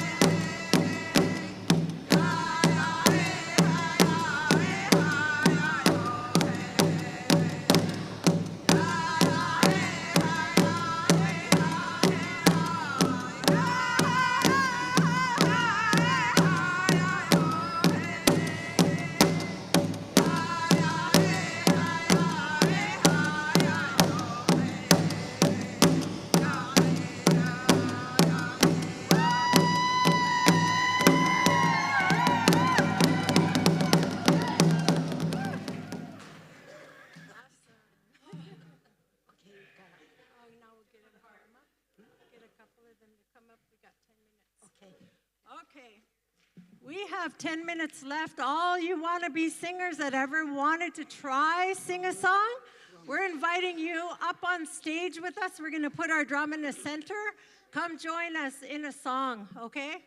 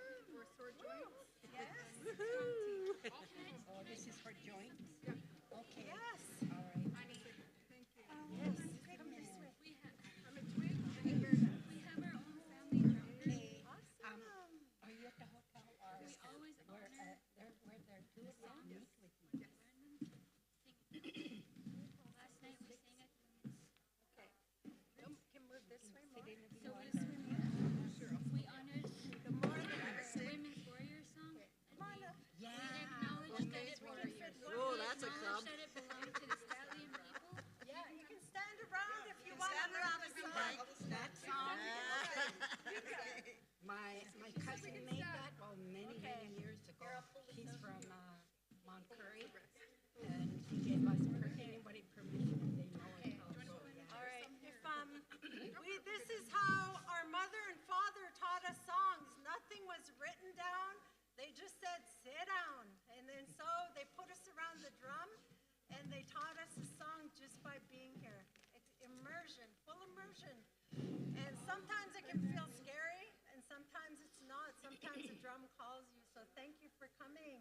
Thank you for coming. So they want to do the Women's Warrior song? What was that? You want to do the... I was just saying how we honored, as new drummers, we honored your guys' song last night at this women's award ceremony we were playing. And we always say where we learned the song from, so I want to thank you, and it's my honor to sing with you ladies. Thank you. Either do that or the round dance. Shout Martina Pierre. We're going to do Pierre? Yeah. We're going to do a round dance, and the song that we sing came from a family in Yakama Nation, and they're called One Penny Drum Group. Okay, we're going to sing a round dance song. So those of you that are not singing, come out and dance for us, okay? It gives us energy, gives us beautiful medicine. Hey,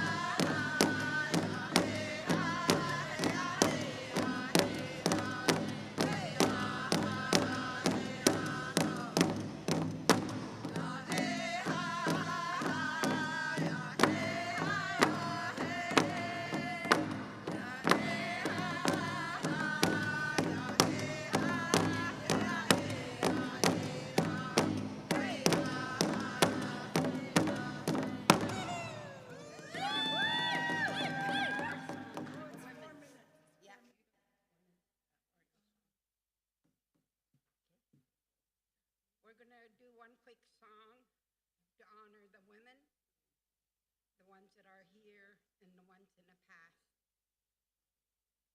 Anyone can come and sing?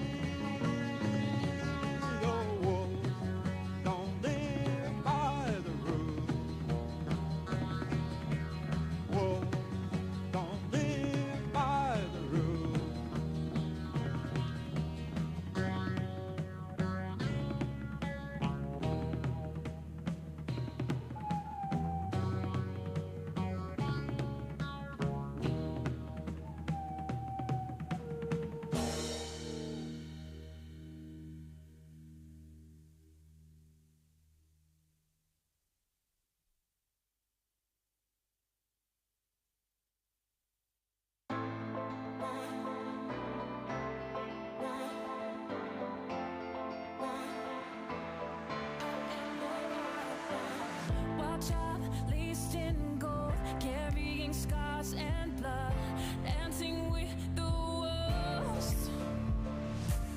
I hear the river turns, I hear the fire burns, while she runs. I hit the ground, hearts up and loud. Can you hear that sound? Spirit high on fire, she's a freedom rider, can't hold me down. I am running through the wind, running through the night. I am a wild one. I am running through the wind, running through the night. I am a wild one.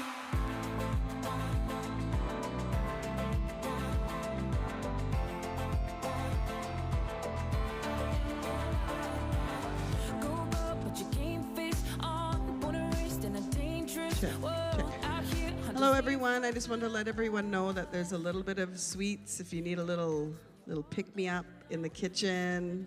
In New Channels, we call it chamas. I don't know what the Seal call it, but I'd like to learn. Hearts up and loud. Can you hear that sound?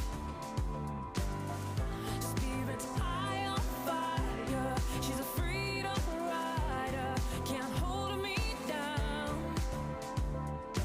I am running through the wind, running through the night. I am a wild one. I am running through the wind, running through the night. I am a wild one.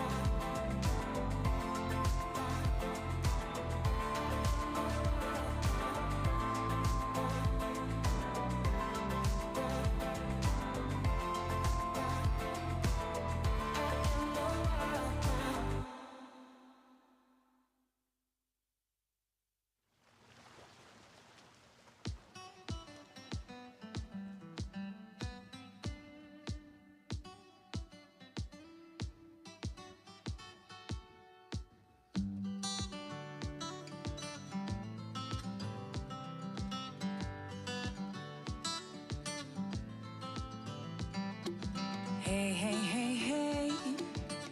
Did you enjoy the sun today?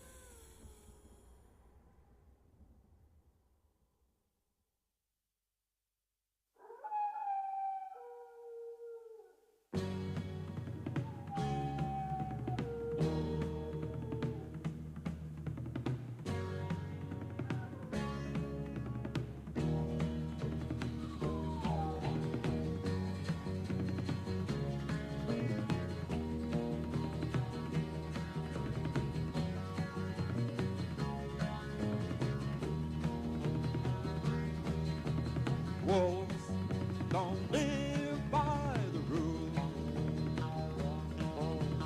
Wolves don't live by the rules. Valleys to hills, you can hear them cry. They have to fight to stay alive. No one can change it. Mother Nature knows the reason why.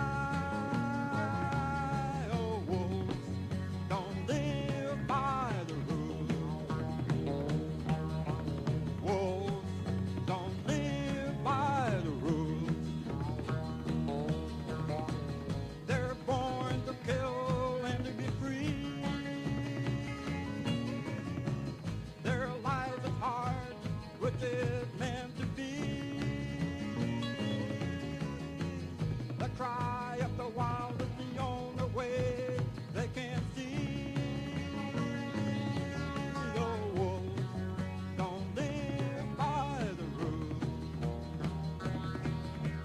Wolves don't live by the rules.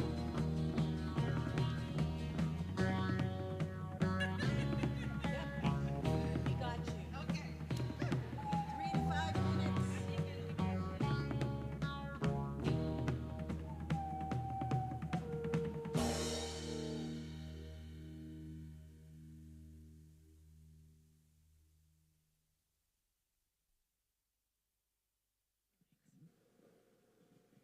Hello, welcome back, everyone.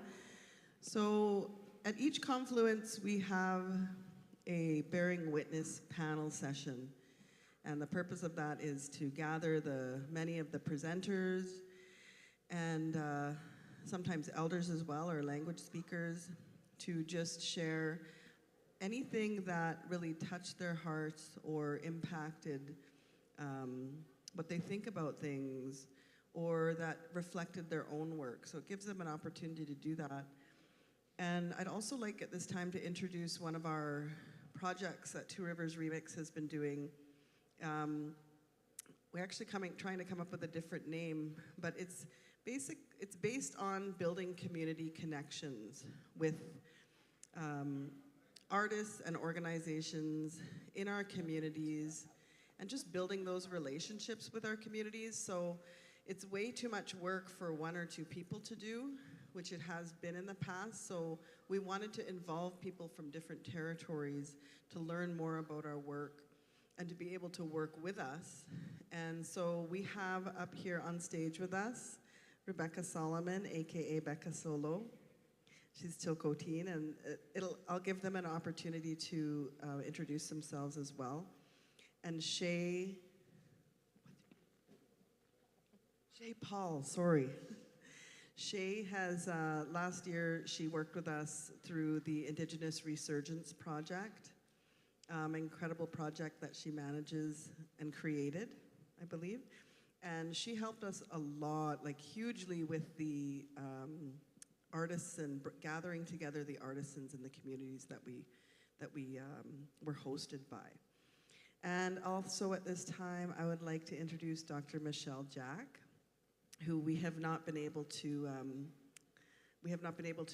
welcome her to the stage yet today, but I want to acknowledge her especially because in our collaboration with Inalkin, we're always looking for a word in the language, which Tracy can also expand on, but also a piece of art that reflects our work.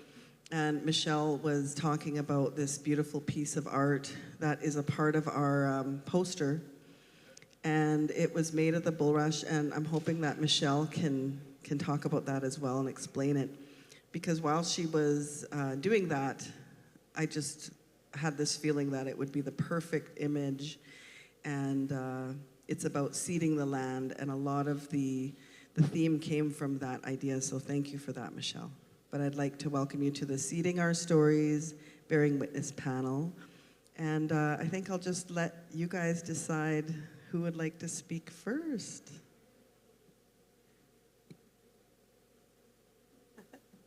But actually, okay, hold on, let's make this easier. Let's have Tracy start with, Tracy, could you just start please with the expressing the word of that we chosen for the theme and how to pronounce it, because I know it was something that was, when we were doing the promo for it, some of the media were saying, you know, could you get someone else to do it? And I kept saying, oh, just try, just at least try it. And then Tracy actually did a really great advertisement for one of the media for us. But maybe we could start there. Okay, so the difficulty in this word is it's actually one of the hardest sounds to make within the Insilchan language. And our language was never written, but we worked with a linguist, Tony Matina, along with Delphine and Maxine and a lot of the elders. And we formed a phonetic system to be able to write our language down. And so the difficult phonetic in the word is that it looks like a Y with 2 bars across the bottom. And that is pronounced like this, z, not z. So you have to have, it's not z, that's a mistake because I can hear my mom. It's not z, it's z. Okay. and I was repeating it several times on the phone with her and in language lessons with her, and it's sklup, sklup, sklup. So it's from here. Sklup, sklup. And what that word means is it's when when the 2 creeks join together. It can be used for river, but in this case, it's 2 creeks. And where I grew up is called Skalusip, which is different. It doesn't have that sound in it, but it also means where the creeks are all joined, where I live up on Shingle Creek. So that's part of the Insilchim language. And I just want to make sure to be cognizant of the time today. So what I witnessed today was the coming together of healing, the coming together of really strong minds and advocacy. I could feel so much love in this room. And this land that we're all on here, this land was gifted by my family, by my grandfather, William Armstrong. He gifted this land as a covenant. As long as we use it for education, this land can be used in that way. So the Armstrong family we don't take rent for it. We've never charged for the facility. It's a total gift to the nation to have this facility on this land. And so I was thinking about my grandmother and my grandfather and all of the things that they did to help raise us as a family. And it was about feeding everybody. It was about singing. It was about telling stories. It was about networking, and it was about sharing. And so that's what I saw today. And if my grandparents were here, they were alive when this center was built. They would be really proud of all of us. And that's what I was thinking about today. If my grandpa, Willie Armstrong, and if my grandmother, Lillian Louie Armstrong, if she was here, she'd be so happy. And, this place is called an Auken Center, and what it means is we're all part of the solution. That everybody's voice matters. Our voices are different, but we all matter, and our voices are different. And lastly, I heard my grandma's voice, because she used to call an Auken, Auken, and I'd go see her, and she said, "Are you going to Auken today? Can you give me a ride?" I could hear her asking me to bring her down here, because she just loved coming to Aukens. That's what she called it. Was her little nickname for it. So that's what came up for me today. Wai'ihi. And I'll pass it on to my Salish sister. Is this on? Hello. Hathsquile, Eich Tanoia, Toits Tanat Quian, Quenshaman, Sis Quian Sna, and Hath and Squallowin, and Wanaxton Squallowin, Teetsits. I feel like one of those little vessels that needs to be filled, and now I'm overflowing just from today. It's been a beautiful day. The music, the stories, the information. At one point when you guys were doing the singing, it just felt like you were flying through outer space because the graphics behind you, we were just like, wow. It's like, wow. It just came in and I was like, oh, just feeling so empowered, you know, and so I think about, you know, the work I do is about being, you know, out on the land and identifying plants and taking care of them and helping the next generation to learn to do that, and thinking about the seeds today, like the theme of this whole time of seeds, and I just think how it's one of my favorite things to sit and go through seeds when you've gathered a whole bunch and then try and identify them and like, which one is this one? And you know, like, reminds me, one of my teachers, her name, it's kind of cute, her name is Harvest, and she is a medicine gatherer.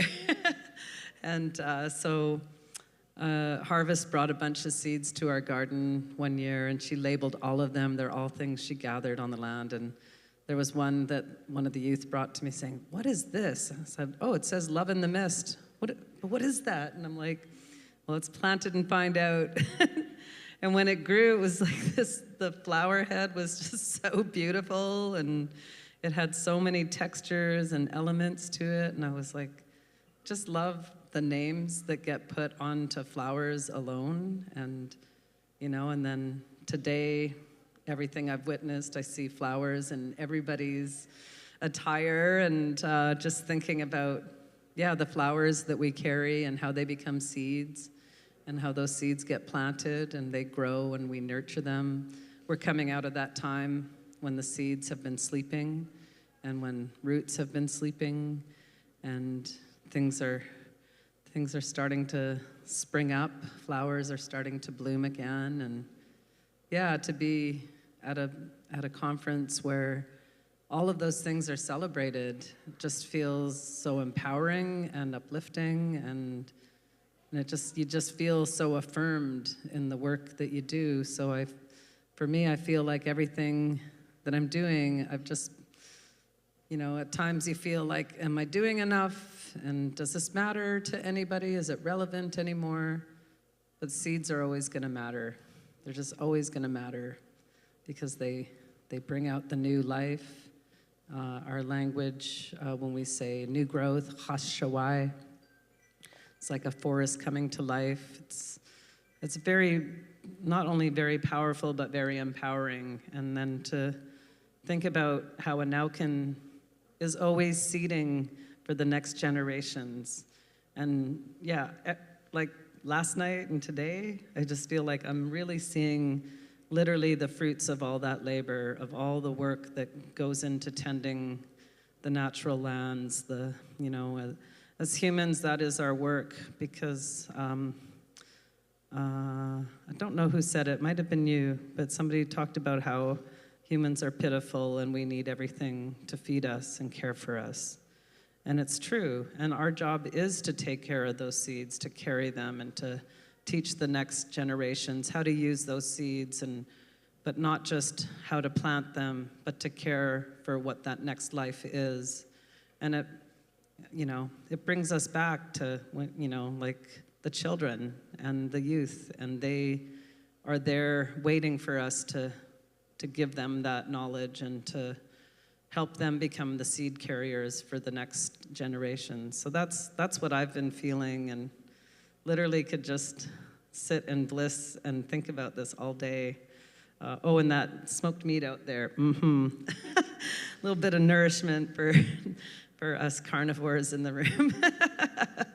But again, like thinking of the humility of that animal giving up its life, and knowledge carriers sitting out there by the smokehouse, and just, you know, thinking about kitchen tables and how it was not like, I think for a lot of elders, like their kitchen table is on the land with people by all those smokehouses and the fires. And so, yeah, I don't know, there's just, these gatherings are so important, and not enough of this happens. There's so much good medicine, the singing, the stories, the intentions. So I really lift my hands up to everybody that's doing their part. Do I pick somebody now? I'm gonna pick you. Oh, well. Well, what comes to mind, there's two people I was listening to today. Well, I listened to all, but is my nephew, Ronald Peters, and the lady just before us, I believe her name is Kim. And her story brought me back to the time I was a very young girl, and I was feeling what she was feeling. And where she is now, exactly where I'm at now, because I made this commitment, this promise to myself that what I can be, I want to be. But it didn't work out that way. I had 8 children, so I was a mother for like, I don't know how many years. But a long story short, when Kim was talking about her story about alcoholism and in the family and that didn't hold her back. And it was like I was in her shoe. You know, I watched it all along the reservation. And I made this promise to myself, exactly what she done, where she is today. And I used to play guitar. Now, sometimes my nails are too long, so I can't play it, or I forgot it. But I used to sing one song or two, just the very first few words. And when she was singing, playing her guitar, it really brought me back to the time I used to play guitar.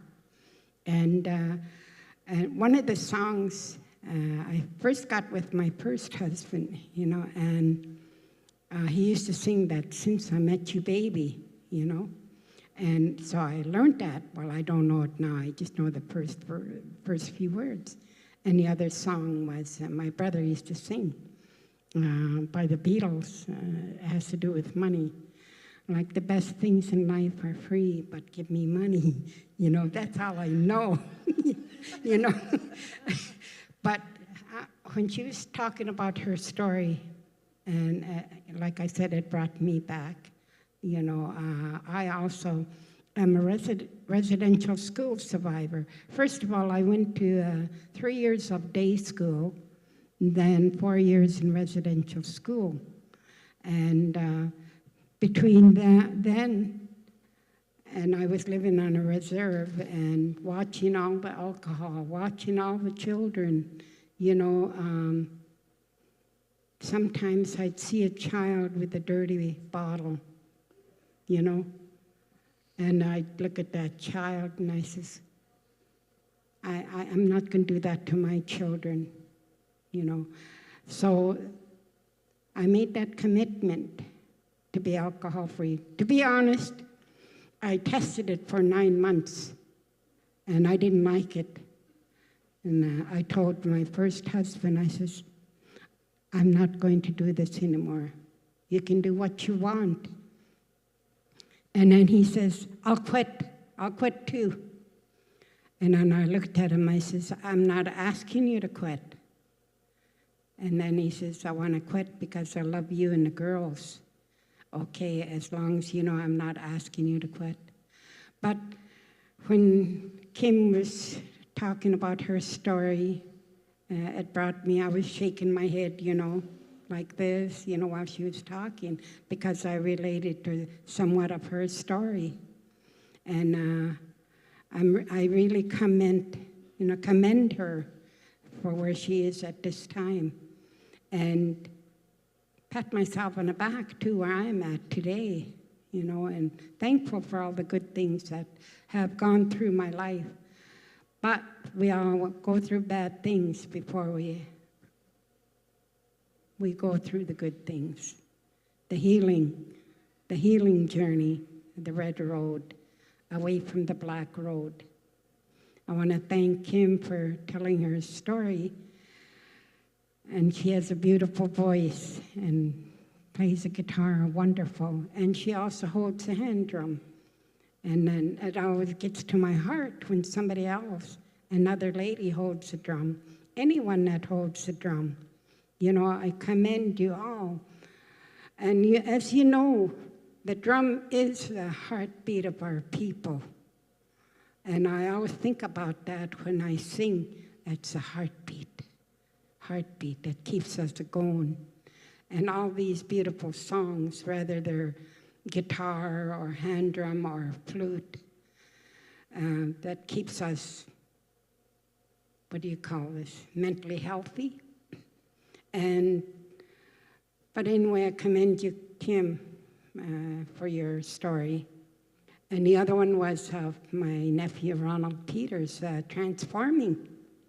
And I was thinking of the story my mom told me, the transformation of this one man that went to the mountain, to the creek. And my mom told me when he got up there, he was transformed into a steelhead salmon. So that brought me back what Ronald was talking about, you know, all the times, the years ago where there was transformation done. And the other one was where I come from, Skookumchuck. There's this mountain called the Glacier Mountain.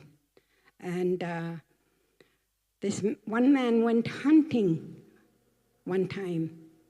Then he came back and it rained and rained and rained. And one of the elders asked, her name was Dorothy Jim from Skatine or Skookumchuck. And she was asking around, who went hunting? Who went up this mountain? Or asked, what did he take? And finally they got a hold of the man that went hunting. He went up to the top there. There was a lake up on Glacier Mountain there. And someone was transformed there as a frog. And this man picked up this rock frog, put it in his, what you call bone-dry backpack. So he came down with it, and it rained and rained and rained. So they finally got a hold of him and asked, did you take anything where you went? He hesitated for a few seconds, according to the story that I heard from my mom. And he finally owned up that he took a rock frog by the lake. It was by the lake he took that rock frog. So the elder told him, take this rock frog back to where you got it from, and then it'll stop raining. So that's part of our clan in Skookumchuck, is the rock frog, the frog. And the protector from Skookumchuck is a grizzly bear. So that's what brought me back when Ronald was talking about the transformation and all the different stories he was telling. So that's what I got out of today from Kim and Ronald and all the other speakers that have come up. And I'm very thankful and to hear them talk about what they have behind their belt. And I want to thank you for this time to be on a panel. Thank you, Kim. Thank you, Ronald Peters. Cook Stem. Okay, who else wants to talk? Anyway, I'll continue on here. Thank you, Mom. What I got out of it is confluence, coming together, finding that safe space and place to exercise what your gift is. And I think I witnessed so many people here with so many diverse and unique gifts. Each and every one of you, even the students in the audience and everybody that showed you allowed yourself to shine with the gift that you have. And I think residential school came up for me in realizing that we were always told to be quiet. We were always told to walk in a straight line. We had our hair cut down an inch from our scalp, things like that. And all these messages, are decolonizing as we go along. And I'm just witnessing the beautiful light and love that people carry when they talk about what they love, the passion that they carry. Watching my cousin Ronnie as well, seeing his tears, I've never seen him like that. I know that he was in the right place and right space. I get the pleasure of singing with my mom and my sister. I get the pleasure of sitting beside these amazing women, these amazing, iconic role models, shining in their own passion, shining in their own light. I got to sing with my sister, and she heartbeat on the drum like it's nobody's business. It just threw my drumstick right off the drum. I want to thank Michelle. She's been a teacher of mine when I first came to Algonquin Center. Your kindness, your understanding. I don't know this young lady, but you're pretty cool. And this other young lady that joined us in the drum, that's what this is about, coming together, sharing time, space, giftedness, honoring one another, lifting each other up, holding each other, wrapping your shawls around somebody else that needs that shawl, that needs that nurturance, that support, and honoring one another. That's what this brought to me today. Thank you, Kim, for impacting my mom. It's a really good storyteller that can do that, and I thank you. Thank you for your beautiful songs. And why aren't you up here? Anyway, I just wanted to honor you that way. And what I thought of is my mom being this powerful cedar tree. And we were seedlings dropping from the tree, Sometimes those seedlings drop to the earth and they grow where they're from. Other times the wind can take them far. I ended up way in Cree country. And what that can do to a matriarch in training is a lot. There's a lot of diversity that happens to a woman that moves away from her community. But it's places and spaces like this that you remember who you are and where you come from. And I think that's really important for all Indigenous women, even all our young men returning home to their rightful roles of honor, to our women, raising them to places of honor. And that's what we were taught from this beautiful lady here, this beautiful mom of 8 of us. And thank you so much for sharing this space with me. Thank you, Mika. Thank you, Tracy. Thank you, C's. Thank you, young lady, and Michelle. Okay, Kukstrom, Heichka.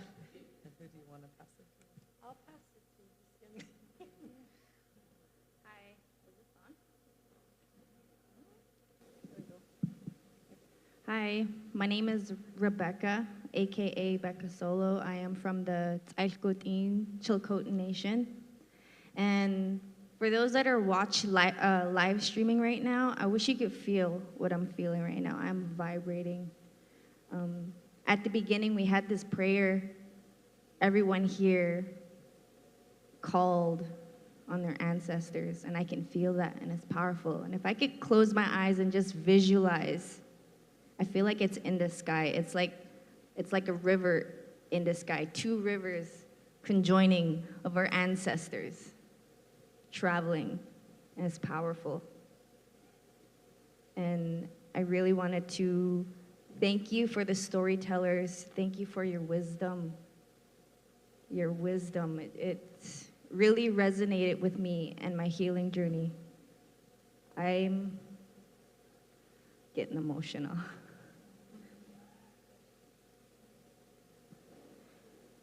My entire family, they've gone to residential school, and I'm a descendant, and the cycles that I had to witness and overcome, and I'm just gonna share my story. I was sexually abused by my uncle, and my own father did the same thing to a stepsister of mine, and as a young girl,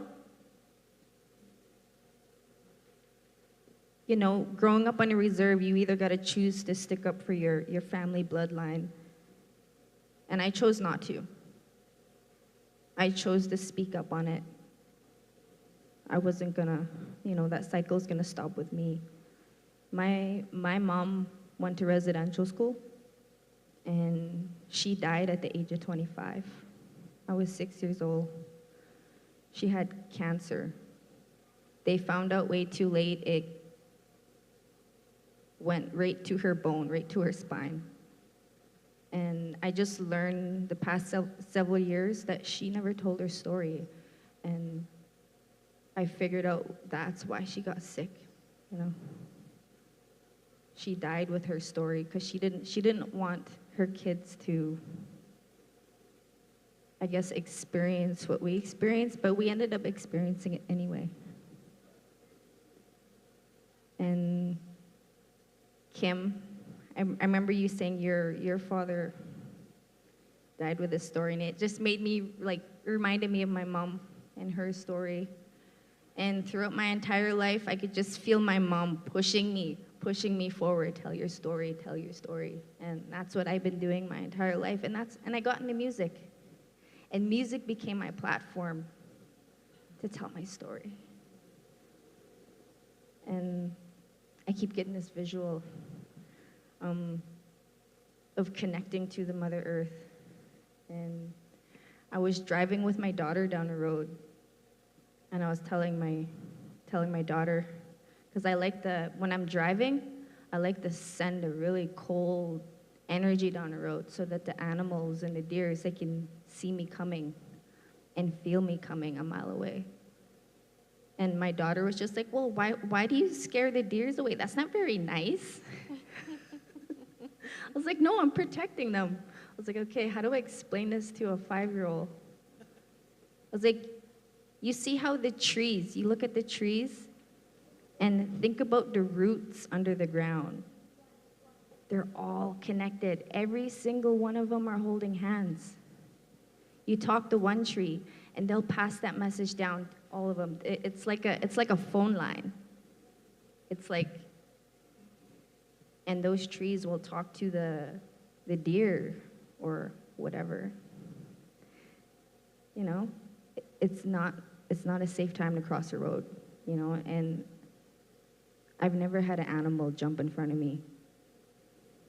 And with that belief that, you know, every animal is connected to the land, and I try to stay connected to the trees, the wind, speaking to the wind, and thank you. You've all inspired me with your stories, and thank you for having me up here. I'm gonna end with that for now. Thank you. Go ahead. You guys are guests in our community, so you should speak. Cooks Jam, thank you. White Hohuaitip, Shea Paulins West. Hello everyone, my name is Shea Paul. I am born and raised in Kamloops, and I'm traveling from Kamloops to come to this wonderful gathering. So Cooks Jam to everyone, and I feel very honored and thankful to be on this territory and on this land, and it's been a very positive and warming experience for me so far. Lots of things to think about because I don't know too many people down this way, so there was a lot of new faces and a lot of new stories, and being able to sit and listen and witness the things that went on today was beautiful. I really value traveling and being able to find myself in other communities and hearing their stories and hearing people from those territories share their knowledge and their teachings with me, because I think that having more perspective and more opportunity to speak to people is a huge treasure, really. I do a lot of work in arts and culture, and I am taking this title from Mika because I think I'm a pretty good community connector. And a lot of my work revolves around connecting people with one another. So first I put myself out there and I try to connect with people. I find connections, I find artists usually. Artists are huge for me. I'm always looking for people who are sharing their stories, whether that's through visual art or through music or dance or storytelling or any other way. I value all of the different ways of creativity in how people express themselves, and I'm always looking to connect with artists.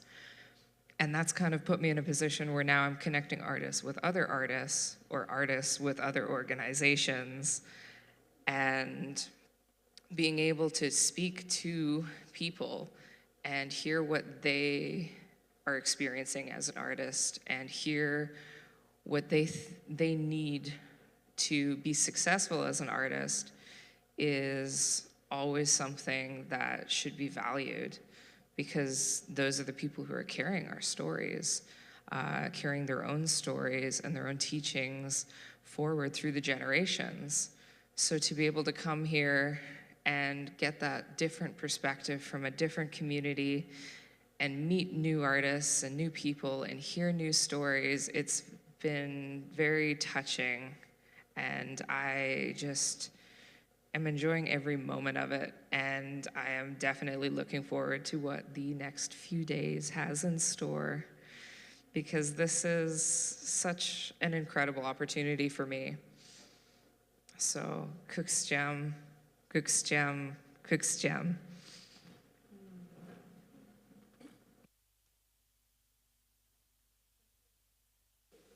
Is it on? Okay. Why Hasselholt in Chai Squeeze Sunum Tiet or Dr. Michelle Jack Cantelson Pinkton or the speaker?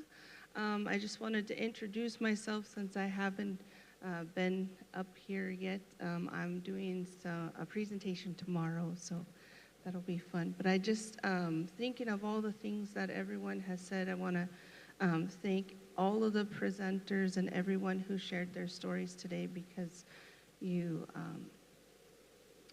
help our ancestors feel proud of this space that they made that for. So lim to all of you for coming and sharing all of your songs and your stories and all the things that you have, all your knowledge with us.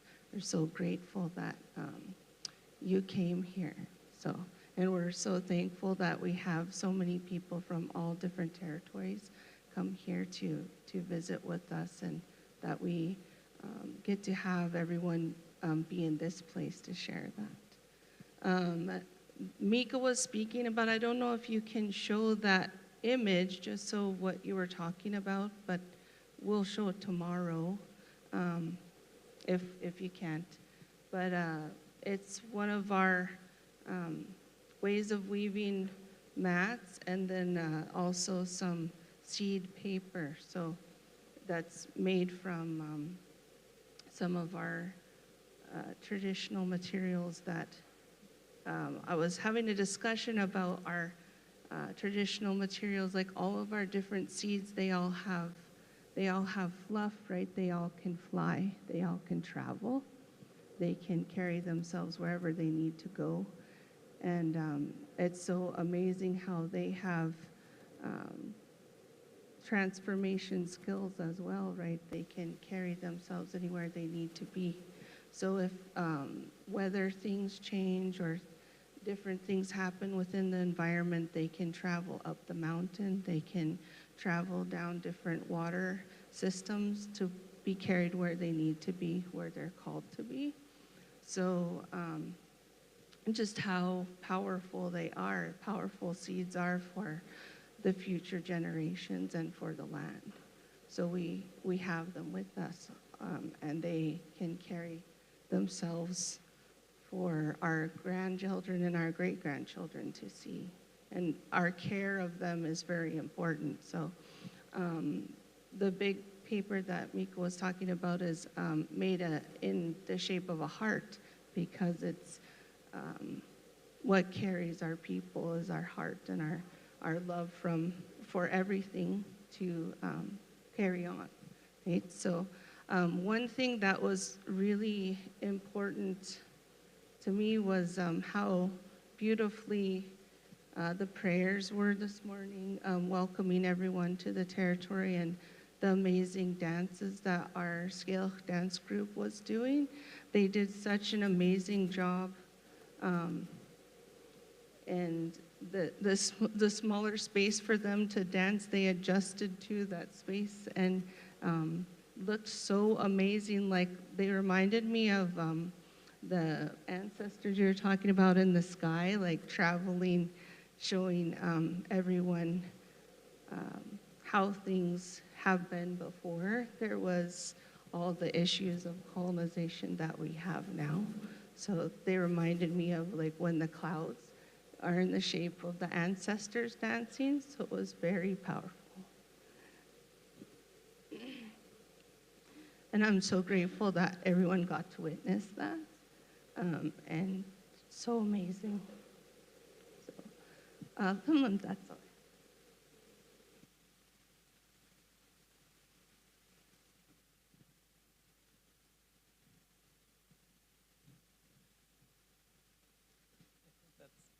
I think that's it. Just look at us.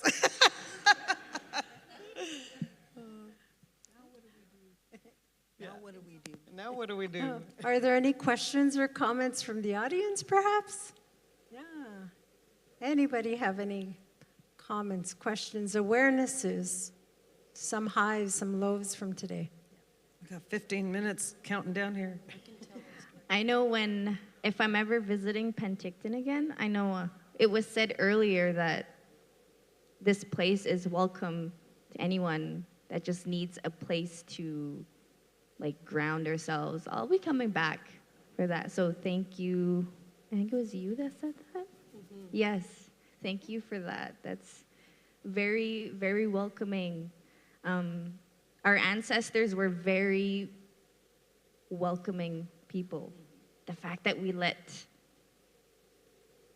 almost allowed the colonialism because of our welcomeness got taken advantage of, and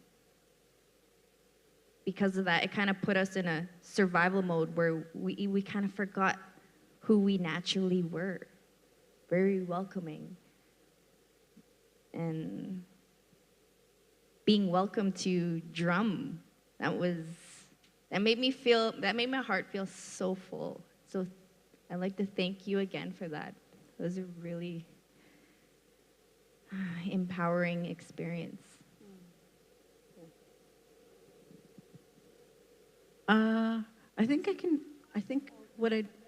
Just one sec. I just want to tell a story about the polls.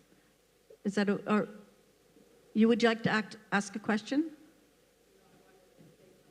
Oh, yeah.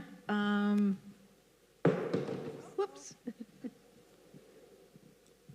I'm a great grandmother and I really can't stand. I think I'm going to sit right here for just a second.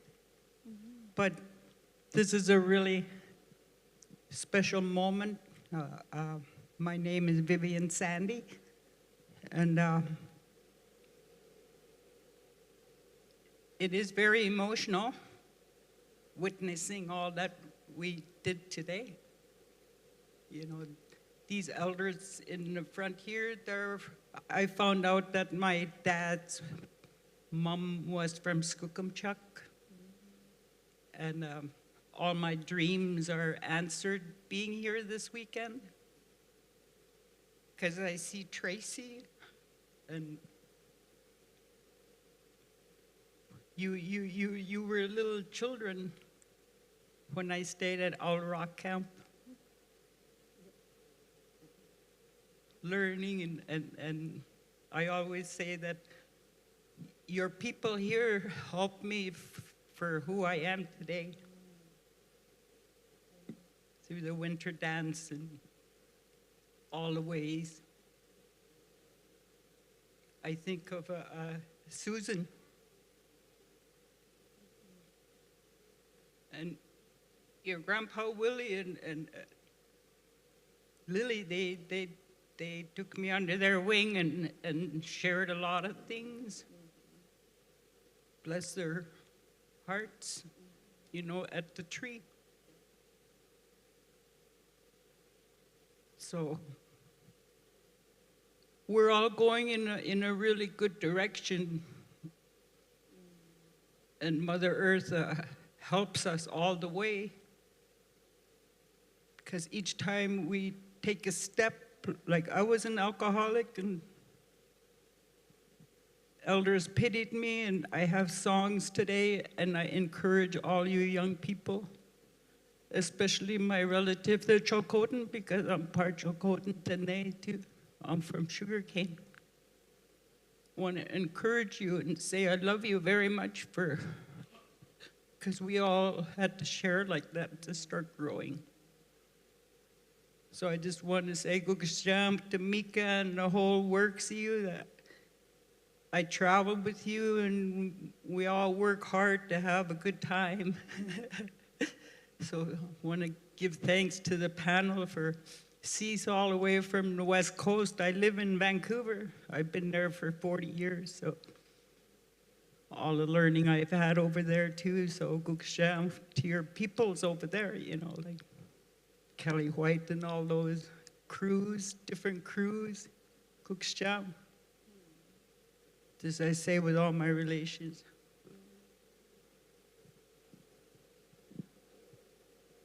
Limlimt Vivian for bringing up Owl Rock. Let's teach the outdoor classroom of an Alkin Center, the cultural school.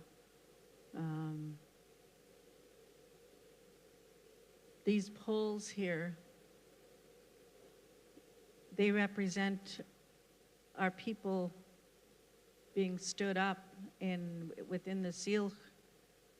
When we want somebody to, when we train them to be a chief or to be a matriarch or khatus, the head of something, we say we're going to stand them up. We're going to all work together to stand that one up. And that one will learn how to do these things to make things happen. That first pole here, that's Chief Skamhist. That's the male pole. Chief Skamhist was the first in our Chaptik to lay his life down, and because we're pitiful, and when that plants and animals knew we were going to be here, they said, well, they don't even know how to feed themselves. They don't even know, they don't have clothes. They don't have nothing. So I'll lay myself down and give my life so that they can survive. That chief right beside is Chief Speetlam, and it's one of the first foods that we dig when the new season comes to collect food, and that represents relationships. You'll find people in your nation, our nation, that know how to make relationships and worry about how everybody's going to get along and are deep-rooted in those relationships to make things work. The Chief Skamhist is traditions. They represent the elders, the knowledge keepers that pass the knowledge down and the protocols. Over here in front, across from the other male pole, is Chief Nditich. And Chief Nditich is the salmon. And Chief Nditich represents action. And you know those people. Those are the people that get it done. They think of things and they get it done and they pull everybody. They're action people. Mika's an action person. She knows how to get it done. And despite the struggle going up the river upstream, they find their way home. The last one is Chief Sia Saskatoon Berry. And that one represents innovation. And what that means is you'll find people in your community that are always thinking of new ways of doing things that are far into the future. And they can create and make things new, but they're also really creative. And so when you think of all of these four poles, when you think of the way that we govern ourselves, we need all of those people in our communities. We need the traditions, we need the relationship people, we need the innovation people, and we need the action people. And through understanding each other in those ways, we can hold our laws up. So I just wanted to mention to you, these are not totem poles, these are story poles. These images that you see on here are from our chapticle and from master carver, Dr. Marlo Sam, Dr. Jeanette Armstrong, Barbara Marchand, and Steve Basil worked on these poles. So I just thought I'd tell you about the poles. And again, I want to thank you, Vivian, for coming up and speaking. Wai'ihi, we still got time.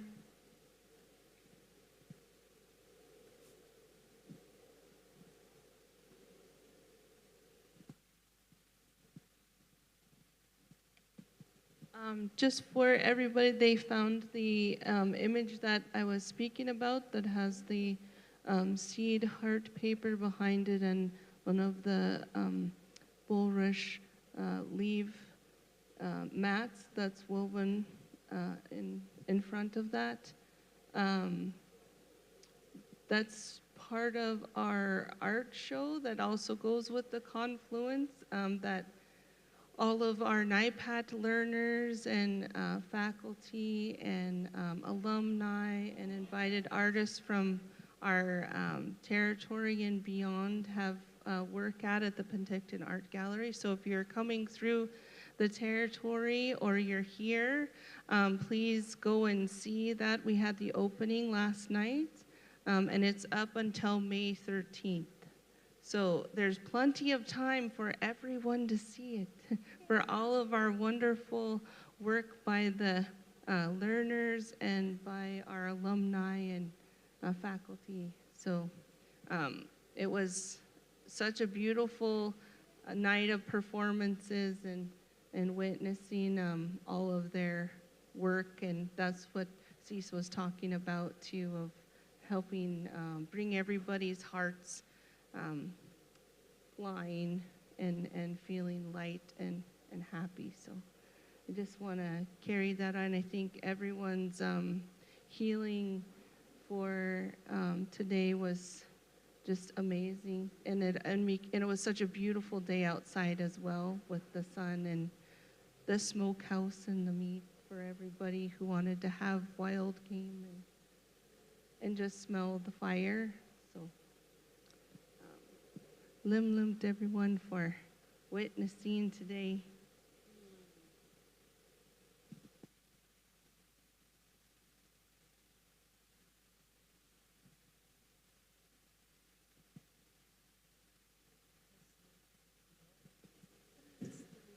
Wow, Cook's Jam, everyone.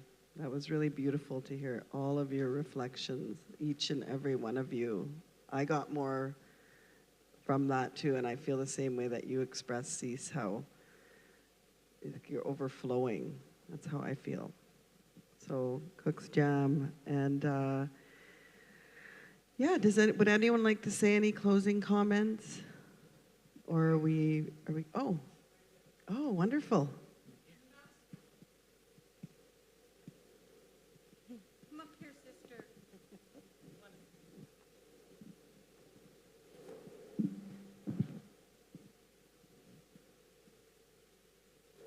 Nanaskomal.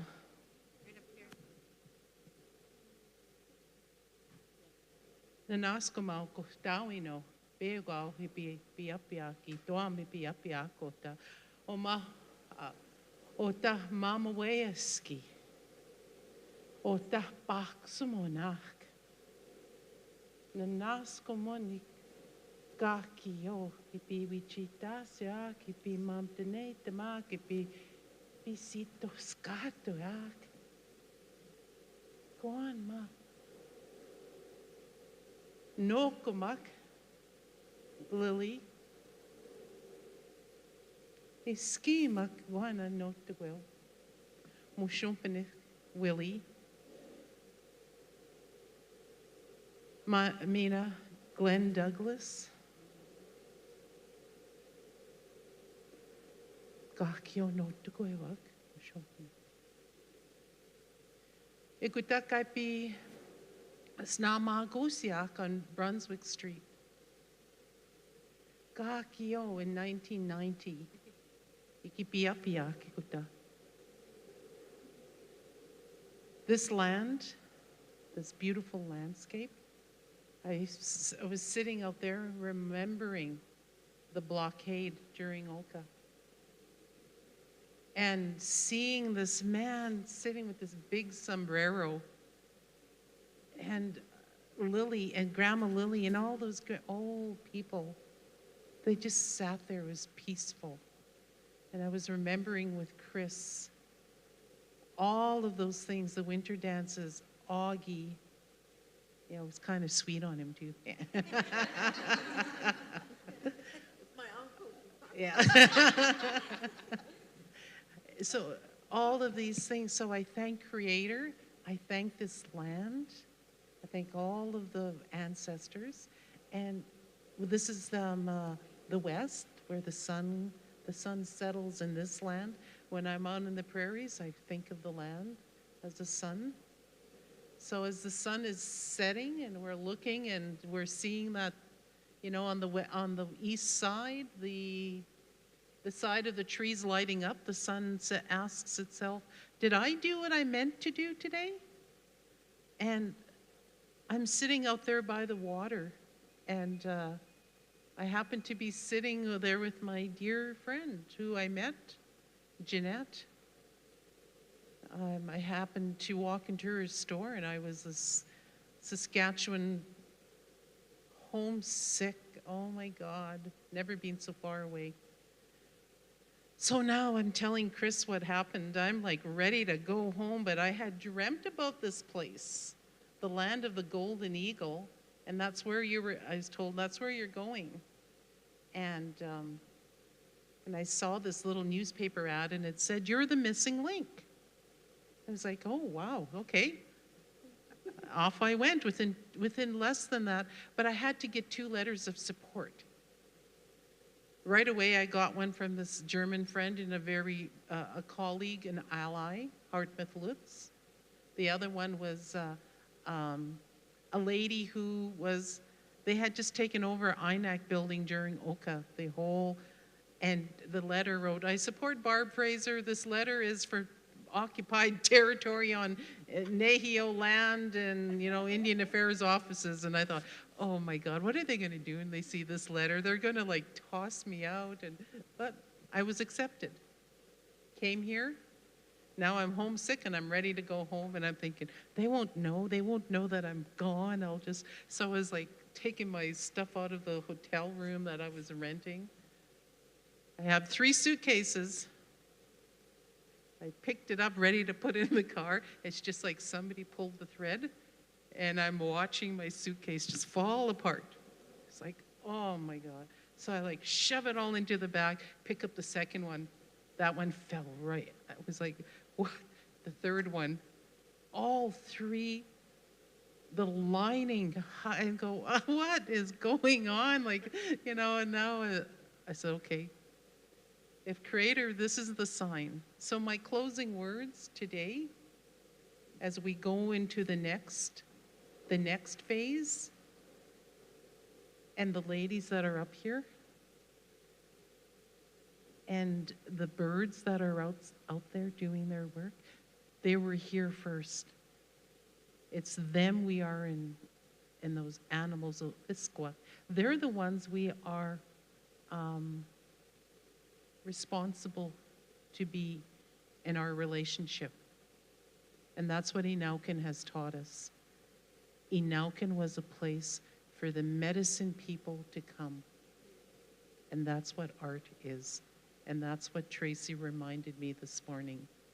And for that, Noti Big Squat Band. Oh, mama skiki, kayo pagitayin, gagawe mau, hey oh hey, yo hey, yo ho, imatawita gagawe.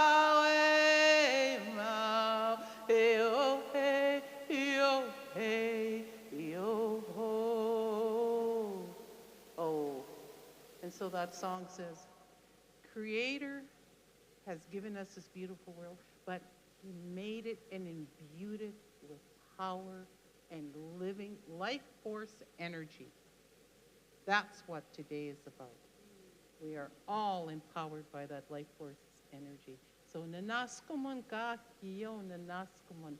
So I thank you in each one. So what that means is I thank Creator that you were made, that you were made, that you are here, each one. Nanaskumtin, because you're doing Creator's work. Iksanman nanaskumun. Lim.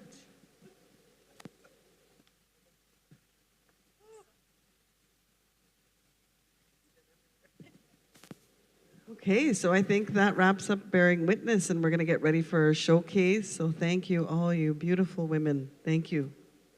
Good job.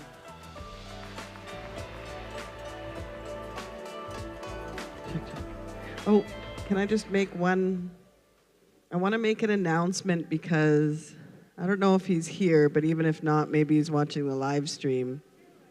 My my band, the Malaman Collective, has an incredible bass player who is a dear friend, become a dear friend of ours, and it's his birthday today. And right when beautiful woman was saying thank you for your life, for being here, I was reminded of that. So I'd like to say a special happy birthday to Cass Gregg. If you're watching this, we love you very much. We're very, very blessed to have you a part of our lives. So happy birthday, Cass.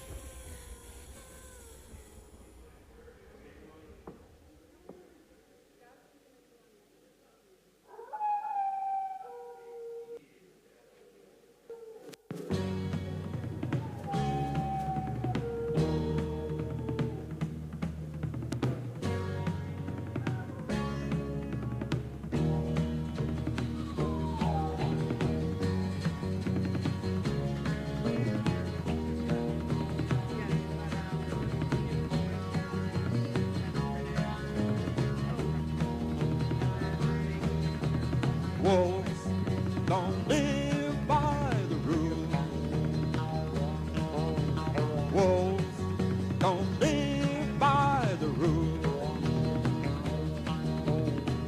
Valleys to hills, you can hear them cry. They have to fight to stay alive. No one can change it. Mother Nature knows the reason why. Oh, wolves don't live by the rules.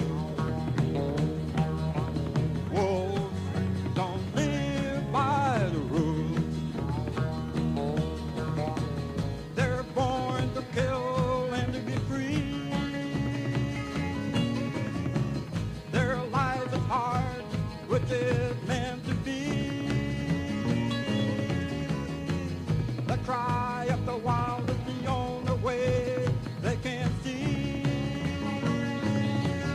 Oh, wolves don't live by the rules.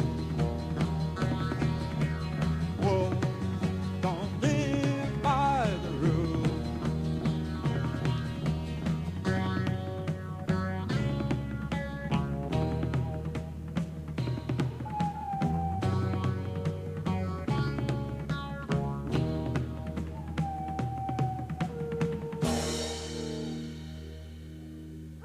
Whoa. It's like you too. That's funny. Here we go.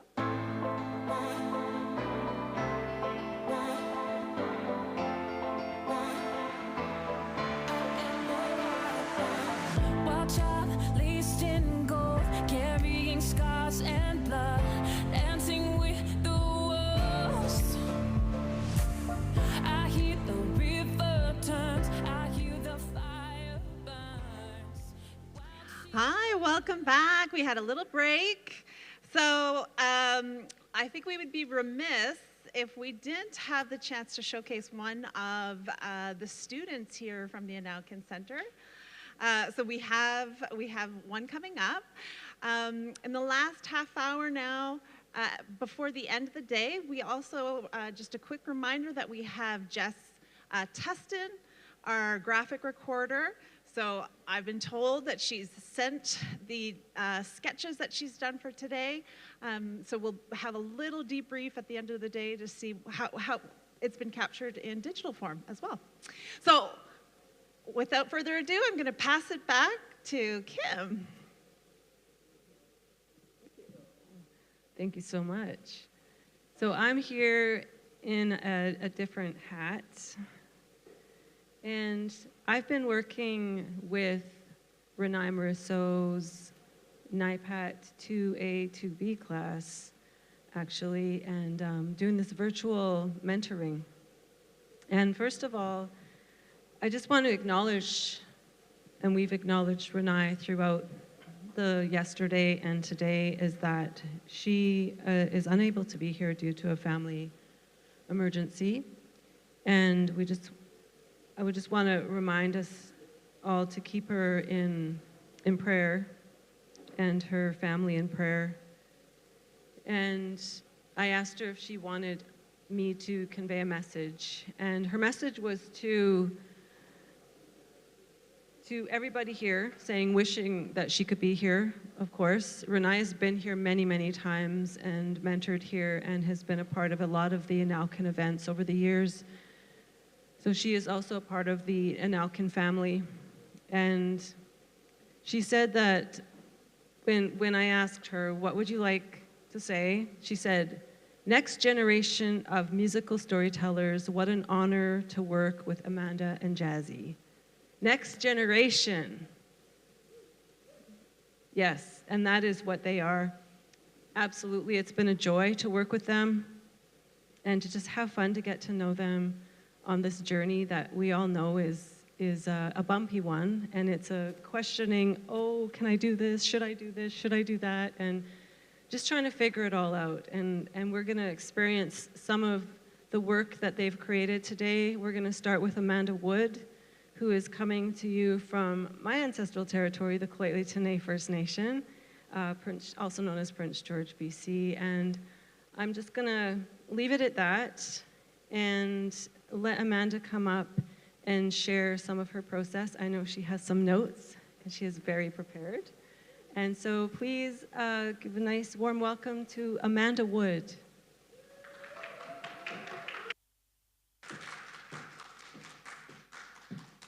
All right. Hello, Anine. So I do have notes because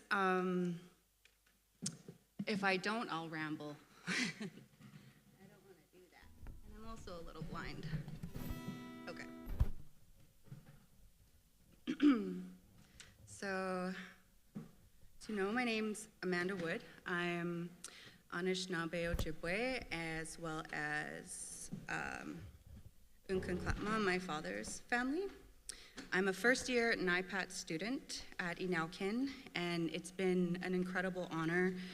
And it becomes even more solidified what an incredible honor and it is to be just in the presence of everybody here, of the other students and the mentors. And I so badly don't want to make you guys look bad. And so I'm gonna have lots of fun with this. One thing that we were asked to consider about what brought us to Inaukin would have probably taken up a whole novel for me to write out as to how everything unfolded and how I found myself here. And I think the only way to really say it is that, like, Inaukin found me, in a sense, and I'm so glad it did because it really helped me expand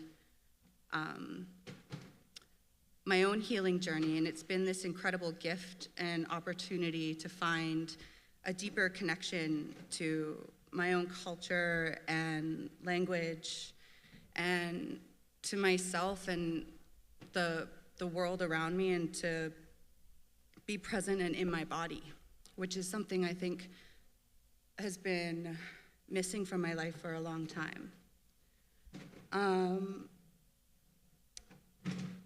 I really find that with art and the guidance and the mentorship that we're getting here, and with music, it's helping me find words to my story. And I generally don't find them until after I've done the assignment or the artwork or I've written the song and stuff like that, and it just jumps out to me. And I feel like we connect through our stories to each other by sharing our own stories and by listening to other people's stories. It creates, I feel, this space of healing and connection, and remembering the deep connection that we all have to everything living around us. And I played this song last night. I was a little bit nervous because I didn't have a mic or I wasn't plugged in. It was totally my fault. But today I do, so I'll be a little bit happier about it. And I was also kind of sad that I didn't get to share my story around this song and kind of what it meant to me. So it's one of my oldest written songs, but the lyrics themselves have essentially been changed entirely just in the last year alone.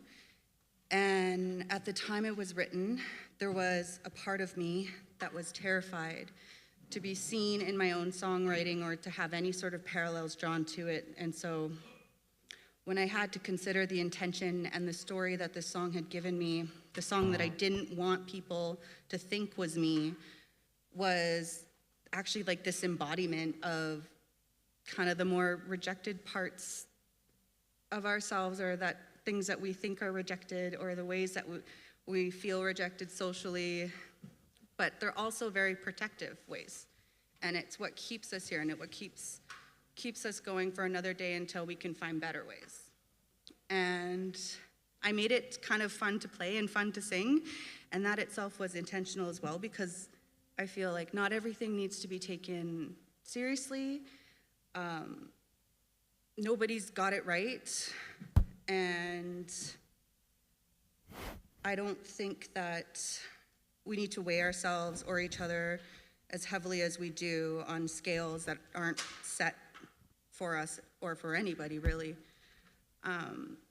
Yeah, so this one is called Feral Bones, and it was Renai who helped me discover the new title, and I don't think she knows that. Maybe I told her.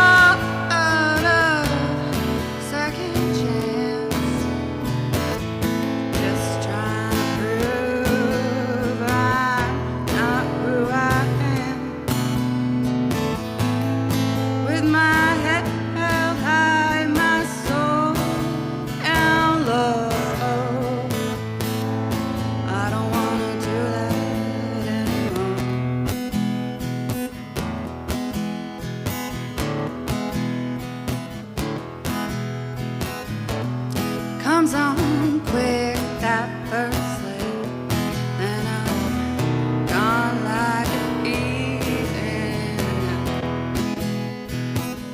the night. No, I'm gonna get my head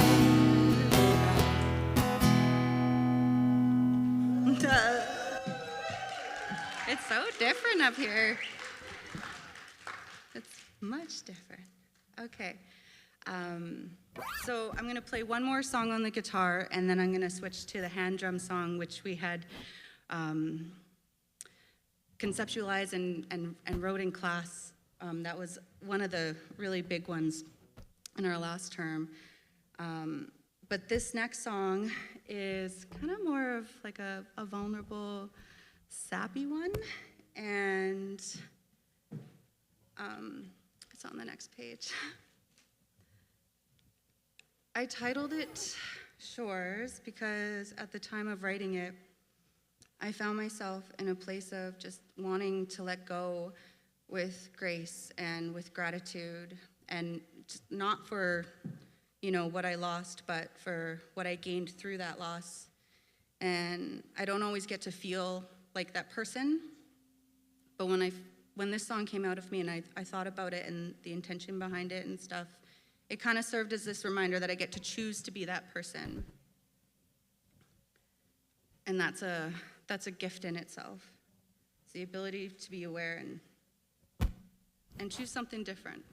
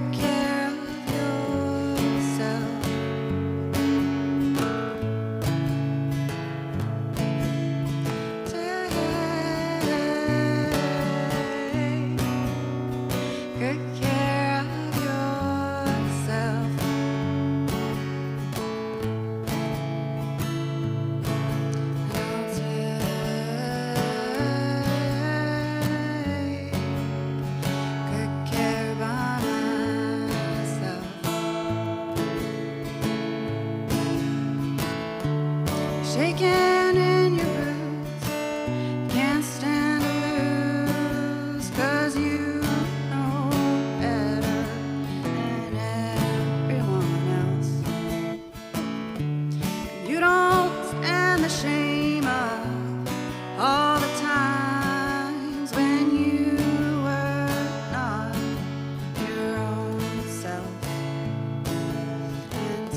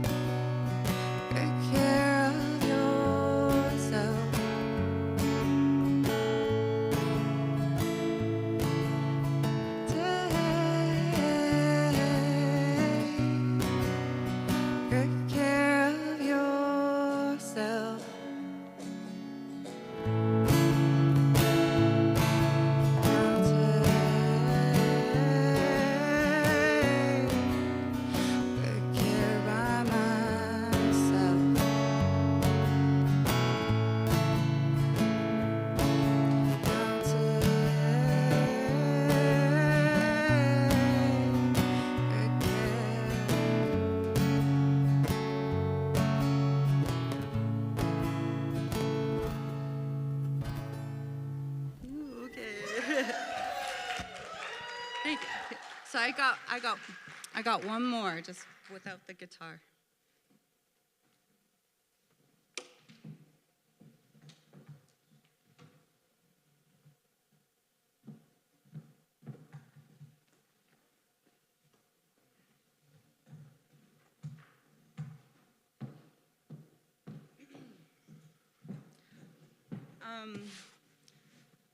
Funny story. We wrote the hand drum song, and I don't actually own a hand drum. I was using my daughter's hand drums that we made for them in preschool, and they're like these tiny little ones. So I was really fortunate that Naukin had a drum for me to use, but I haven't found a stick yet. So does anyone have a extra stick for me that I could borrow? I'll take really good care of it. And then, so I'll just tell you a little bit about the song. I saved the best for last, obviously.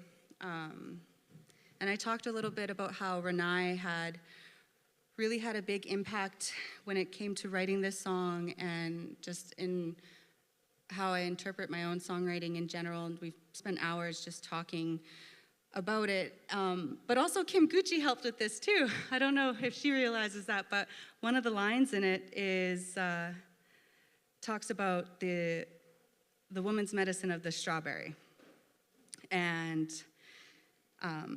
Kim was the one who helped me inspire that because I had a few lines and I couldn't figure out what else was next, because when I wrote the song, I wanted it to be a lullaby to my daughters because I have 2 little girls at home with me, and they're 11 and 9 now, but you can have a lullaby forever. And when I wrote it, it was for them, and I wanted it to embody the sacred medicine of women's medicine. And so I talk about the wild rose and the strawberry and just finishing off with heart medicine. So the words themselves are in Anishinaabemowin, and that is a language that I don't know how to speak it. I've tried speaking it, I've tried learning it. I did this online course and nothing really stuck. But my grandma is a language speaker, and that was her first language, and she didn't end up learning English until she went to day school because she was raised by her grandma who only ever spoke Anishinaabemowin. So when I wrote this song, I co-wrote it with my grandma because she was able to tell me the right words to use and how to say it and help me find the rhythm to it. And it was really great because it kind of just expanded into this whole new thing, and it went from being just about my girls and women's medicine to the whole incorporating just like the matrilineal bond that we have between mother, daughter, granddaughter, great-granddaughters. And it's a working song because I want to make it bigger. I want to make it longer. And I intend to. But for now, I'm really excited and I'm very proud to show it to you. And I know she would be too because she was very proud to help me make it. And I'm lucky she's still at home. She's good. I tried warming this up. I hope it's good. So when I wrote it, I just thought for a really simple beat, because again, I'm not used to writing hand drum songs or anything like that, or if I join in on a drumming circle, I try to be really quiet because I'm not super comfortable I'm not really with it as much as I'd like to be. But so when I wrote it, I just wanted to think about that gentle patting that you do on your baby's bottom as you're singing her to bed. So the song goes, Oje Wanaki Kwezis Naban, and Deminen Kwezis Naban. Kachu, or Chiki, I have to sing it. It's so funny. It's like when I tried to learn it, and by talking it, I couldn't do it. I couldn't pronounce it. But when I learned it by singing it, I could pronounce it, and I knew what I was saying. And so that is incredible. And I think that's the only way I'm going to learn this language is by singing it. The last one goes, Chikiwan de Kwezis Naban, which is heart medicine, go to bed. Little girl, go to bed. Heart medicine, little girl, go to bed.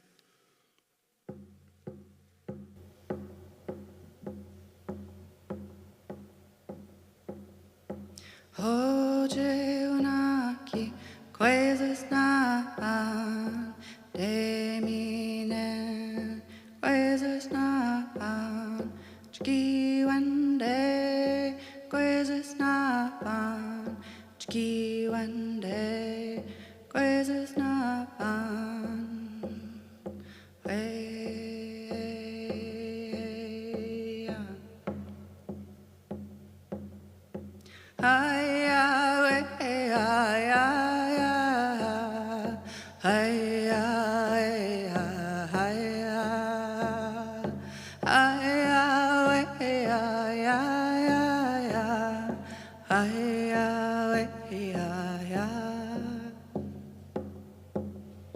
Hoje unaki coisas na de mine coisas na chiki one day coisas na chiki one day coisas na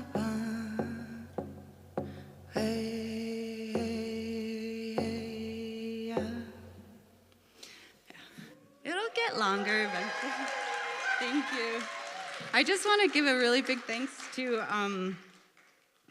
Anouk and all the mentors and the guidance and the students and the relationships and the connections that I've been able to find to myself and to all you guys. And yeah, and I'm just, like I said earlier, I'm in disbelief as to the caliber of spirit that I get to be associated with by being here.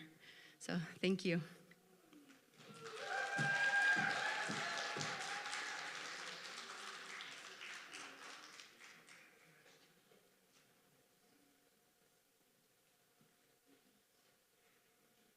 That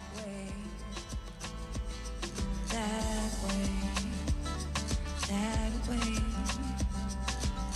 Did you enjoy the sun today?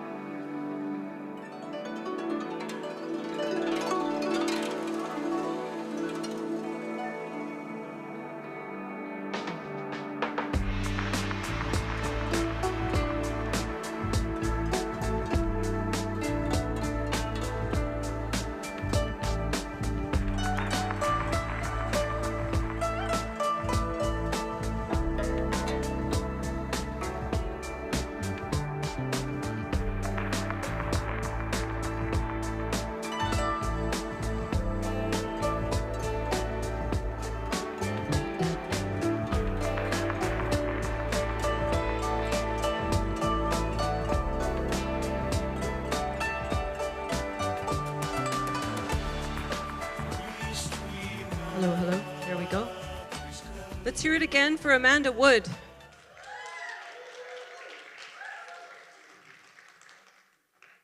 That was a lot of incredible music that came out of that young lady. Our next artist, who is also a student in the NIPAT 2B, second year. So last year you had Dallas Arcand as a mentor, and I jumped in and mentored a little bit there too. And then this year you have Renai, and you have just blossomed. We have watched this young lady just blossom. She is a mom, she is an artist, she has beadwork all over Penticton right now. Her name is Jazzy Nabexi, and she is coming to us from the White Bear First Nation. And she's gonna talk a little bit about herself. So let's hear it for Jazzy.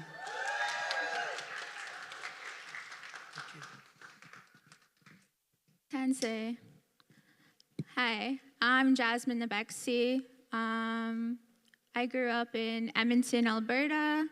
My reserve, or where I'm from, is White Bear First Nations and Coal Lake First Nations. I'm Dene Sunle and Nihiawan. Yeah, so I'm a mother of 3 children. And hip hop saved my life because the streets raised me. So if it wasn't for hip hop, I wouldn't know my indigenous culture. And this led me to Portage College, where I learned how to do hides and sewing and beading, and then I became a mother. And after I became a mother, I had to learn how to sew moccasins, because, you know, it's the cutest when they have new gear.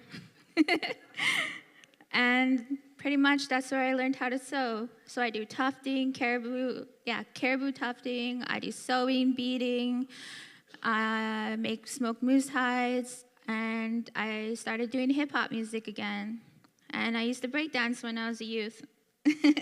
I went to school, the inner city, in Edmonton, which was BSEC, and that was at the Boyle Street Co-op, and that's where I come from. I come from the streets.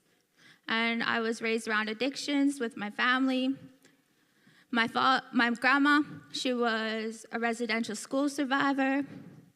My father was an Indian day school survivor, and I went to a foster home that was run by nuns called the Atomic Home in Edmonton, Alberta, which was also run by nuns.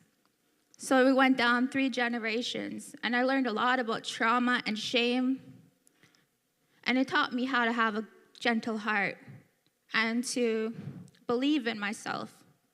I've overcome a lot of obstacles in my life, from being hit by a vehicle, to surviving the streets, to being a beautiful mom to my children. And I'm really thankful for all the beautiful teachers that have helped me to become who I am today, and I'm really thankful. I'm thankful for people in Manning who really helped me, Monica, and also my friend Kristen, and Kim, and so many other people. And Dallas Arcan was my first mentor, and Renee, and Kim Gucci, and I really am thankful for this opportunity. So yeah, I could keep going on and on, but I kind of want to just do my music. Can you play the first track, please? Wagon train. Hold up. I gotta talk about where the song originated from. Okay, last year, Dallas Arcan made us choose what kind of music that we were gonna do. And so I had to go with Johnny Cash, and then my friend Emil Starlight, he remixed it, and this is what we came up with. So let's try it again. Okay, play it. Wagon train rolling along, they fade from my vision, and in time will be gone. I see an eagle in space, my people will follow vanishing grace.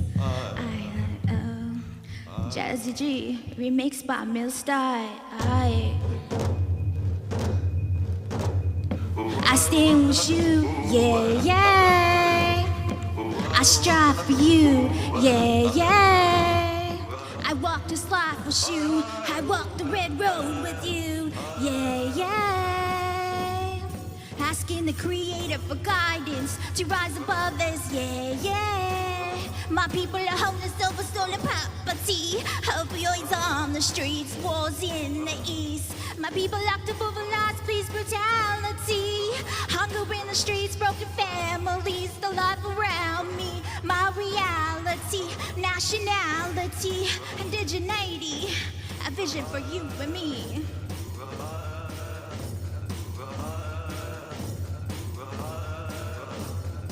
I stand with you, yeah.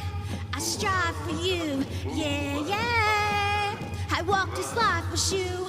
I walk the red road with you, yeah. Planting the seeds for a legacy, rising of a people, watch and see. Believing in you, such a major gift. Believing in you, such a major shift. You are a star to overcome the scars. Connecting to your roots can be bittersweet. Connecting to the land, you are free. No lost identity, indigeneity, a vision for you and me.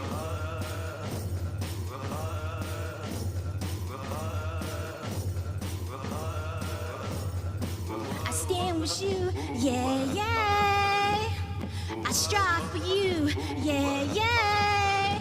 I walk this life with you. I walk the red road with you, yeah, yeah. Praying over familiar till we overcome the pain. Praying over familiar till we overcome the shame. No gossiping over a cup of tea. Indigeneity for the mind, body, spirit. You feel the passion in the lyrics to rise above the heartache and guilt. No shame, no gain. Love for indigenous community. Feel the love, feel the unity.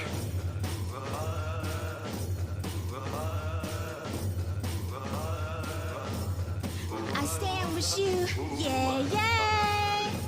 I strive for you, yeah, yeah. I walk this life with you. I walk the red road with you, yeah, yeah. I stand with you, yeah, yeah. I strive for you, yeah, yeah. I walk this life with you. I walk the red road with you, yeah, yeah.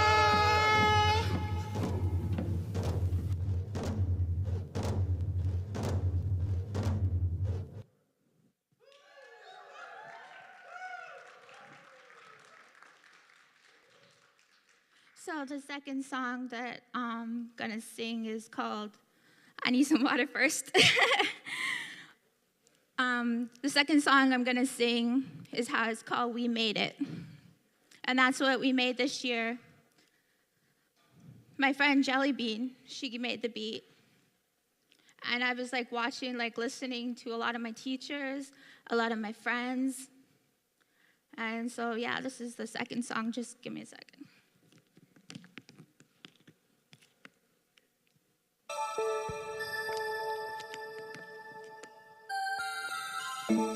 Yeah, we made it, Big on dreams and integrity. Kick it with me, yeah.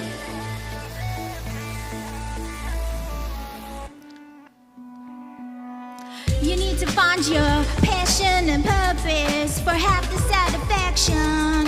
Believe to preserve half for the nation. Yeah, I got half for what you got, half for you. Balance, creating plans, faith and guidance. Not hating the context when you relate to assimilate. No way, not to darkness, no way. You're gonna make it one day.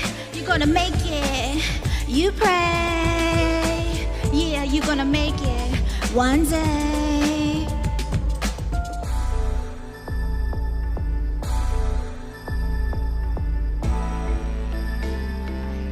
Yeah, we made it, Big on dreams and integrity. Kick it with me. No more hate in communities. Yeah, we made it, Big on dreams and integrity. Kick it with me. No more hate in communities. Rising of our nation, yes indeed. Braids and sage, oh yes.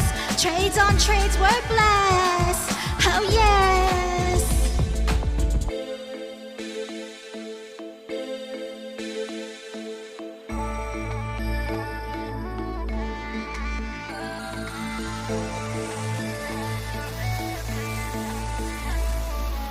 Yeah, pay my rent, I'll pay my dues, breakthroughs. So much on the line, no time to lose, nah-uh.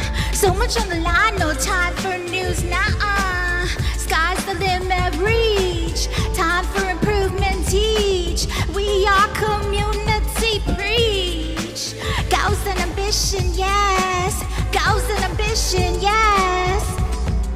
Motivate to inspire, yes. Motivate to inspire, yes. We are real and not fake.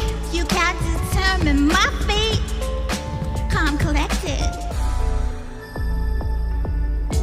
Yeah, we made it, Big on dreams, yeah. Yeah, we made it,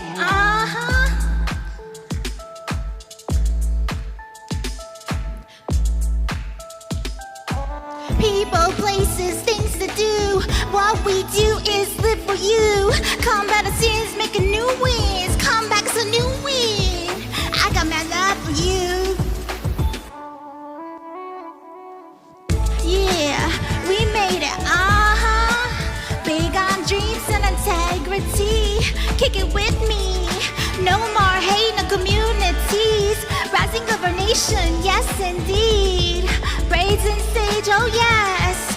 Trades on trades, we're blessed, oh yes.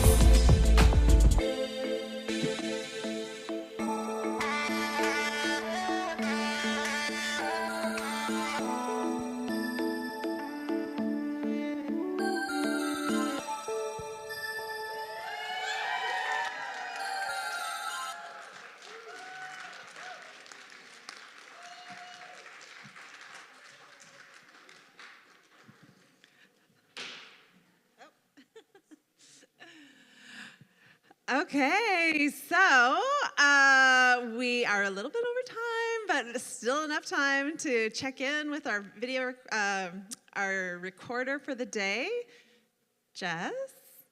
So do we have her images? Did you want to come up and say a few words?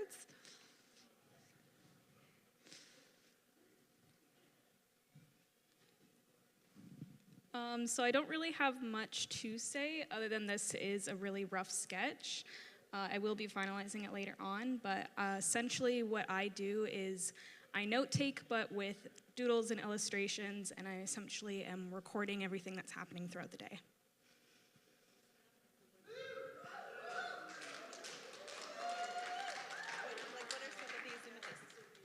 So some of the images on here are a lot of the performers and speakers from today, so you'll recognize some of the people on there, hopefully, and then anything that I felt really stood out, any quotes or sayings that people said, I added those also. And then I also took a lot of the images from the story polls and added those as kind of the in-between to fill up the page a little bit more.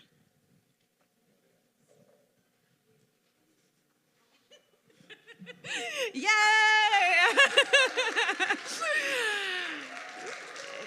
So I think, Jess, are you in your second or third year at Emily Carr? Third?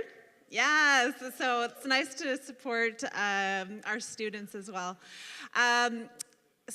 We do have 3-page agendas. So I know there were some requests for them. So just so you know that they're here, and we'll have them up so they're available so we know tomorrow as well. Any final words for the day? I can't believe we're only a third way through, you guys. Yes, there's actually going to be a reading tonight of Gregory Schofield, award-winning, really incredible author. And thank you, Karen, for helping to organize that. He's also going to be our keynote speaker tomorrow morning, but he'll be coming here tonight to do a reading as a part of the, it is called, it's a presentation by Anaukin Creative Writing Program, and it's called We Are Story, an Evening with Gregory Schofield at Anaukin Center. So I just want to express my deepest appreciation again to SEAL territory and people, Anaukin, but also to the students, the staff, and the mentors.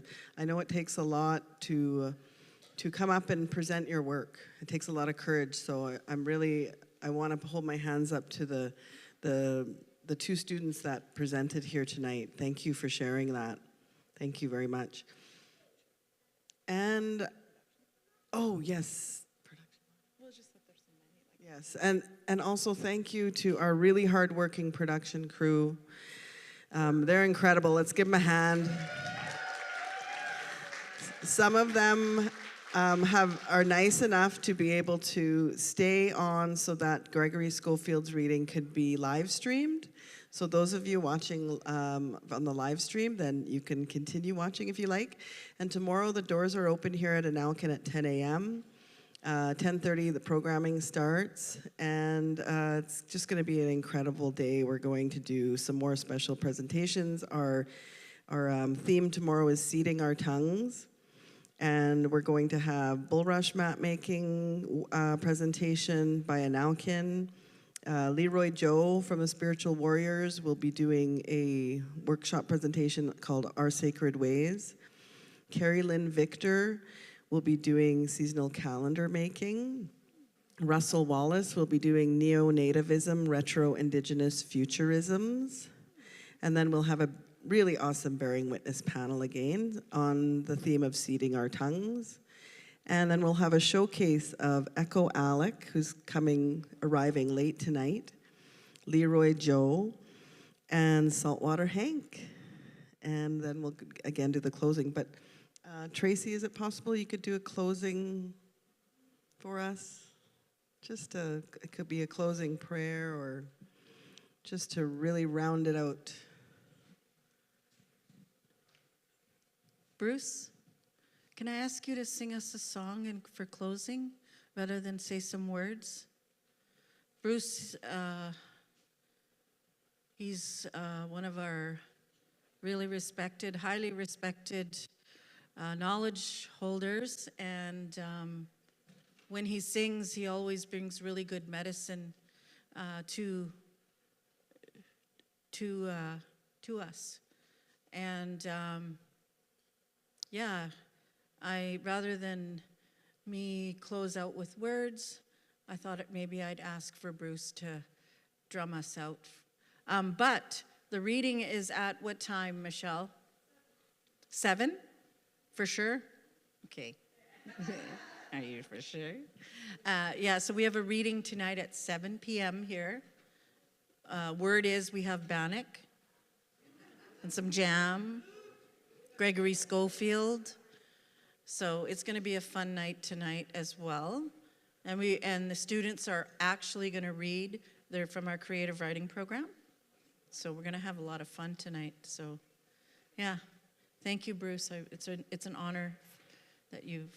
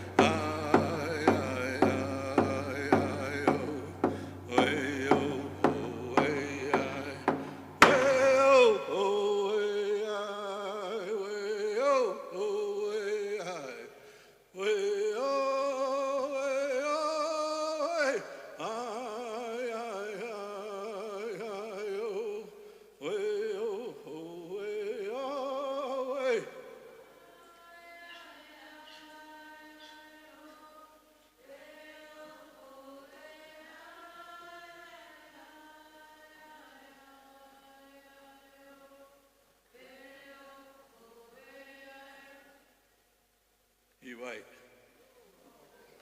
That song comes from my late friend. It comes from the Columbia River.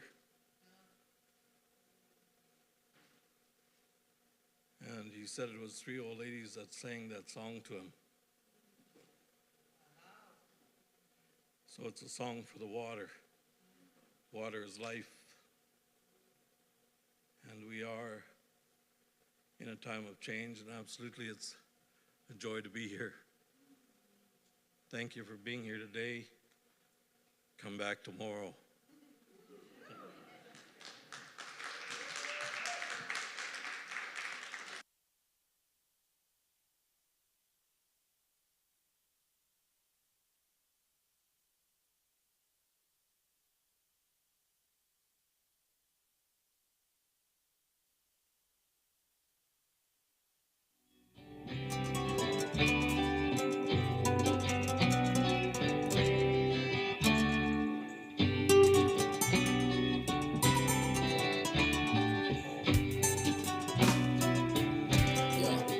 Shaking on my own, trying to find a home, singing a couple songs, tell the fam I'm gone. Headed to the coast with a couple folks, ones that like to sing, ones that like to go. Looking for some sun, trying to find some fun. 30 years young, so I'm far from done, far from giving up. Life has just begun, hanging with some homies that enjoy their drugs. Thinking about my past, crazy's what it was. Never writing songs, why? Just because. Thought I'd write this one up for my friends, those that kept it real up until the end. Walking in the snow right beside the road, trying to find a place I could call my own. Slowly growing old, got a ways to go. Got a lot of heart, plus a lot of soul. To build my life, I must work with my hands, my feet on the earth. Saying every day, this is where I should be. Build myself shelter away from unnecessity. If I am to cry tears, I want them to fall into the earth, into clay. We're all made the imprint of my hand to be left where it stands, and my